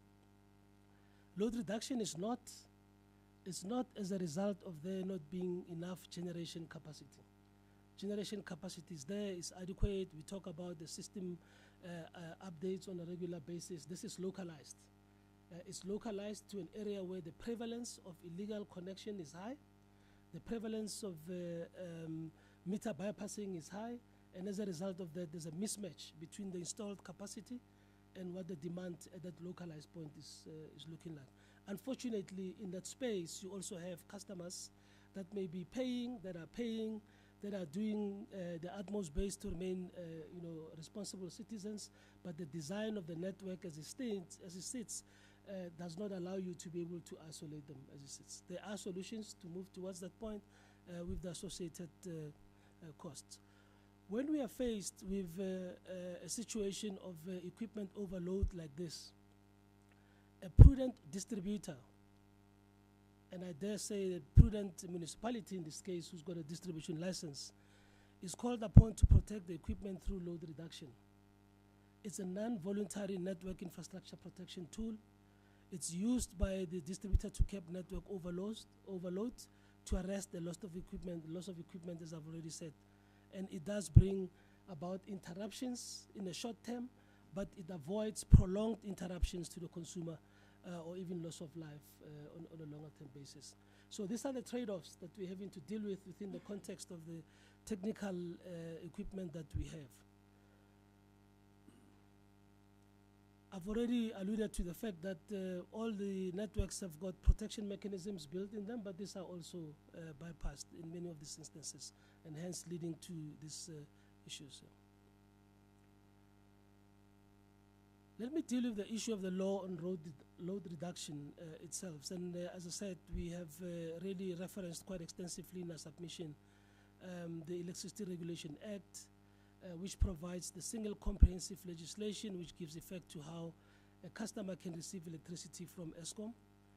I just want to also put on record that the ERA provides under Section 3 that NERSA, the National Electricity Regulator of South Africa, is the custodian and enforcer of the National Electricity Regulatory Framework. So all of us are governed by this act. NERSA is an enforcer. NERSA looks from time to time at the extent and level to which we comply with license conditions. NERSA also issued Eskom with licenses in order to operate its distribution and transmission operations. And these licenses state very clearly that the licensee shall comply with the grid code in as far as the code applies to any of its operations, except where exemptions and derogations have from time to time been approved by the National Electricity Regulator. So to this end, the licensee shall ensure that all connections and use of system contracts with the licensed transmitter are compliant with the grid code.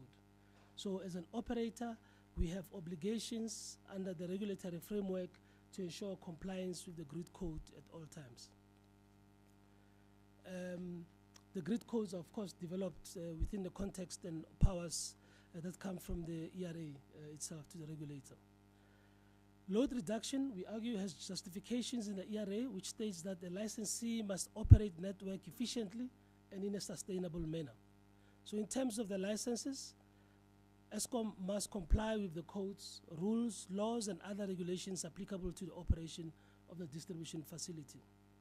We, as a licensee, must take all reasonable practical steps to protect the environment and safety in the course of operations associated with this license, including, but not only, those specified in health and safety and environmental legislation currently in force and not specifically related to the operation of distribution.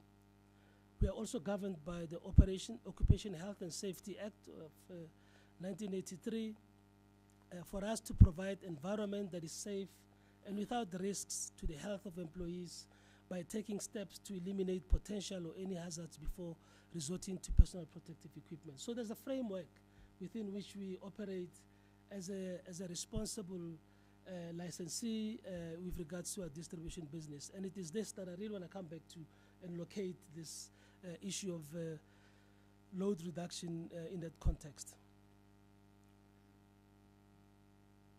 the distribution system operating code states, and I'll just sample a few things. The distributor shall operate the system to achieve the highest degree of reliability and shall promptly take appropriate remedial action to relieve any condition that may jeopardize reliability.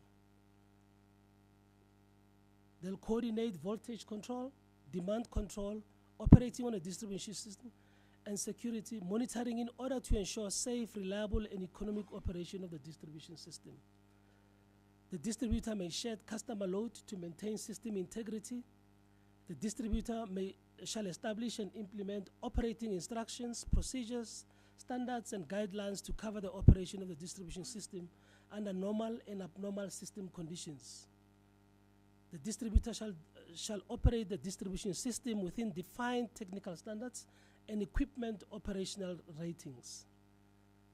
The distributor shall have the right to interrupt or disconnect supply if a threat of injury or material damage is anticipated as a result of the malfunctioning of the electrical installation equipment on the customer premises or on the distribution system.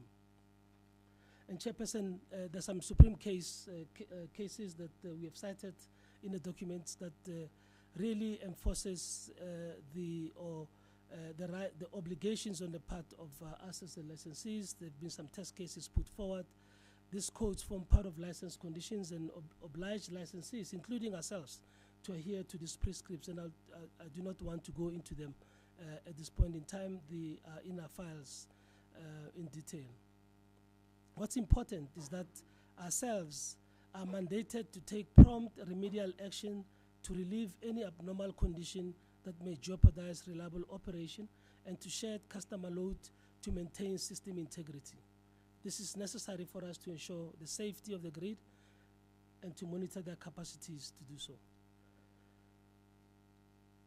This applies to us and all the distributors who are operating within the NERSA license set and given the codes that are also at play. Where we're going with this, Chair, is that Eskom is within its powers as conferred by the ERA, the code and the licenses to implement load reduction, unpalatable as it is, inconvenient as it is at the moment, in areas that have overloading due to illegal connections, meter bypassing, and vandalism. So when we look at solutioning, we actually say, because we know these are the causes, we want to focus and mobilize collaboration with all stakeholders that we address this. Because when we've done this, we'll have a network that is reliable, equipment that is functioning within their engineering specification, and providing an environment that is safe for both the environment and also the people that are in close proximities to them. I just want to move to the issue of illegal connections, and this will be the last two areas that I'll touch on the topics that I've outlined. You have to fall into the category of customer or end user to lawfully receive electricity. And this is a matter that we, as a country, as a society, we need to also confront. The issue of self-connections has no standing in law. It does provide risks to our society, and there's also a departure from the prescripts of a space that is regulated.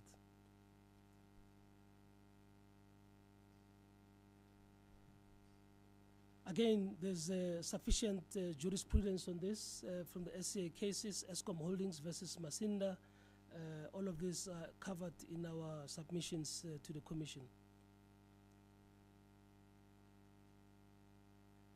I want to now move on, Chair, and deal with the issue of what then happens when we are unable to ensure the safety and integrity of our equipment. Under those circumstances, and I've already said this, that in many of these areas, Eskom is refused entry in communities where we need to do the normalization and do the audits.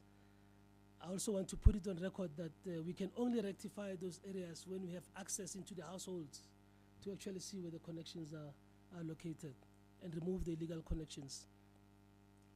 Entry into these homes is important, is paramount, and therefore we have to work towards a position where we work collectively with all our stakeholders.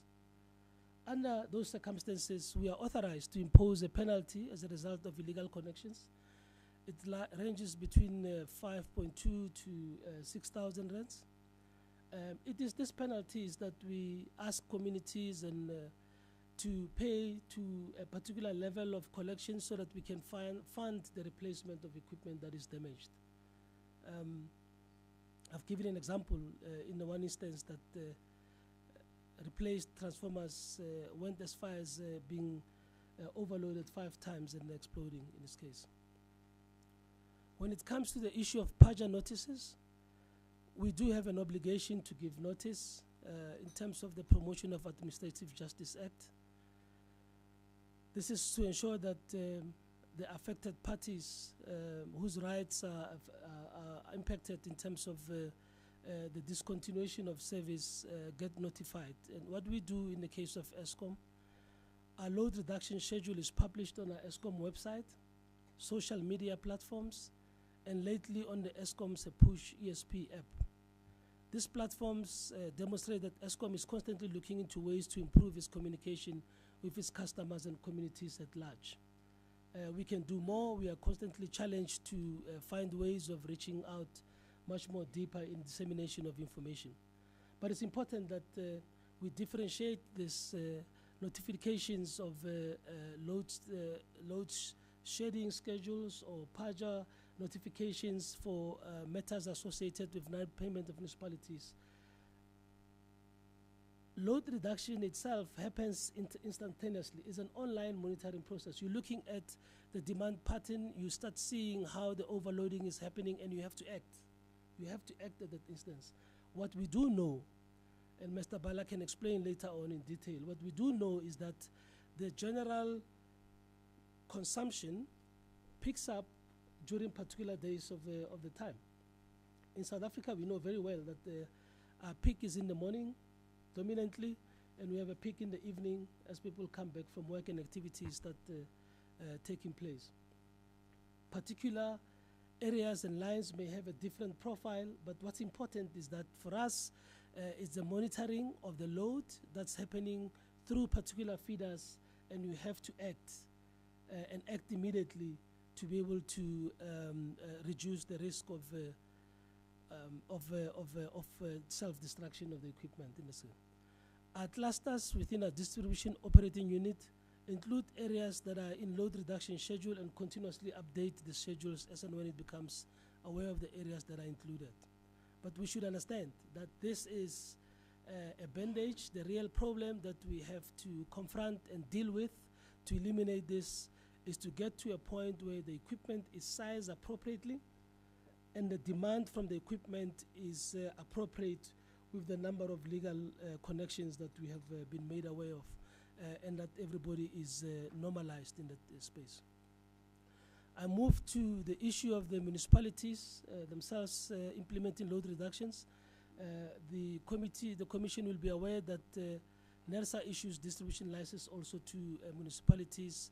It is a considered view, Chair, without going into a lot of detail, that the Commission will benefit from the input and experience of those distributors themselves. So you can see this within a context of an issue that is confronting distributors who operate under license from NERSA from a countrywide perspective themselves. I would like to draw to conclusion now and draw the following observations. The Minister spoke about free basic electricity. We've provided a submission and annexure from our side that shows that throughout the country we have just over 638,000 that are registered, with only about 560 that are collecting. 637, it's in our submissions, 637, 765, with about 558, 399 that are collecting from our side.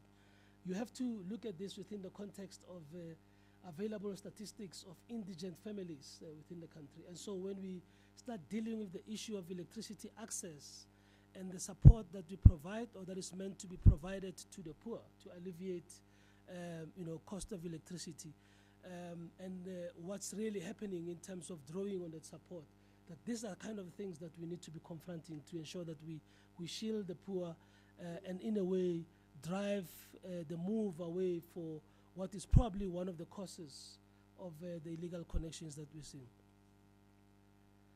We also draw to conclusion and emphasize the point that a licensee must at all times comply with the conditions of a license issued by NERSA. And the ERA and the codes give guidance in that manner. It expects of us to act consistently with the conditions that are contained therein. In the event of contravention of a license, i.e. the failure to implement load reduction where necessary to safeguard the infrastructure and give assurance towards health and safety, NERSA may, in terms of the ERA, revoke Eskom's license to operate the distribution network. And we argue this is also applicable to the other distribution licensing.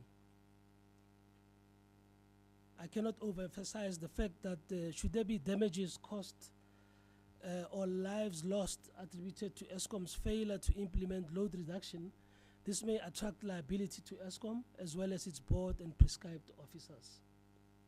Because we hold a license, we are regulated and have to act within the constraints of those licenses. Our plea is that communities must allow Eskom to enter their premises and remove illegal connections from the meters in their households, as this is not technically possible from the feeders. Riots and refusal by certain communities to allow Eskom staff to enter the locations and villages remain a huge obstacle. So we have a societal issue that we need to deal with. It is possible if we get to a platform of collaboration with all our key stakeholders around this. Currently, load reduction remains the only solution available to ensure safety of both the equipment and the people at large. The minister has spoken about an intervention of the rollout of smart meters. In our case, we now have budgets to drive towards the rollout of smart meters, advanced metering platforms that allows us to be able to interact with customers on an individual basis. All of this start off by beginning to normalize and legalize the connections that are in place, so we are able to come in and do the installation of those meters and drive towards that platform where we start dealing with consumers of electricity at that personal level. It requires collaboration with all our stakeholders. We reiterate that the ERA contemplates that you're not eligible to receive electricity if you're not a customer. And so the call for us to really move towards the normalization of receiving electricity I cannot be overemphasized. We were humbled and thankful that some of our community members came forth when we ran the KRN2 campaign last year. There's still a number out there that needs to come, and it is about access that we require support to be able to do this. Chairperson, the funding model of and the financing of Eskom's operational project is meant by the legislature to be self-funded from electricity revenue. So the failure of us, this issue associated with illegal connections means that we are not collecting also the funds that we require to reinvest in our grid and essential services. So the normalization of illegal connections is important in that aspect of ensuring that the sustainability of the business is put on the right path for the rest of the country to continue to benefit from. The challenges of embeddedness, this is really our inability to isolate particular customers in a particular grade when issues of load reduction have to happen, was dealt with quite extensively in some case studies that we have provided. It deals with the inability to isolate surrounding customers who are not illegally connected on the network. It's an aspect that will be addressed as we roll out technology. It's an unfortunate consequence at the moment, given the balancing act of balancing, again, as I said, the damage to infrastructure and the risk to limb and life. We conclude that there's a need for all role players to promote and build a culture of payment of basic services by customers and end users, and it starts with the legalization of all the connections that we have. Load reduction is implemented on a schedule which is provided before time. However, where transformer fails, as I said, the whole feeder is out of service without notice period. and it may be short notice periods, but this should be juxtaposed against a period where when the transformer is damaged, there'll be quite an extended time where customers do not get services at all. And it is under these current circumstances that there's some justification in the use of load reduction to prevent prolonged outages. So I hope that we have dealt with this issue of what's really behind load reduction, what occasions it. It is the disproportionate withdrawal of supply from equipment that's been sized for a lower customer base. And that happens primarily because there's illegal connections, bypassing and vandalism of our equipment. We need to resolve that. And we can only do it when we work collectively together with all the stakeholders. Thank you very much. Thank you very much, GCE. Are you going to add now or as we ask questions? Do you need to make any statements? No, now? we are done with the presentations, and Okay. we'll deal with the No, thank you so much for a very clear, succinct presentation. You have anticipated all our questions, so we can stop here. I just want to appreciate what the minister said at the beginning, that they subordinate themselves to the commission. We truly appreciate that. We don't see the relationship as one of hierarchy, but rather as one of constitutional dialogue between the executive, the entity, and the commission. So it is in that spirit of this constitutional dialogue that we'll be asking this question. I must acknowledge the presence of our chairperson. He couldn't come, but he's following proceedings online, and he sends his regards, Reverend Chris Nissen. I should also emphasize the notion of rights and responsibilities, that we are very clear as a commission. It is there in our vision that rights come with responsibilities.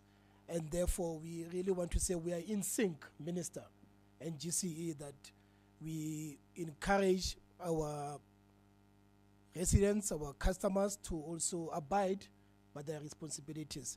I hope the Minister did get a briefing that from each and every submission of affected community leaders, they pointed out what they did when they noticed that there were illegal connections. They said they presented themselves to ESCOM to say that house and that house, that high-rise building, they are connecting illegally.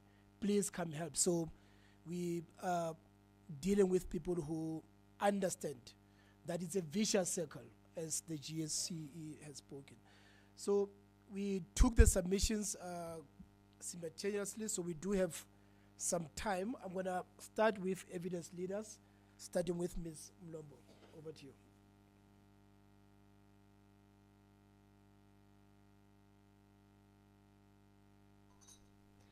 All right, thank you, Commissioner, and greetings to the Minister and the Group Executive and other representatives from ESCOM. Perhaps where we can start is, Minister, in your presentation, you referred to the 1.6 people or households who are not connected. I just want to clarify, because in your presentation you largely reference rural areas, so does that number include households in the sprawling informal settlements across the country, the 1.6 million?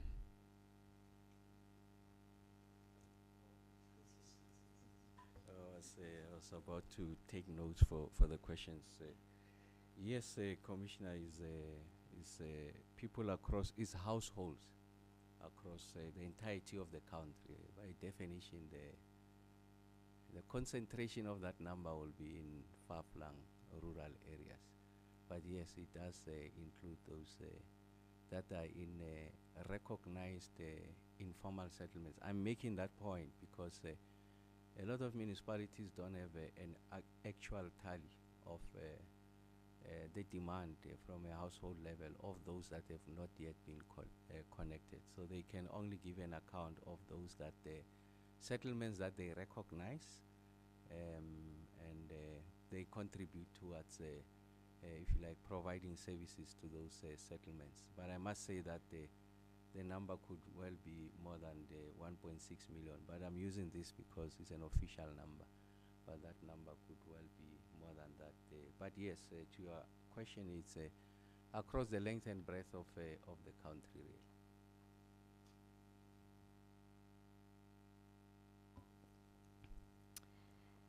The second question I want to clarify, perhaps let me put this to Eskom, the issue of the relationship between Eskom and municipalities, because you did mention in your submissions that municipalities should have been part of this process, and for the record, we are reaching out to them through SALGA. But your understanding of the nature of that legal relationship between Eskom and municipalities?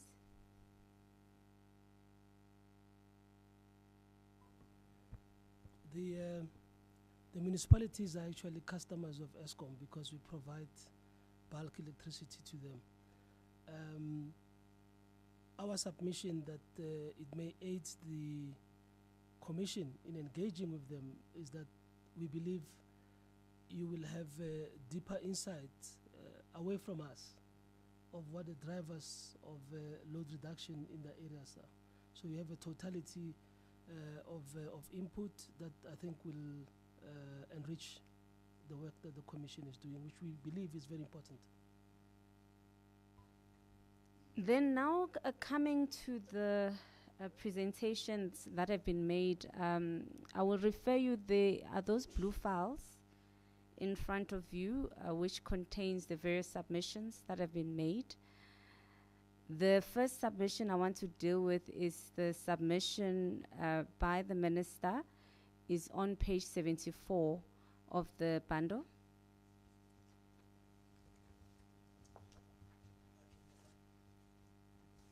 The first bundle, the first one.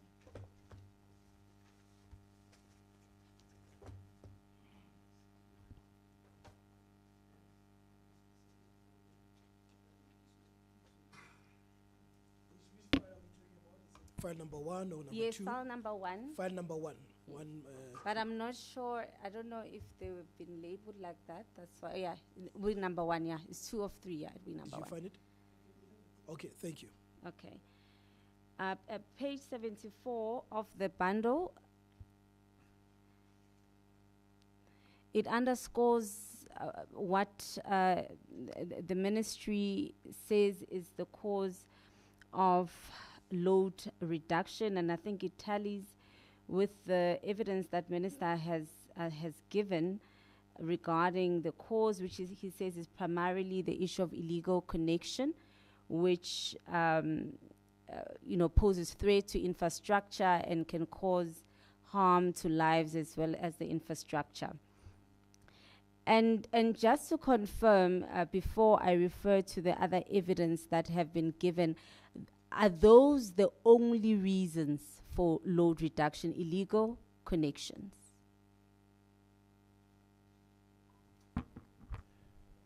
Yeah, in the main, it is because of illegal connections.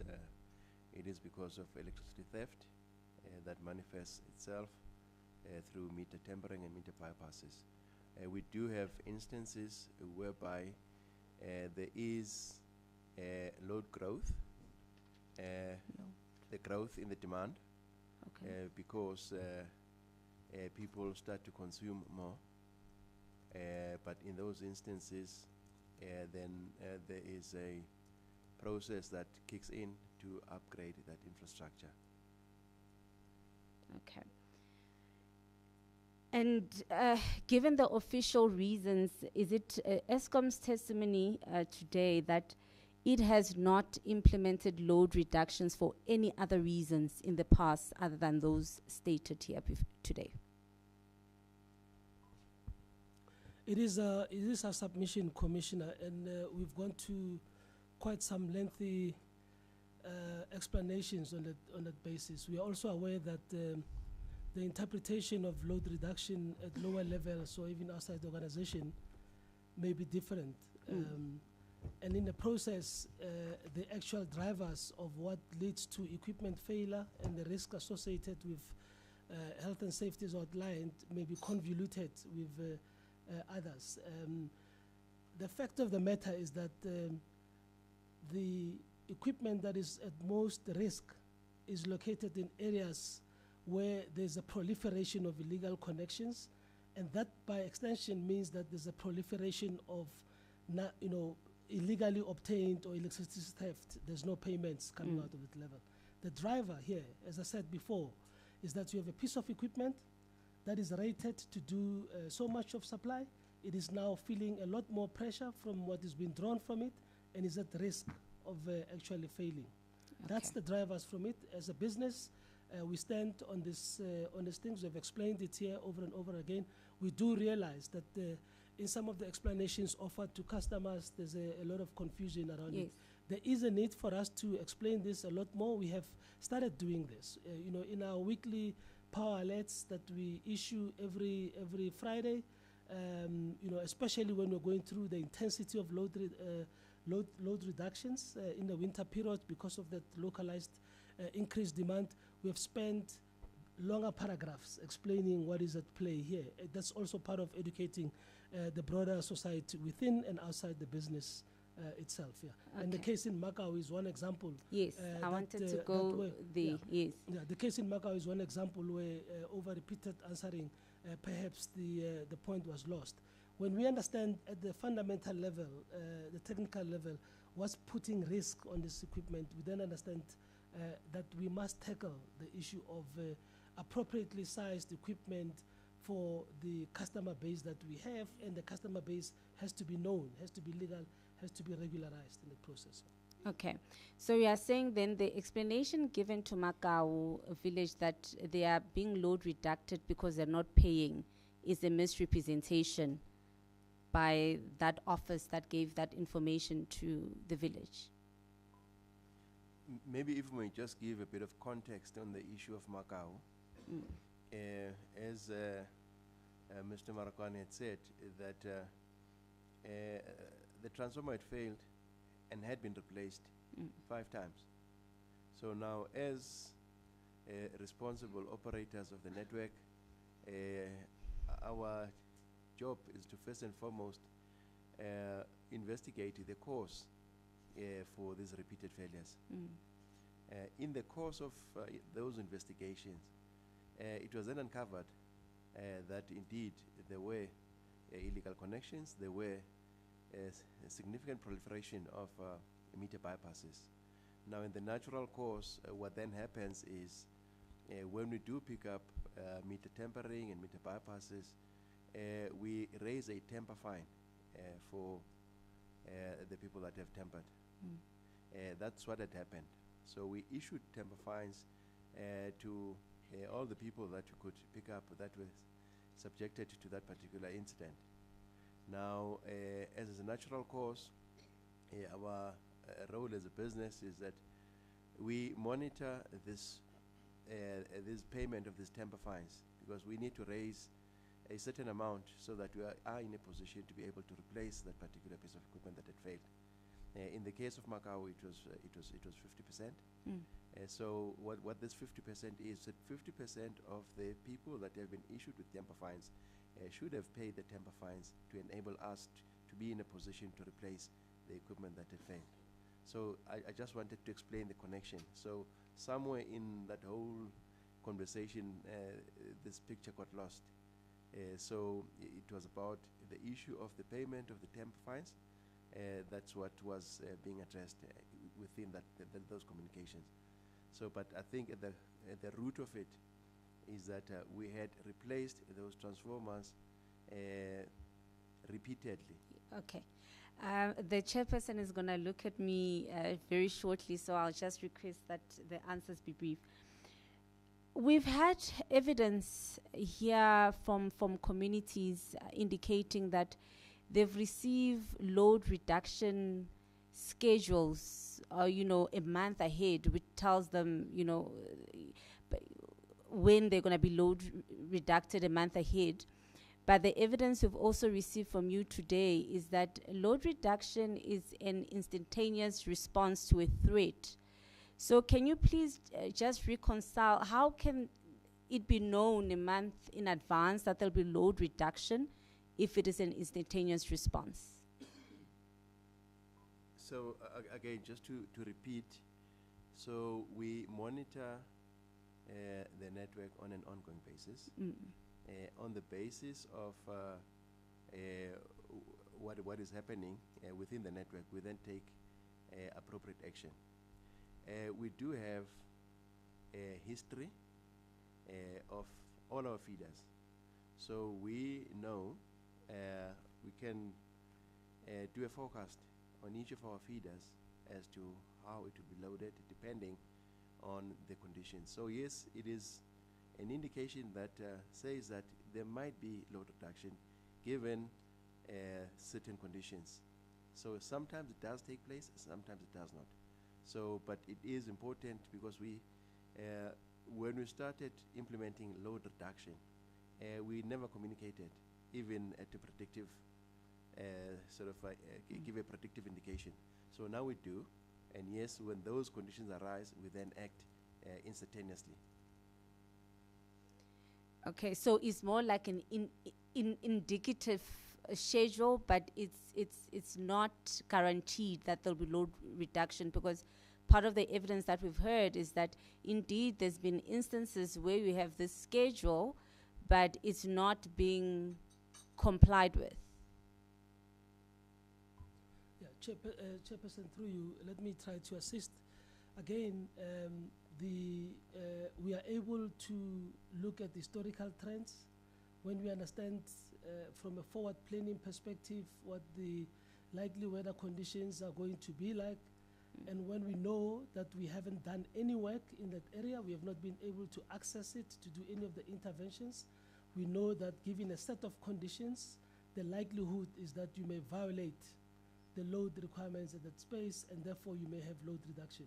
Of course, as you get closer to it, you start integrating the realities of the conditions, and load reduction may be triggered or not triggered. We do the same planning, by the way, as a matter of fact, for demand forecasting from a generation perspective. We try to do these things with a little bit of foresight, and we get more accurate as we get closer to time. So there's an element of forecasting, of saying, be prepared, this may be what's happening. The instantaneous component of it still remains, that as Mondo explained, we're monitoring feeders at the point where there is an excursion away from what you had anticipated.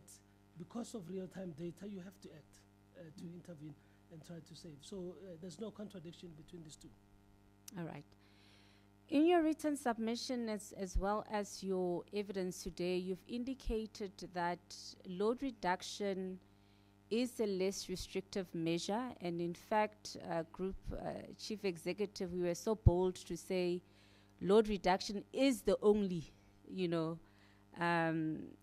solution or alternative in these circumstances.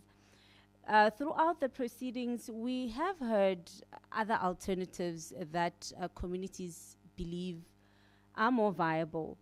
And the first one is the issue of illegal connections. Since we know what is causing load reduction, illegal connections, why is that not being addressed? Because communities are saying, but Eskom cannot come to us and say communities are preventing them, because there's law enforcement. We're not a lawless country. So why is illegal connections not being dealt with, and is that not a less restrictive solution?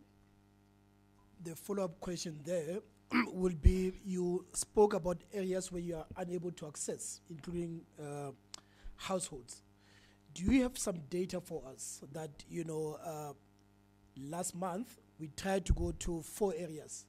We were prevented because people are saying, some people even mention townships, said, yes, that township is dangerous, but not our township. Eskom is free to come and go as it pleases.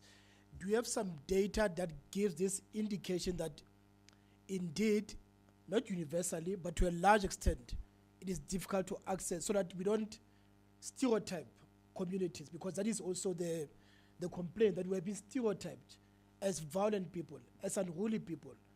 Do you have some data for us? Okay, let me actually address this issue, and Monde will assist me. Chairperson, I am very excited by this inquiry because it's allowing all of us to come on record. All of us, we come on record. All of us will make commitments that we can go out and then follow through and hold ourselves accountable for. What we have, Chairperson, and we'll make that available, we'll show you videos where our staff has been essentially frog-marched from areas trying to go do the rectification and intervene in the presence of police. It's known. But at this inquiry, we all go on record to be saying, come to this zone, come to this place. Our commitment is that we'll go do that. What we think is a solution in the long term is collaboration of all stakeholders. We are all here now. So if we get into the mode that says, let's fix that part so that we can begin to tackle the root cause of this overloading of equipment, this is the space we've been asking for. We have had successes, and I must indicate, it's not all communities that are pushing us away. We've had successes where communities have volunteered and we collaborate with them. We've seen this also in the KRN2 rollouts where people said, come, let's fix this thing once and for all, and we get to be regular. We think that is the way to go in terms of normalizing the connectivities of our people. So if there's anything that has to come out of this process, is that collective undertaking that we'll work together to go do that, and we have it on record.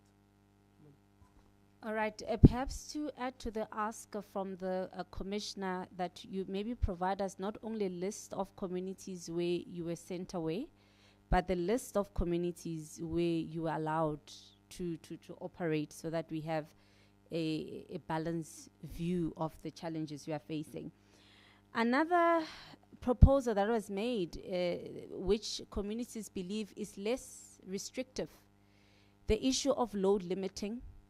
We're given an example of Midrand, how it was implemented. So why is that not an option available for all communities, and why do you still see load reduction as the only solution to this challenge? Yeah, no, thanks. So for us to be able to implement load limiting, we need to introduce the technology of smart meters that enables us to talk directly to the customer at a central location. That is what we have in certain areas, but not in all the areas. We are undertaking an accelerated program of replacing all our meters with smart meters. It will give us that opportunity to be able to manage and reduce the load without switching off the lights at any given time. Between now and then, there is fewer opportunities. At the very last is the one of load reduction. The other opportunity, we communicate to communities, say this transformer and this transformer is at risk. That information is known, but the behavior just continues. Can I just add? I mean, in my submission, I make the point that we have a capital injection of 4 billion rands per annum, and I had made the point in my submission that part of that, a big chunk of that, is to finance the rollout of smart meters. And I also made the point that it is capital hungry. So we're not going to cover all these areas in 12 months or 24 months, because I'll be misleading the country. And that's why I'm saying we're creating an instrument wherein we can crowd in private sector investment, including some of the funding that has been promised from the JET-IP program, the Just Energy Transition Program, that has been offered by major industrialized nations. So that's the direction that we are taking to allow us an opportunity to intelligently manage and protect the grid. And maybe as a request from my side as a minister, those communities that came here and offered that ESCOM can come into their areas, if they can help us to furnish you that information, and we'll go into those areas. That's what we need, so that as the Group CEO makes a point, it's a collaborative effort between ourselves and communities to be able to address this situation going forward. Perhaps we can be appraised of the timelines associated with the program of rolling out smart meters. And also maybe as you speak to the issue of the program, there was also evidence that was laid by communities that say smart meters were installed in our communities, but we still have load reduction. So if we can maybe speak to the two issues, please. Thanks.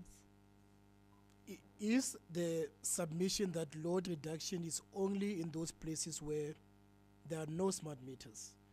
Yesterday, the testimony from Yeovil, specifically, I'm just giving one example, they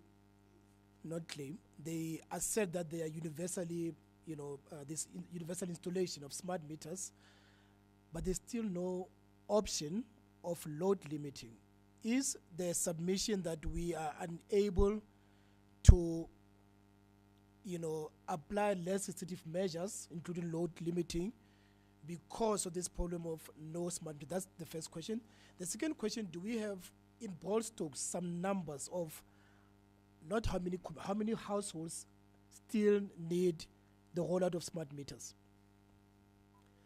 Yeah, so I think let's be reminded what we said was at the heart of load reduction, and that is illegal connections. Now, whether you've got a smart meter, a bright meter, or any other meter, if there's illegal connections, you've got a problem. So at a large scale, we need to deal with the issues of illegal connections. Yes, if somebody wants to temper their meter with their meter, the fact that it's smart is not going to make any difference. So are you able to pick up that there is tempering because it's a smart meter, and are you unable to switch off that household? Technically, just a technical explanation. So with the smart meters, we are able to. It's got temper signals, so we get a signal when there has been temper, and then we can remotely connect or disconnect. So we've got that ability.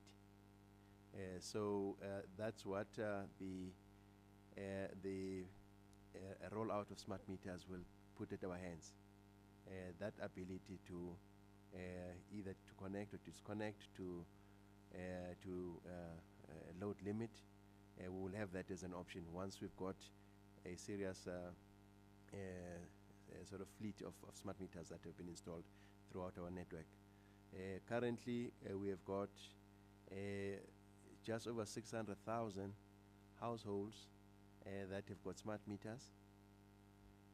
We have got 7.2 million households. So we're just we've got in total within that are supplied by Eskom. This does not include municipalities. So we've got a total of 7.2 million households that are supplied by Eskom, of which only 600,000 has got smart meters. So we're still sitting at just at under 10%. So we need then to have an accelerated rollout of the smart meters. But yes, that will require capex, that will require time. Which then brings me to the question that was not answered. What is the time frame for this program of installing smart meters to all households? It's a deep science. What is the science? It's not so, let's assume we have the money today. Then you must have, the industry must have the capacity to produce those number of smart meters per annum. Let's assume that that capacity exists. Then the country must develop the right skills to help us to ensure that you are able to install those meters. And that's the science that we are working on. So we can't come here and say by this date. So the team has been working on that because we need to collaborate with Department of Higher Education to build a pipeline of skilled people to help us to do that installation. We need to sit with industry so that they've got the capacity to produce technically compliant meters at the capacity and the rate that is required. And that's what we are doing. And when we get to that stage, as the minister will announce to the country, what is the period it will take us for us to be able to roll out the numbers that are required. And of course, we are making a dangerous assumption in there. What is that dangerous assumption? Is that you go into an area and you want to roll out smart meters, and you are allowed to do that. And there are instances where, as the group CEO has indicated, there's a complete rejection of smart meters. So those are the things that we need to build. So we can't, under oath, and commit ourselves to a number until the team has completed the science of what it will take for us to be able to achieve this. Remember, one of the things that we intend to do as part of this exercise is to build an industry. So on the back of this capital injection, we want to get to a stage where the South African, we are able to build a South African industry that is able to manufacture smart meters. So as is the case now, the vast majority of the smart meters that we are getting are coming from outside the country, primarily from China. So we need to build that industry capacity, but also make sure that the cost at which they produce these technically compliant meters is such that it's able to beat the landing price of the imported smart meters from China. So we're not just resolving an electricity problem, we're resolving an economic problem. Broadening the industrial capacity of the country, producing the skills that are required to install, maintain those smart meters as and when they break. So it's not just a number that we can just throw from here. Like I said, there's a deep science that is involved in the exercise that we'll be doing. So the answer is that no, we don't have the answer. Chairperson, maybe if I can add on to what the minister said, to just start pulling this thing together. There's also the economics of this issue. You'll recall in our financial statements, we point to this one line item of losses that we experience as a business. The number is quite high. It's about 11 billion rands that comes from both the technical and non-technical losses. So as a business, we are also under pressure to find a solution to it. It happens to be that the need to advance technology in the manner that the minister is talking is also there, occasioned by that part that we want to get to it as soon as possible because it addresses that other issue. When we address that line item, we are also able to then face the regulator in a different way compared to how we are doing now because of the financial pressures that we are. So there is no intention of being slow on this aspect. There's a solution that is more holistic, and we are looking at that. We'll provide the timelines as we get through to that point. Yeah. When you talk about non-technical losses, you are referring to also fraud committed by ESCOM employees and subcontractors. Issues of vouchers, we heard about vouchers where people can, for 400, you get a 12 months supply. Is that what you are referring to? And also, what is the solution to that? Yeah, that includes that aspect you have seen in our presentation in December and repeated at the parliamentary committees, and we are going to SCOPA in the next week to also deal with this issue. We have explained that we are still undergoing a very deep forensic exercise that is helping us understand the modus operandi, but those losses also go under that aspect. And these have been tackled within the broad measures of dealing with fraud and corruption that adds on to our cost structures as well. Yeah. All right, so I just clarify the response from the minister regarding the rollout of the smart meters. It was on the media as well about this huge drive for communities to have an uptake of these smart meters.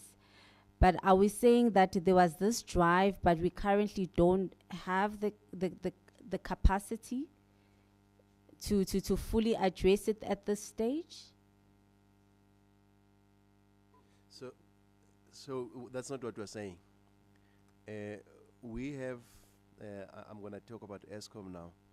We have adopted the smart meter as our standard meter. So whenever your meter gets faulty and then it needs to be replaced, we replace with a smart meter. So as in a normal course of business, smart meters is what we do. We are talking about this accelerated sort of rollout and replacement of the entire fleet of the 7.1 million meters. That has taken us 30 years to get to this point, because you've heard from the minister when he started talking about electrification, which is when we started with the prepaid, with the prepaid technology. It was 30 years ago. So it has taken us 30 years to get to where we are. Now we're saying that we need to compress the replacement of those meters in a shorter space of time. But obviously then everything else needs to align. At the heart of it is that your ability, because you can replace a meter and install a meter at any given time, but your ability to interface with that meter, to be able to communicate with that meter, to control that meter requires a platform that allows you to do that. So it's not just the meters, it's also the platform that we're talking about. Just to add, remember, you are talking to about 40% of the demand. This is ESCOM. And there are municipalities that are not in the room. They provide the remainder. So you're talking 7.1 million, whatever the figure is. When you go to municipalities, you might be talking 10 million. But when you move from municipality Y to municipality X, their specifications on the requirements of the meter could be different. There's a need for you to standardize that. The second thing is that ESCOM might be having the financial muscle to finance that. But if you go to a municipality in Garamokgopa, they will not have the capacity to finance that. So we need to find that money from somewhere. That's the second thing. And then the third thing is your ability to communicate virtually. It's a function of other things, internet access and all of that. Those things must move simultaneously. And that's why what I referred to earlier on as a science, it's exactly that. It's a deep conversation internally on what is technically possible. There are areas of soft landing. You can start in your major metropolitan area. Those municipalities have the capacity, even where they are sharing this reticulation with ESCOM, they are fine, Tshwane, Ekurhuleni, Johannesburg. But for the rest of the country, the situation is completely different from what gets to be painted here. And when I answer, I'm not answering for ESCOM. I'm answering for the entire ecosystem, which is the country. And that's why I'm saying I'm not in a position to answer the question by when. ESCOM might answer for its part, but the experience should be uniform across the country. We shouldn't come back now. The second iteration of this hearing is that, okay, there's no load reduction, but in our area, we don't have smart meters, there are estimations, and therefore what we are charged, we don't think is correct. That's why we say it's a holistic approach, and it's the work that we are doing as a ministry. The team is hard at work. Once we are ready, when I announce for everyone, not just for metropolitan centers, but also for the villages that have been excluded. The 1.8 million houses that I refer, 6 million households that don't have access to electricity, I'll be speaking on their behalf also. The ones that I said they are voiceless. Thank you for the clarification, Minister. Perhaps to close off on this issue, I know I've been on it because communities are saying this offers us a real solution, you know, from this load reduction.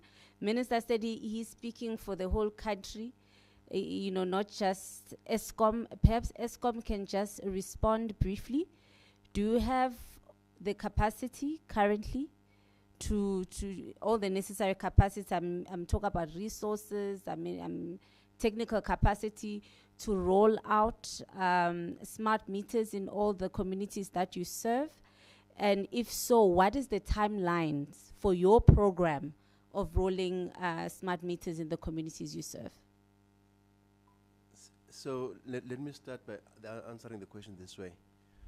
When we ran the KRN2 campaign, yes, I mentioned that in ESCOM we've got 7.2 million customers. It came out that 2.1 million of those customers are actually zero buyers. Zero buyers, what we refer to as zero buyers, what the minister explained, zero buyers are people that have not bought electricity in the last 12 months.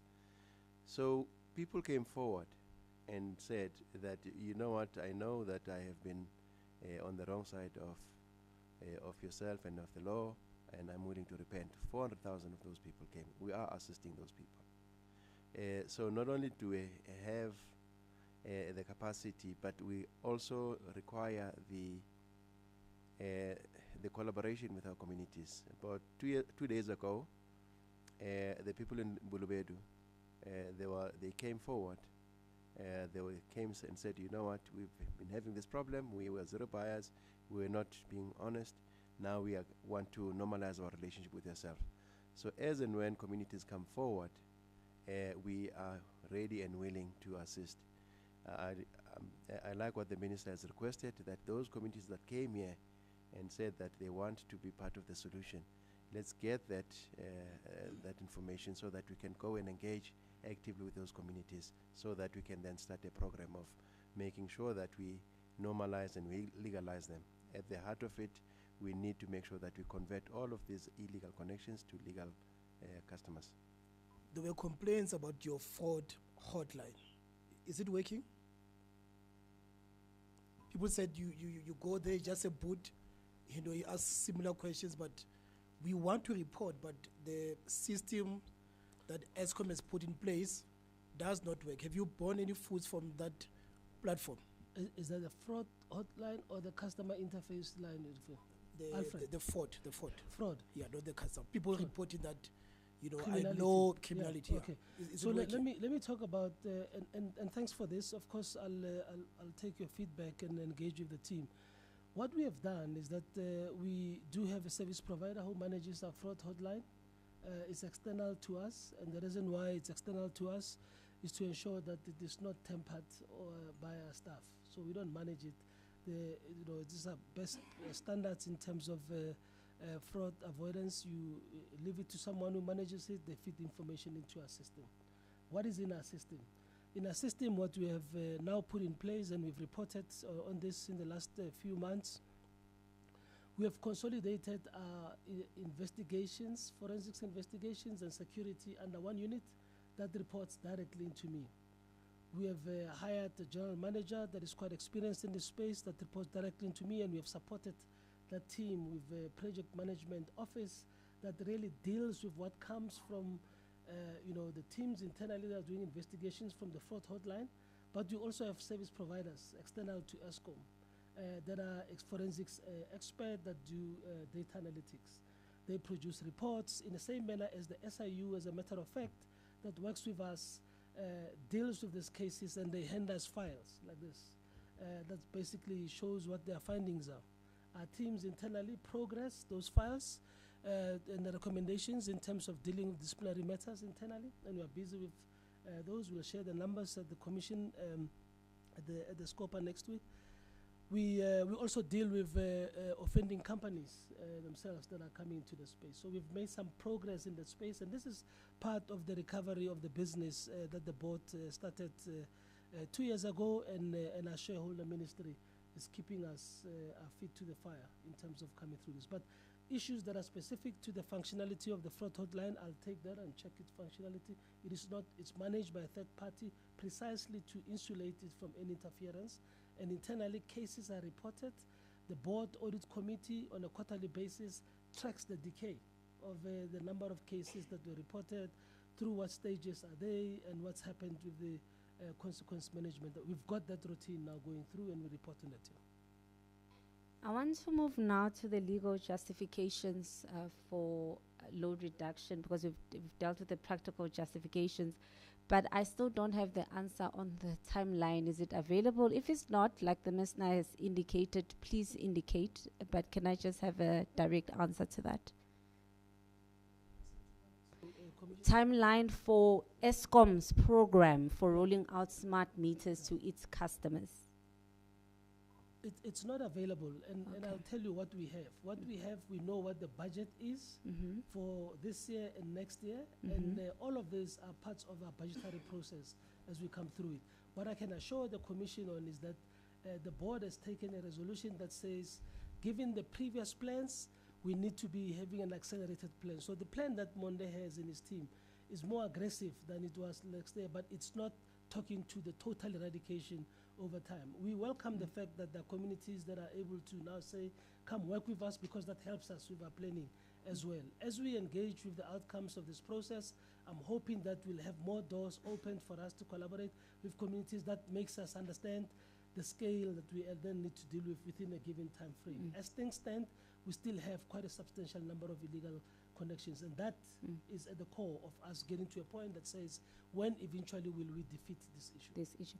Can I then request that perhaps even after this process, then you provide us with the information you have, the budget, and you said you have a budget for this year, next year, and then I'm sure the budget will indicate how many households it can service. I don't know if that information is available, and if you've already mapped out the communities where you want to go for this year and next year, if we can just be provided with that information in the interim. Now coming to the legal justifications for load shedding, load reduction. In the interest, the minister's response is on, it starts on page 74, but in the interest of time, I won't keep referring to the pages, but where something is controversial, then we'll refer to the document. But Minister refers to Section 21 of the Electricity Regulation Act. He also refers to Clause 4.5.3 of the NRS 047 as the legal justifications for load reduction.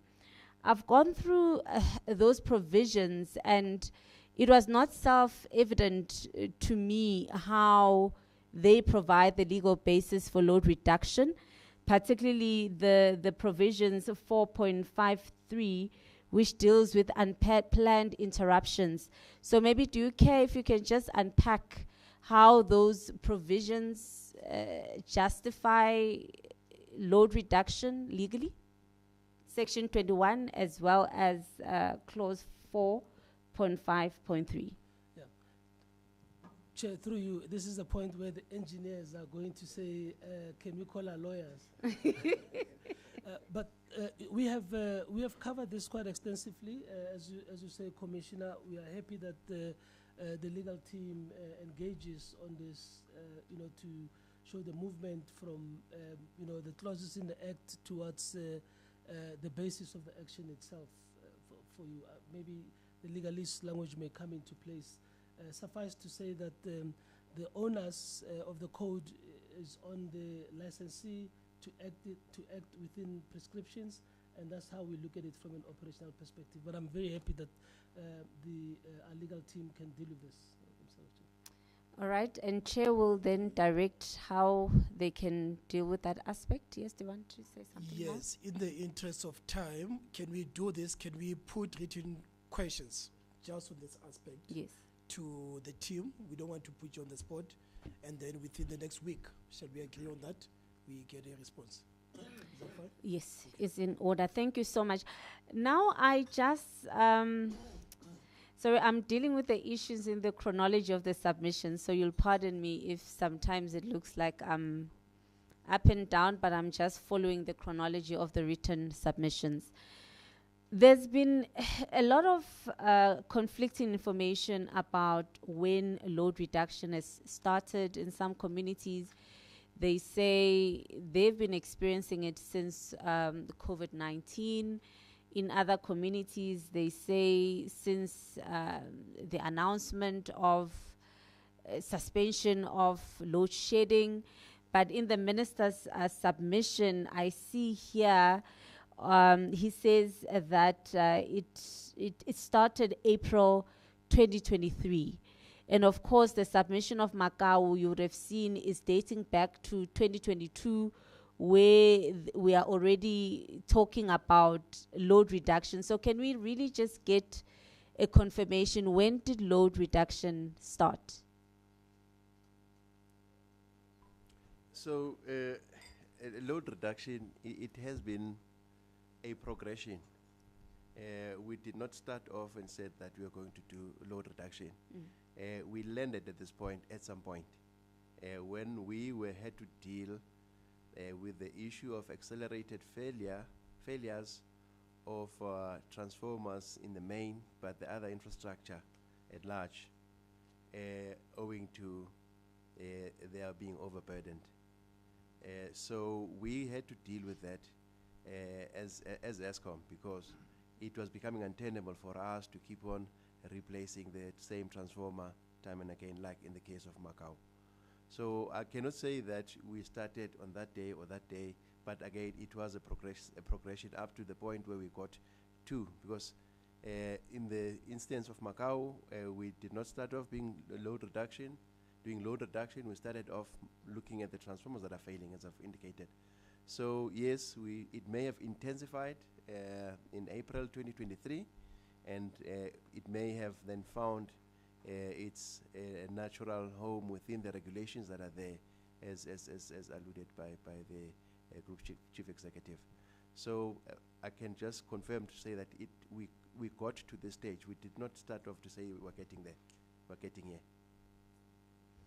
Okay, so I understand you are saying the significance of April 2023 is that it intensified, and it started being regulated. Is that the significance of this date, April 2023? So part of what, as I've indicated earlier, what we were not doing, we were not, for example, communicating schedules for load reduction. We started in the earlier part of 2023, as an example. So how it was then regularized, I would say then it was around in the early parts of 2023. Okay. Now I want to deal with the impact. I've noted in your written submission, as well as the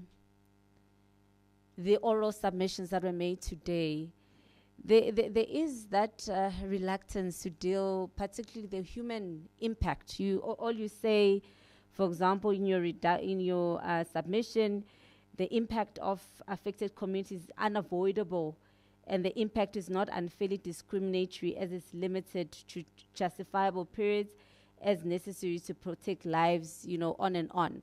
But you don't deal with the human impact, and surely if you have a policy, it's important that you understand how your policy impacts people. So the question is, why in the submission is that reluctance to humanize this issue of load reduction?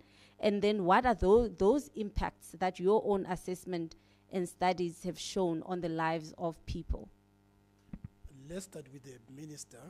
The minister, you have made quite a eloquent case in the media, admitting this. I think at one time you call it a double jeopardy. People pay, but they are punished. Do you care to take that one about, from the political perspective, what are the unavoidable impacts of load reduction? No, I answer a bigger question just to help you.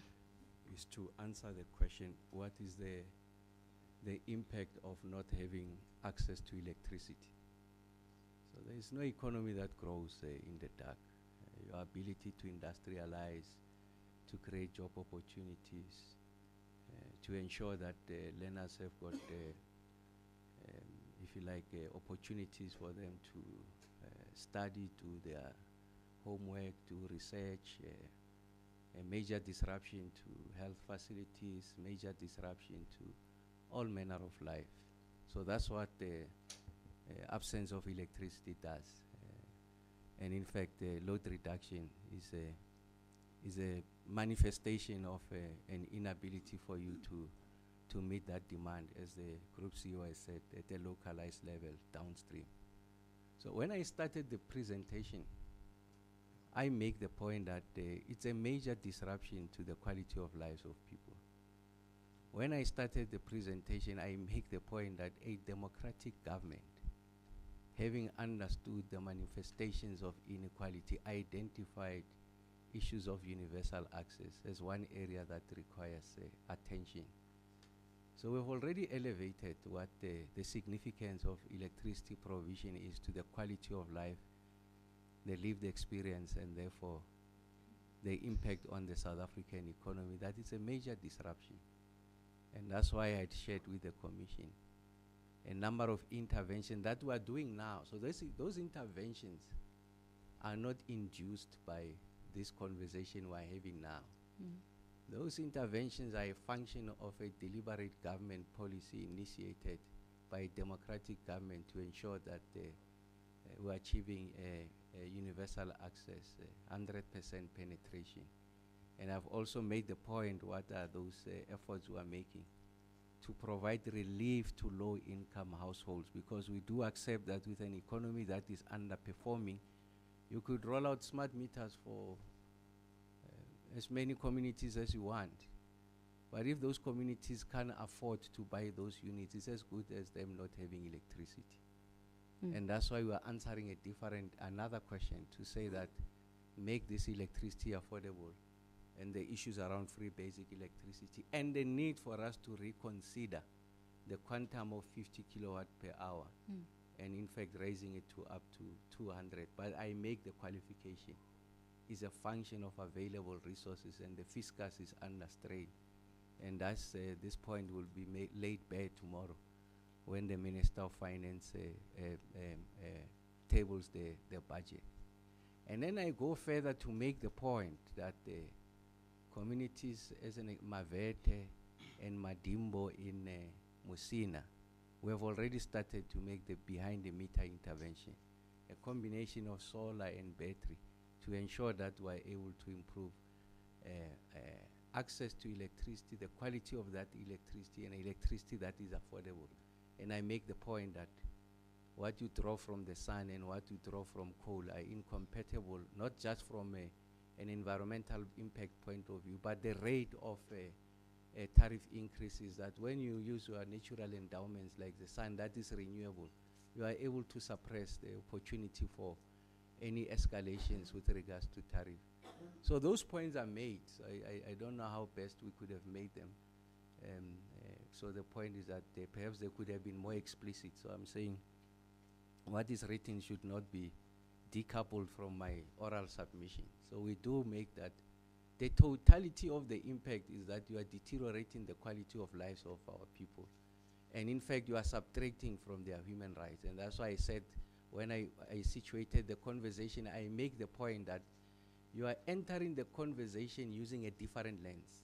Your lens is not the technical one. The technical one gets to explain, but your lens is that you are deteriorating the quality of life of people. You are in fact eroding their constitutional right. I make that admission at the beginning. And that's why I'm saying what this conversation does is to help to enhance the conversation beyond the technical. And that's why I say, as a policy holder, I have a responsibility far greater than what ESCOM does, is to ensure that the economy gets to function, people are into opportunities. And as I conclude, Chair, that's why earlier on, and this is the issue of impact, I thought it's read in the point I was making. When you ask me, when are you going, can you give the Commission a date on when you are going to complete the rollout of smart meter? I said, no, it's a bigger conversation. I'm addressing an economic problem. I'm addressing a problem of people, youth, and those above 35 who are sitting at home unemployed, when in fact there's a huge opportunity for us to scale or reskill them to participate in the manufacturing, distribution, installation, and maintenance of these. So that's the point I'm making, that we are resolving a bigger problem. That's what I meant. That bigger problem is not the megawatts, it's not just the electricity only, but it's about the broader impact on society. So I thought I had dealt with that question, but I'm happy that the opportunity is created for us to restate that point, that it's a significant erosion. So that admission we make, so it's not for discussion. What is for discussion is then where to from here, how best to resolve it. And that's what we've been attempting to respond, Chair. Thanks. Yes. Before we unpack the question of whether the load reduction policy unfairly discriminates or not, another submission that was made before this inquiry is that load reduction is a self-defeating intervention, because on one hand you are told, communities are told The reason we have load reduction is because we want to safeguard infrastructure. But on the other hand, actually load reduction provides the perfect opportunity for people to steal and vandalize your infrastructure. So what is your comment on that? Thank you, Commissioner. Commissioner, we mentioned two things. The first one being the protection of the infrastructure from self-destruction under those conditions. The second one, equally important, is the protection of life emanating from this aspect. We've also alluded to the point that as a licensee, we have an obligation ourselves to act in a manner that is consistent with the health and safety practices. So under our care and our responsibilities, we will be negligent to essentially stand and watch when we know technically what the end result is going to be. We would not have demonstrated the element of a prudent operator. So these two things are inseparable. They are inseparable. Again, what we're dealing with here is dealing with the symptoms. We can sit and point out as to the negatives of this and that. What we need to do is to get to a point of how do we get to a point where all those who are connected to the grid are legal and that we have sized the equipment appropriately to deal with that.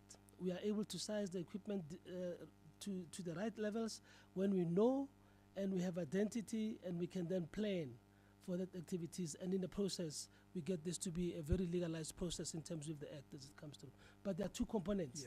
Is the destruction of equipment and is the maintenance of a health and safe environment within which to operate. Can I just make a point? It's a nuanced point, but very important. There is no policy called load reduction. It doesn't exist. There's a policy to provide universal access,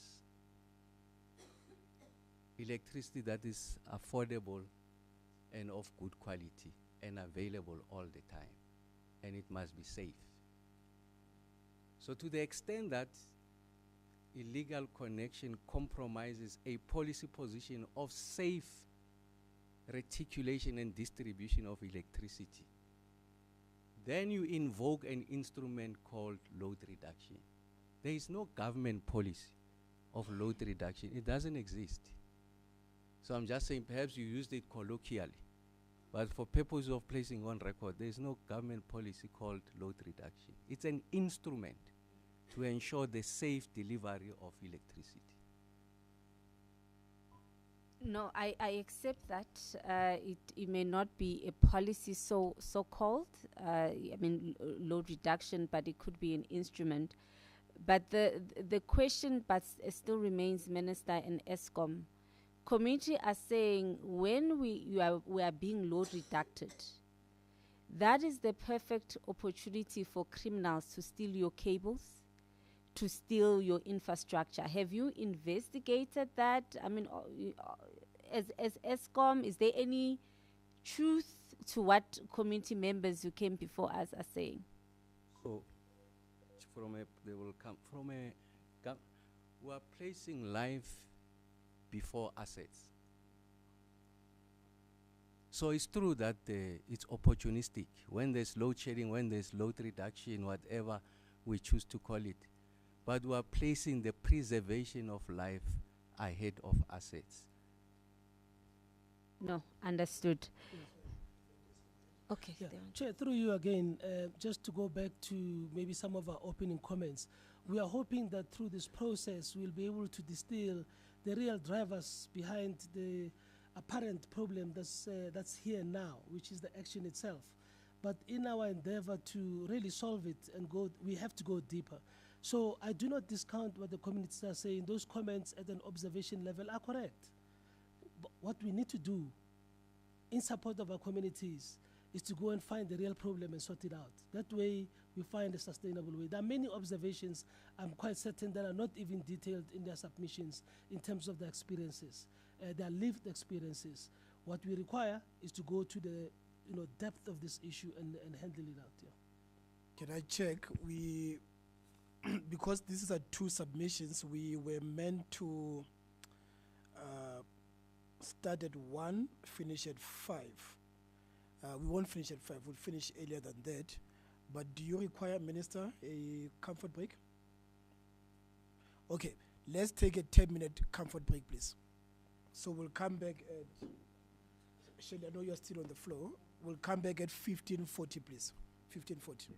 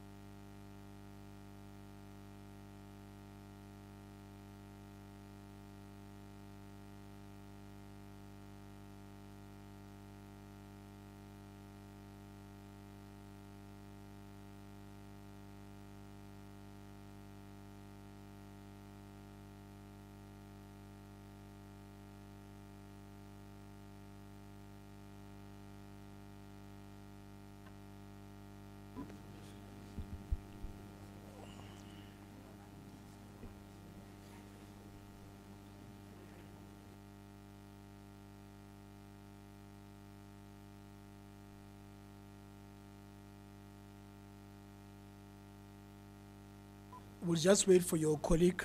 Okay.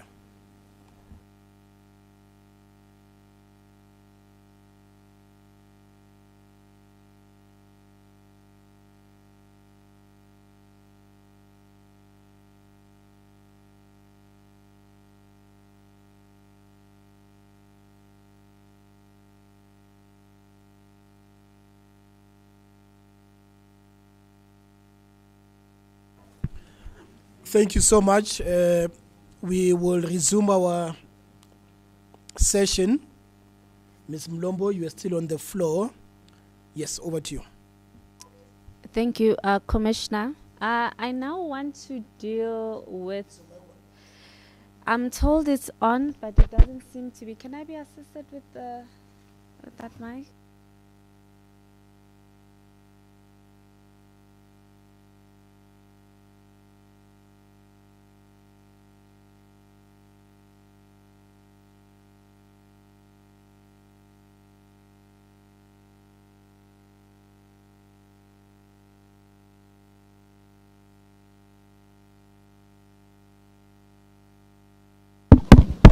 Okay, seems to be working. Is it working now?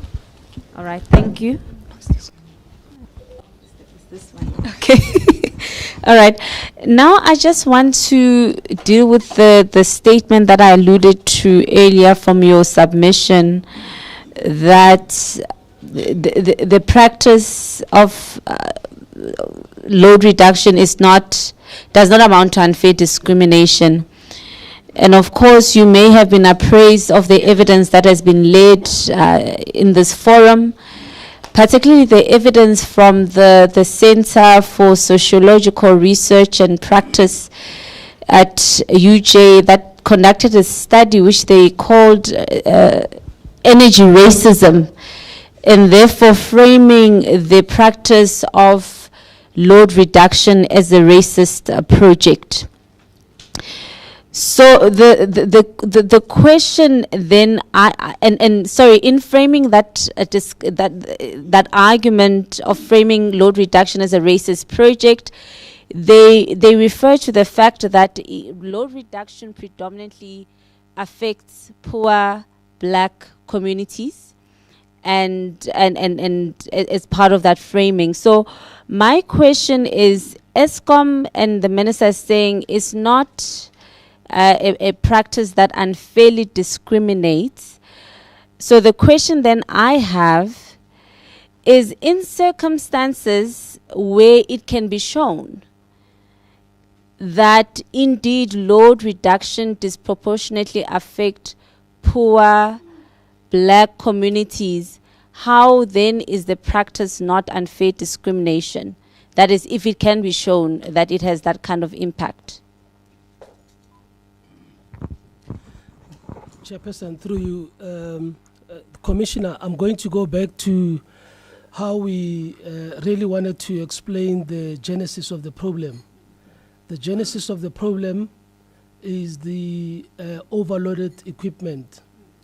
This equipment exists in areas that have got the proliferation of illegal connections. It is this equipment that needs to be protected, both for the purpose of safeguarding it and also from a safety and health perspective. Its location, of course, of this equipment and its existence cannot be separated from the discussion that the minister sketched about the whole energy and electricity supply situation in the country itself.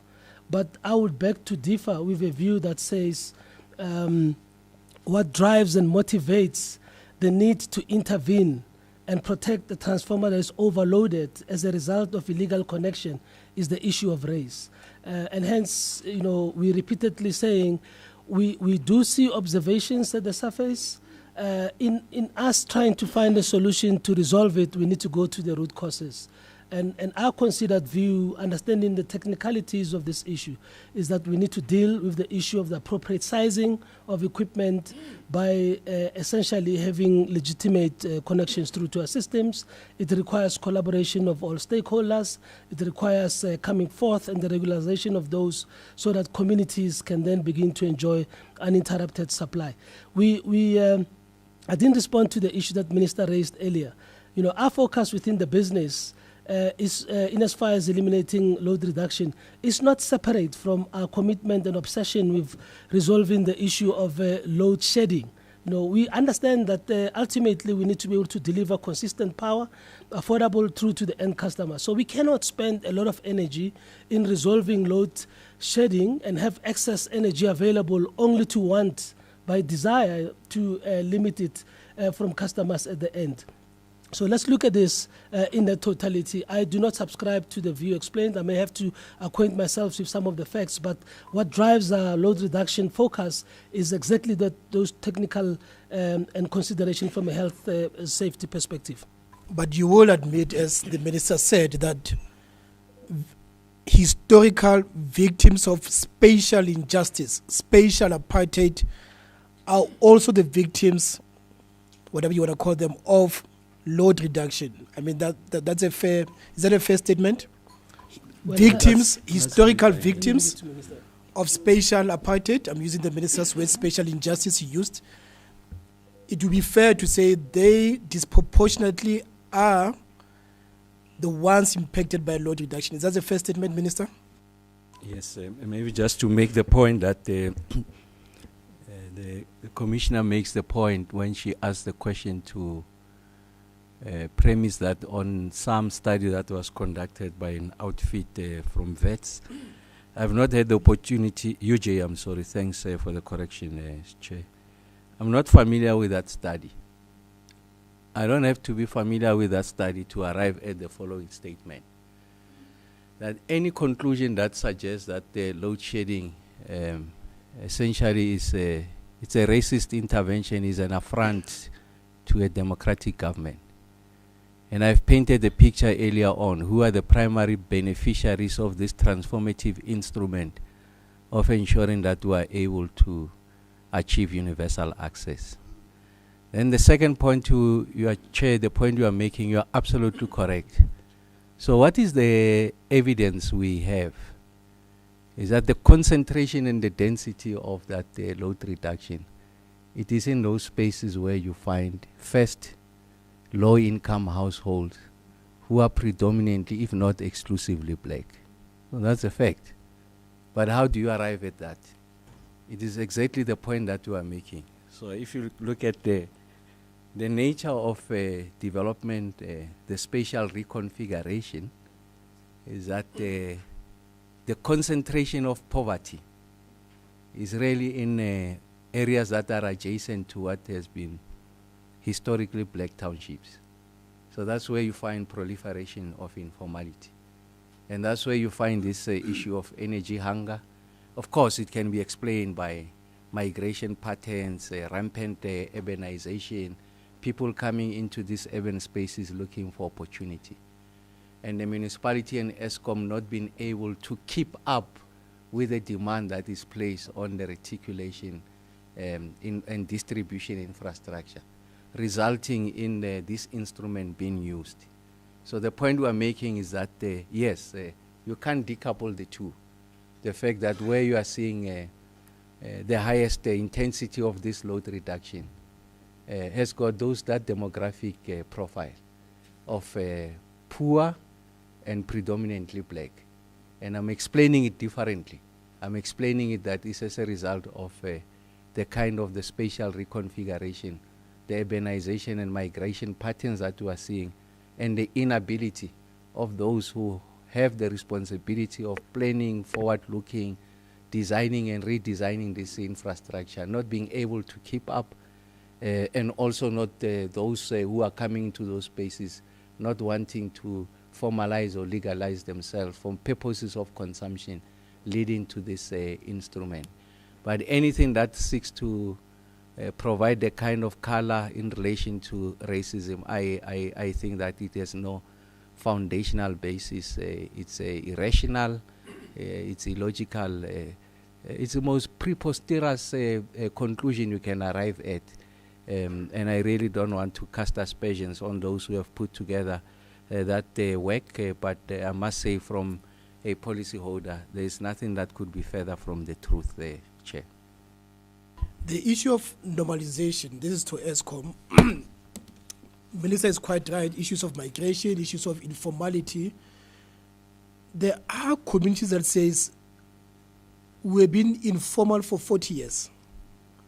We've been informal for 30 years. You know where they're going with this. They're saying, Minister, we want to be regularized. We want to be normalized. It's been 30 years. But ESCOM, the state, has delayed, and therefore, without condoning self-connections, illegal connections, what do we do? The minister has said that electricity is not a human right, but it is a fundamental to good quality of life. Will you concede, ESCOM, that, and maybe perhaps the minister too, that the communities that have come to the state and say, we want to be normalized? It's been 30 years. We know the way we started, it was an informal settlement, but it is as old as you are, Commissioner Madlingos, you know, and we've been asking to be electrified, but it has not been the case. What do we do? Do you find those case studies? Yeah, Commissioner, the answer is yes, we do. Maybe let me just take this time to explain how we sort of execute the electrification program, because we deal with those under the electrification program. At its onset, when we started the program 30 years ago, ESCOM was running with that project. It was funded by ESCOM. The execution was done by ESCOM. At some point, it became a government program. This is, the minister spoke about that Integrated National Electrification Program, the INEP. He spoke about that. That then became the government program. So now ESCOM is an executioner, or executes the government program. So the funding is made available through this INEP program to ESCOM.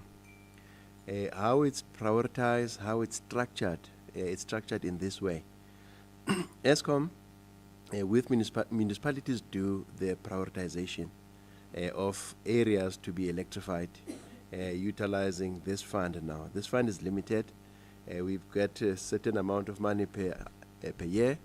With that equates to the number of connections that we can execute. Then the municipality then says this area A, area B, they do the prioritization through the integrated development plan of the municipality. So once it has been through that process, then ESCOM then becomes then the executing party to that. So we do so on behalf of the government, as it's a government program, and then that's how it goes. It does happen that you have people that say that we have been living in this area, and it's as old as the chair of these proceedings, and it's still informal. Now, there's a few instances where that happens. One is that if the people that are occupying a particular piece of land have done so illegally, now there's no ways that ESCOM or the municipality, for that matter, can come and regularize that by way of... So say that again, in instances where the occupation was illegal. Yes. Meaning that it was an unauthorized occupation. It's somebody's land. That's that, right. That people just go there and establish themselves. So the policy is that in those instances, yes, as long as they are there, they will never be electrified. So first thing, their stay in that particular area needs to be regularized. That's the first thing. Then secondly, the area needs to be proclaimed. So that that's what then gives ESCOM then, and the municipality for that matter, now the keys to get into those areas. Otherwise, we'll be electrifying somebody that occupies somebody's land illegally. So we've got a lot of those instances whereby we simply cannot do anything. Case in point, some people occupy the land next to the airport in East London. So it's a big problem. That we're dealing with various stakeholders. So first and foremost, we need to make sure that the settlement is actually proclaimed and it's legal. So those are some of the instances. Thank you, Chair.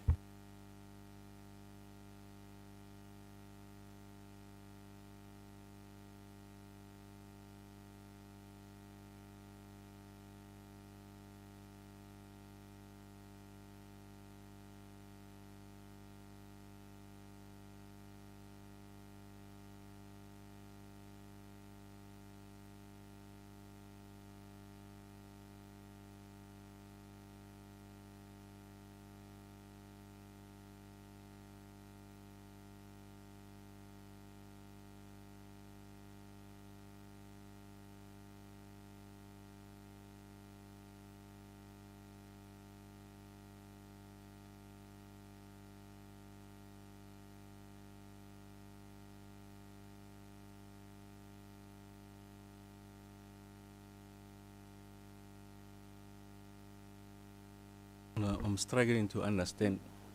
We introduced free basic electricity. No, I said before I come to that, I wanted us to wrap up the discussion about our discrimination. Oh, but I thought I dealt with the question sufficiently. Okay. All right, the free basic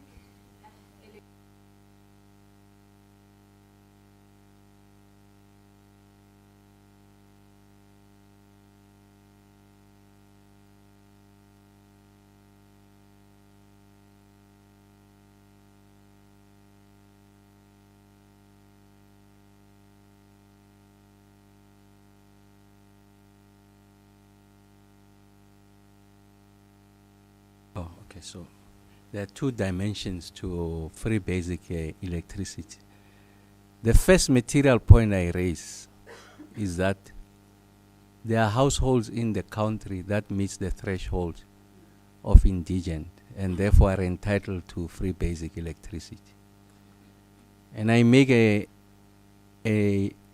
submission, and this is anecdotal, and I think that the evidence will support this, I'm confident, that the majority of the people who are in fact connected illegally, if they were to formalize and make an application to the relevant municipality or party, ESCOM being the other party, you'll find that the majority of them will qualify for free basic electricity. And the fact that we don't see them, when I say we don't see them, they've connected illegally. They are denying themselves the right to access that free basic electricity. So that's the first point I'm making. And I'm saying to address that, formalize them or legalize them, whatever the technical legal wording is, and then put them on a prepaid platform because it's an intelligent platform. We are able to preload at the beginning of the month that 50 kilowatt hour of electricity that they are entitled to in terms of the current framework. Then I'm introducing a second area of discussion inside government to say that the 50 kilowatt hour is not sufficient really to support this low income household. And I make the point that working with ESCOM, because ESCOM has got live data, so they have an appreciation of how much a low income household consumes per month. And they put that figure that anything, the floor being 150 kilowatt, the ceiling 200, anything within that band is going to be significant relief. So that's a conversation we're having internal. But there's a party that is not at the table for now, because we have not yet invited that party ourselves. It's National Treasury. Remember, you and I refer to it as free basic electricity, but this is subsidized electricity by the taxpayer. So it must be within the computation of what the national fiscus can afford. So technically we're working on that, and then we'll make our submissions internally. That will succeed is a different argument. But the point we're making is that we are convinced that it has to be revised upwards. What that figure is, we think can be up to 200 kilowatt hour. That the state can afford it, then we'll be subject to that discussion. And then once we arrive at that, then it's a policy position that for this category of households, you are entitled to so much of free basic electricity per month. I don't want to impinge on Dr. Stembe's time, so if we can just wrap up so that we can hand him off.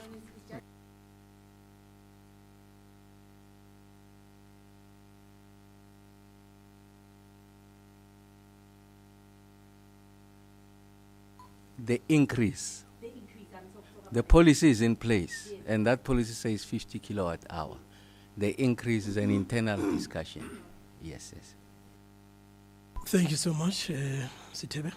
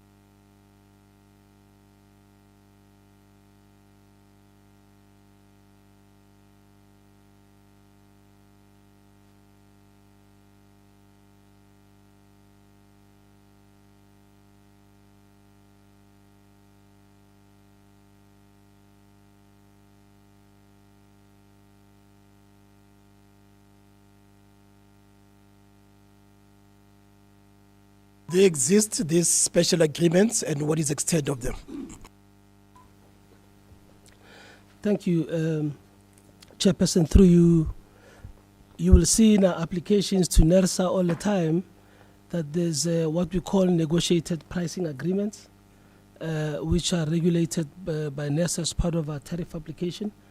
They exist today still, and the instruments through which the state is able to support particular sectors of the economy, which sectors have got a positive impact in the GDP and employment broadly. As we speak, Chairperson, as we speak, we know that the smelters industry is under a lot of pressure.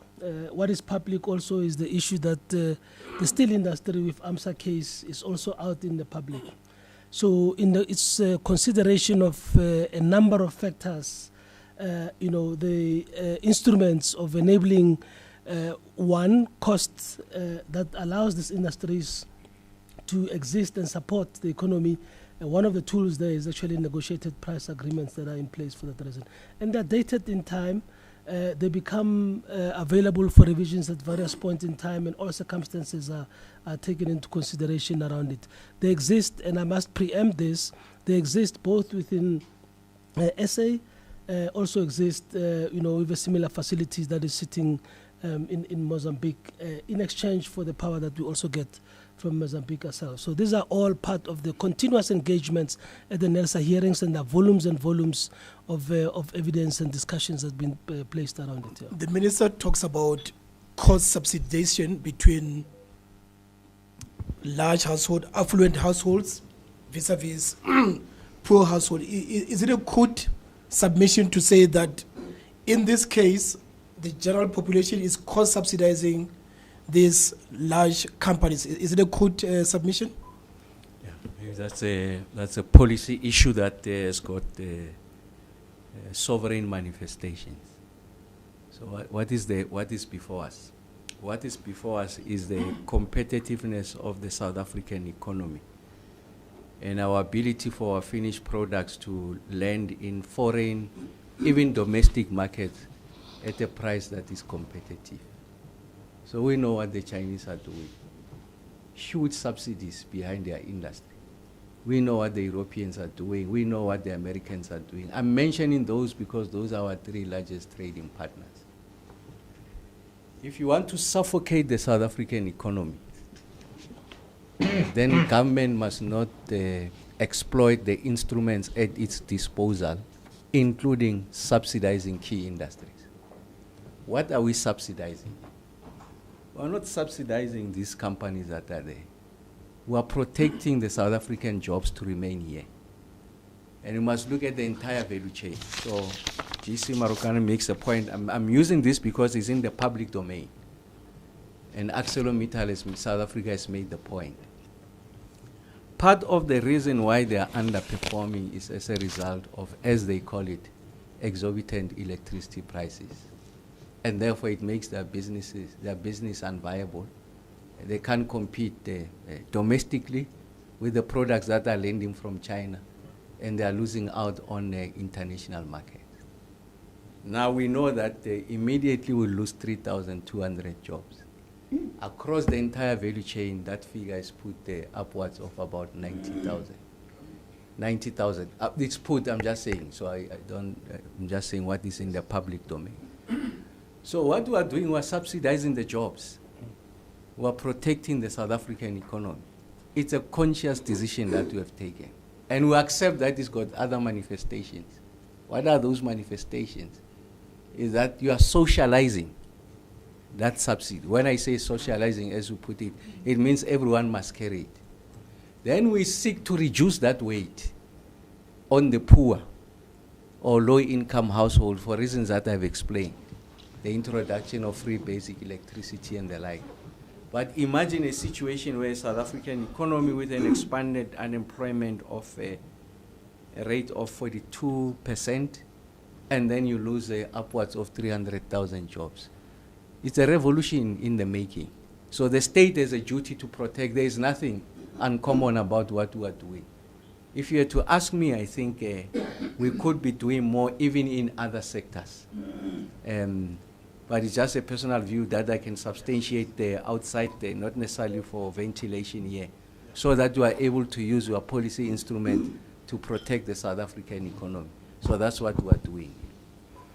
Chairperson, if I may just follow up on this, because you referred us to the submission and you quoted that paragraph. So I've quickly linked through the whole page. That's from Dr. Ngwan. Above that paragraph, and 2 paragraphs above, or immediately thereafter, he also makes the point that the minister has made that says the provision of free basic electricity at the level where it is needs to be revised to between 3 and 4 times. Yeah. This is an important point, because then it says you are having a holistic approach in terms of how you're resolving it. We agree with that point, and it's already been ventilated here. We as ESCOM have actually said that that's a point at which we need to deal with it, because our own calculations in terms of the demand and the usage of electricity in the indigent families requires it to be there. What should also not be lost is the fact that much as there's a number that the National Treasury provides for in terms of indigent families across the country, the uptake of the tool and the instrument itself is not talking through to that. Hence, the regularization in terms of the connections is important, because it enables people to already start accessing that which is being provided for, and then deal with the issue of upping that level to a point that start talking to the demands today. We need to address that as well. You know, if this outcome here has to help all of us to move forward. Thank you, Chair. Chair, my question was whether, I wasn't questioning the subsidies, the minister was very clear, and I appreciate that response.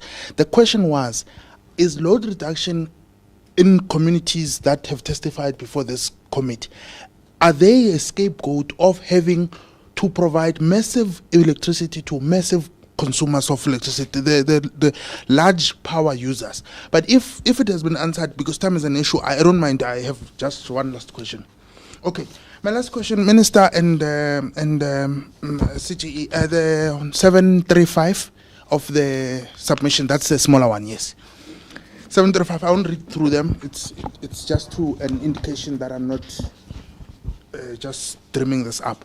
735, 736, 737, 738, and so on. It goes on and so on. These are communications from a woman in Khayelitsha, directed at yourself, Minister, and also to yourself, ESCOM. That's one. Second one is a very painful story in Hammanskraal, where, owing to load reduction or other electricity-related issues, community members have to go to a center that's supposed to assist them. But instead of getting assistance, Minister, they have to tell a security story. The security then goes inside and tell management the story. Management tells the security story. The security comes back inside. But what was peculiar there, what was acute actually there, especially for the South African Human Rights Commission, was how failure to access that facility meant that old women have to assist themselves on the wall on the other side. Because what happens is that they woke up early to queue there, but because they can't access the facility, which has toilets and other ablution facilities, they have to do that. But in addition to that, it's just unacceptable that someone comes to the South African Human Rights Commission to lay a complaint, but he has to tell security, who has to come and tell the legal officer, and then the legal officer says, or whatever it is the answer is. Then the security goes and so on. That's not how you treat people. But the reason I'm bringing this to load reduction is that page 135 to Chairperson, 735 to 741 tell of a endless communication to ESCOM, timeless to exhaustion with no response. I'll make this point, I'm sorry. Because I made it to City Power. Let's get to the question. Yeah, made it to City Power. It's one thing to accept load reduction and appreciate that, to save the transformer we have to be load reducted. But it's another not to have sufficient communication for you to be abreast as to young, but until this time things are right. So the issue of communication and the total disregard for human dignity for people who engage with ESCOM. Chairperson, thank you very much. Deputy, Honorable Minister. I did not hear the question. The question was, what is the ESCOM's response to the indignity our people are subjected to when they are supposed to complain about electricity? CJ, thank you very much. Mr. Bala, thank you very much. Ngiyabonga kakhulu. Thank you, Commissioner Mkolo. Yeah, I think maybe at the onset, I think I also need to sketch the conditions that we, when I say we, myself and the rest of the ESCOM employees get subjected to. So in Khayelitsha, for example, it's an area that we've declared to be a red zone in Khayelitsha. And then why is that a red zone? It is because whenever we go there, specifically after hours, we have our people have been hijacked, they've been shot, they've been robbed. So what then it means is that we do not service Khayelitsha after certain times, unless there's a significant presence of police. Now, when we go to the police to say that so and so has made a call to say that they don't have electricity, police says, hey, but we need to attend to the hijack.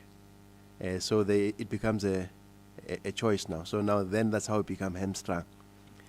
The other areas, similar experience, again, serious issues of vandalism of infrastructure, because that's in the main what is happening in Khayelitsha specifically, because that's what we attend to almost on a daily basis, vandalism of infrastructure.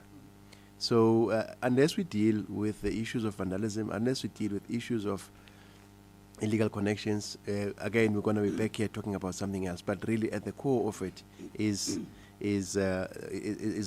those issues. Again, similar to the concession by City Power, we can never do enough to communicate. We are always looking at better ways of remaining in touch with our customers. Yes, we do have our challenges as ESCOM in how we communicate with our customers. I think it is an important point to make in that I spoke about 7.2 million customers, but effectively electricity affects all 66 or 62 million of us. So whenever there's no power, it does not matter who's the customer in the house. So whoever's in the house picks up the phone and calls ESCOM. Now that's the environment that we are in. So we are continuously looking for ways of communicating with our customers better. We have now, we've introduced a bot because we needed to make sure that we improve in terms of technology of how customers get in touch with us. We've got our bot called Alfred. Now we've moved Alfred to WhatsApp. We're communicating on social media channels. We're communicating, as the GC said, every Friday we're communicating. So we were out there on local radio stations so that we make sure that there is a reach. But we can never do enough. I think, if I may, Commissioner, the example cited by the Commissioner is an important one. We cannot shy away from the fact that in all that we do, we still have the responsibility of preserving human dignity in it. We saw this. The Minister went to the long queues in Soweto during the changeover of the key revisions number. I did as well. And part of the reasons why we're encouraging the adoption of particular technology that is within reach of people was to avoid situations where we create a humanitarian condition like this. We have moved our business model in the last few years as part of our response to the cost pressures on us. We have shut down some of the customer walking centers that were there. We are under pressure from our shareholder and also from our board to relook at how we can improve service provision in some of those areas. So making technology easier is one option. We are looking also at saying how do we enhance the customer experience by being a bit more closer onto it. So we look at all of these issues. I personally, just to give you a sense, I get a lot of emails from customers. I get them every day, and I look at them and I follow up on them deliberately to understand precisely where the bottlenecks within our structures maybe, and we do that and improve on how we work. Monde and his team will have some other interventions that start responding to bringing that kind of service much more closer. The truth is that the days of walking centers each and every place across the country are no longer there. They're not very sustainable. There's a lot of technology that's being used even in the most rural areas. What we need to do is find a nice hybrid that does not create a communication gap and responsive through to that aspect there. Thank you so much, evidence leaders. Commissioner Makwasha. Thank you, Commissioner Madlingozi. I think I will keep my questions short and sweet, given the lengthy period that we've had. By profession, I'm a legal practitioner, so some of the technical aspects, they flew over my head. But I think it's something that South Africans have been saying in respect of communication with Eskom, is that there's Eskom speak. And often Eskom speak, when it's filtered through what councillors, when it's filtered through other forms of media, gets lost to your end users. And this is something that we've been receiving, that often when there are problems on the ground, Eskom officials are not there, and we noted that you're saying that there are red zones. Perhaps you can give us a mapping of those areas, whether there are green zones, red zones, so that we as the Commission can fully understand what Eskom is facing when it relates with its customers. So I think that's the part where I just want to start off on that basis, that there is this amongst community members, that there's Eskom speak. And it goes to the point where, this is the narrative that we've gotten from the submissions in summary, that we as customers, we really want to adhere. We are paying customers. We have also reported issues of corruption, non-paying customers, but it's also difficult to identify those who have bypassed their meters because they're indoors. Yesterday, we received a submission that said that we don't see the buying of the vouchers as illegal because we are buying this from Eskom officials. And these are side hustlers. And I note that the minister correctly stated that internal aspects do not primarily contribute in majority to the issue of load reduction, and I'll come to that.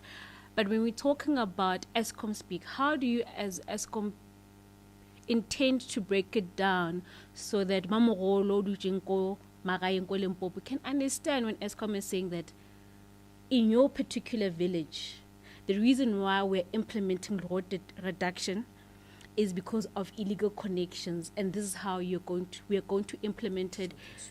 Oh, thank you. And yes, so that's my first question. Thank you, Commissioner Madlingozi. And you do use multiple languages, right? You don't just use English when you communicate with customers. We use 11. Okay. All 11. 12 is coming. Yeah. So. And I think the observation is well made. Yes, as I've indicated, we are looking at ways of saying how do we communicate with our customers better. We have launched what we term community cooperatives, whereby we go out into the communities, engage with them, deal with their issues at a local level. So this is something that we are accelerating now, so that we are in touch. But we are at all the local radio stations, maybe not all, but the key ones, key local radio stations, communicating in local languages. We've got our people out there that are actually doing that, explaining some of these things. You raise the issue about the vouchers. Yes, it is a problem that we are addressing. It was mentioned earlier on. What I just want to put on record is that whenever we get to know and get the details of any misconduct by any of our staff, we act, and we act decisively. We've had some of our staff members that have been dismissed from Eskom some that have been arrested. What I do find in most cases when I visit communities is that in communities they tell me that, Mwanda, it's your people that are doing this. And then I ask them, but can you give me a name or even a registration number of a vehicle? Then it becomes a problem. Again, it's understood because they say, no, they know where I'm staying, and. So we do have those challenges. But in cases where we've got the details, then we act, and we act decisively. I also want to add, through you, Chair, and I'm just looking at the power alert of 14th February, which is what we issue on a weekly basis. The last paragraph of this power alert, which I must indicate, moved from being a one paragraph or two over a year ago to now occupying close to a page or two, because we spell out details of the communication that we send out. The one consistent part that is on this power alert is the Save Your Transformers, Save Lives campaign. And in that paragraph, we emphasize that the public needs to avoid illegal connections, to buy electricity only from Eskom accredited vendors. You'll hear this is the same message that when we did the KRN2 rollout, that we really stepped on increasing that level. And we do take out adverts in various languages to talk to this specifically. We can never communicate a lot over or sufficiently, and we'll improve on this aspect. But this is how one way of trying to protect the communities from buying tokens from illegal distributors. What we do internally is, of course, act on this as we go through. In our discussion around the illegal vending that we discovered as part of our audit from last year, we spelled out, firmly that that kind of a scheme could not have happened without collaboration with our people internally, and we're dealing with it. We have undertaken to revert to the public when we finish the process and spell out exactly what has transpired. But we're not stopping there. We're also looking at how do we clamp down on this through the use of technology so we can eradicate this and not place our communities at risk of confusion in terms of where they go through that. Chair, my last question is in relationship to what we've heard regarding the relationship between Eskom and NERSA.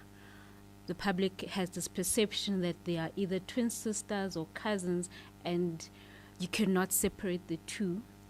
And this is a question directed to you, Honourable Minister, is how do you get the general public to understand the relationship between Eskom as well as NERSA? Perhaps this is an opportunity to educate members of the public that NERSA is not just there to adhere to the request of Eskom. Thank you. Yeah, to rubber stamp those requests by Eskom. Well, Eskom made a tariff application of 36%. They were given a third of that. So you can see. But maybe I think you are absolutely correct, just to answer the bigger question. So in terms of the electricity ecosystem in the country, Eskom historically has been a dominant player across the value chain, generation, transmission, and distribution.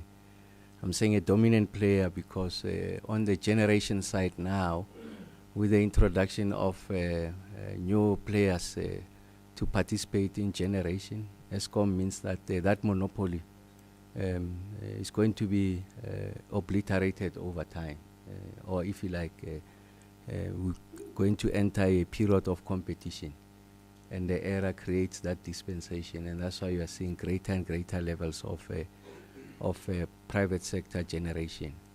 On the transmission side, our view is that that's a natural monopoly. So the state can relinquish ownership of the grid at any point. That is a national strategic asset. The state will always be in control of that. Although we'll be introducing innovative financing instruments to help us to expand the grid. And then the distribution, Eskom really accounts for 50%, reticulation, and then municipalities the other half.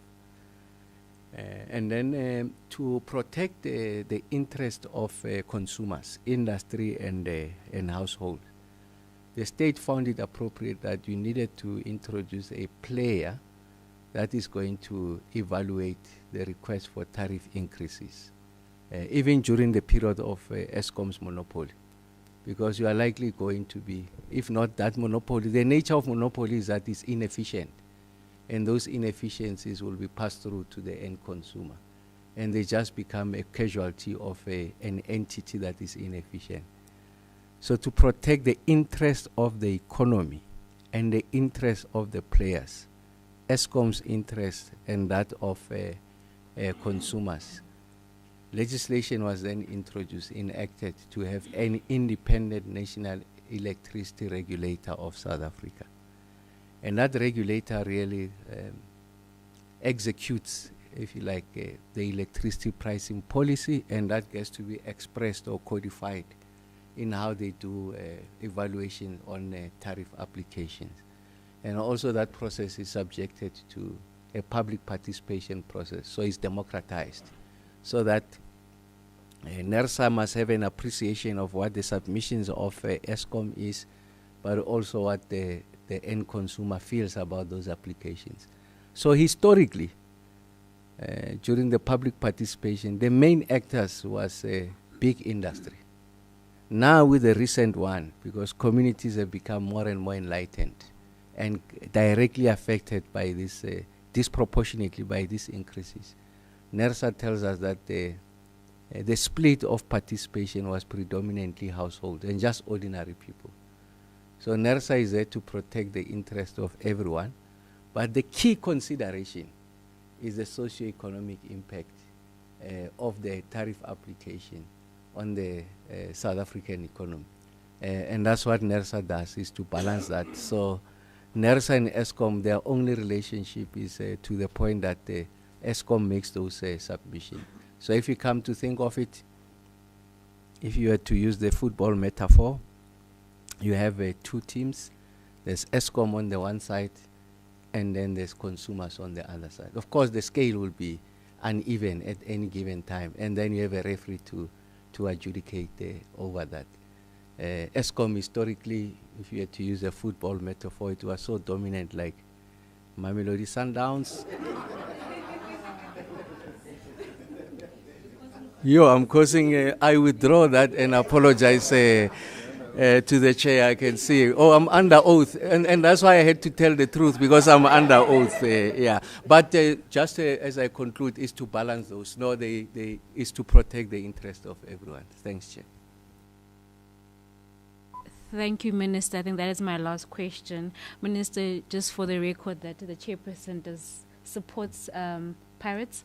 I'm a Kaizer Chiefs fan, and we would perhaps request that statement, that opinion, be withdrawn. Thank you. I place it on record. I withdraw. No, thank you so much. We have exhausted the discussion. We have been here since 1 o'clock. It's now almost 4:30, so I'm going to call it a day. I really want to thank Eskom. I really want to thank the minister. You've been here since 12 o'clock. I don't want to praise you too much, lest I'm accused of being politically compromised as a commission. But really, both Eskom and the minister, your conduct, the way you have answered your question, your demeanor, your frankness has been exemplary. We don't even get this from some municipal managers. So really, I hope those who are watching at home appreciate this kind of constitutional dialogue. The minister came himself, the group CEO came himself. It really tells us that you have taken this opportunity to come out and really to face the public. And that's what we appreciate. So thank you very much. Your testimony indeed will go a long way in helping us come up with holistic findings that are fair, that will really help us to mitigate some of these issues. Colleagues, we have come to the end of the sitting, not of the hearing, not of the inquiry. The inquiry, as I said, started last year. Will continue. We continue to receive written submission, not forever, because we need to write the report. But really, in addition to thanking the minister, Eskom, City Power, the Department of Health, the Department of the SAPS, who also came to us. I really want to thank members of the affected communities, and they're still here. And as I said, you came here not only to complain, but in most cases, your submissions were solution-driven, and that's what we appreciate. You also did not shy away from naming that there are elements of criminality, there are elements of, fraud within communities. So really, as a Human Rights Commission, we really want to thank you. We really want to thank the Legal Services Unit of the Commission. We want to thank the evidence leaders, the communication team, Commissioner Makwacha, and everyone who made this possible, a young team, and really you executed the mandate very well. Thank you, and let's adjourn. Thank you. You are excused. Thank you so much.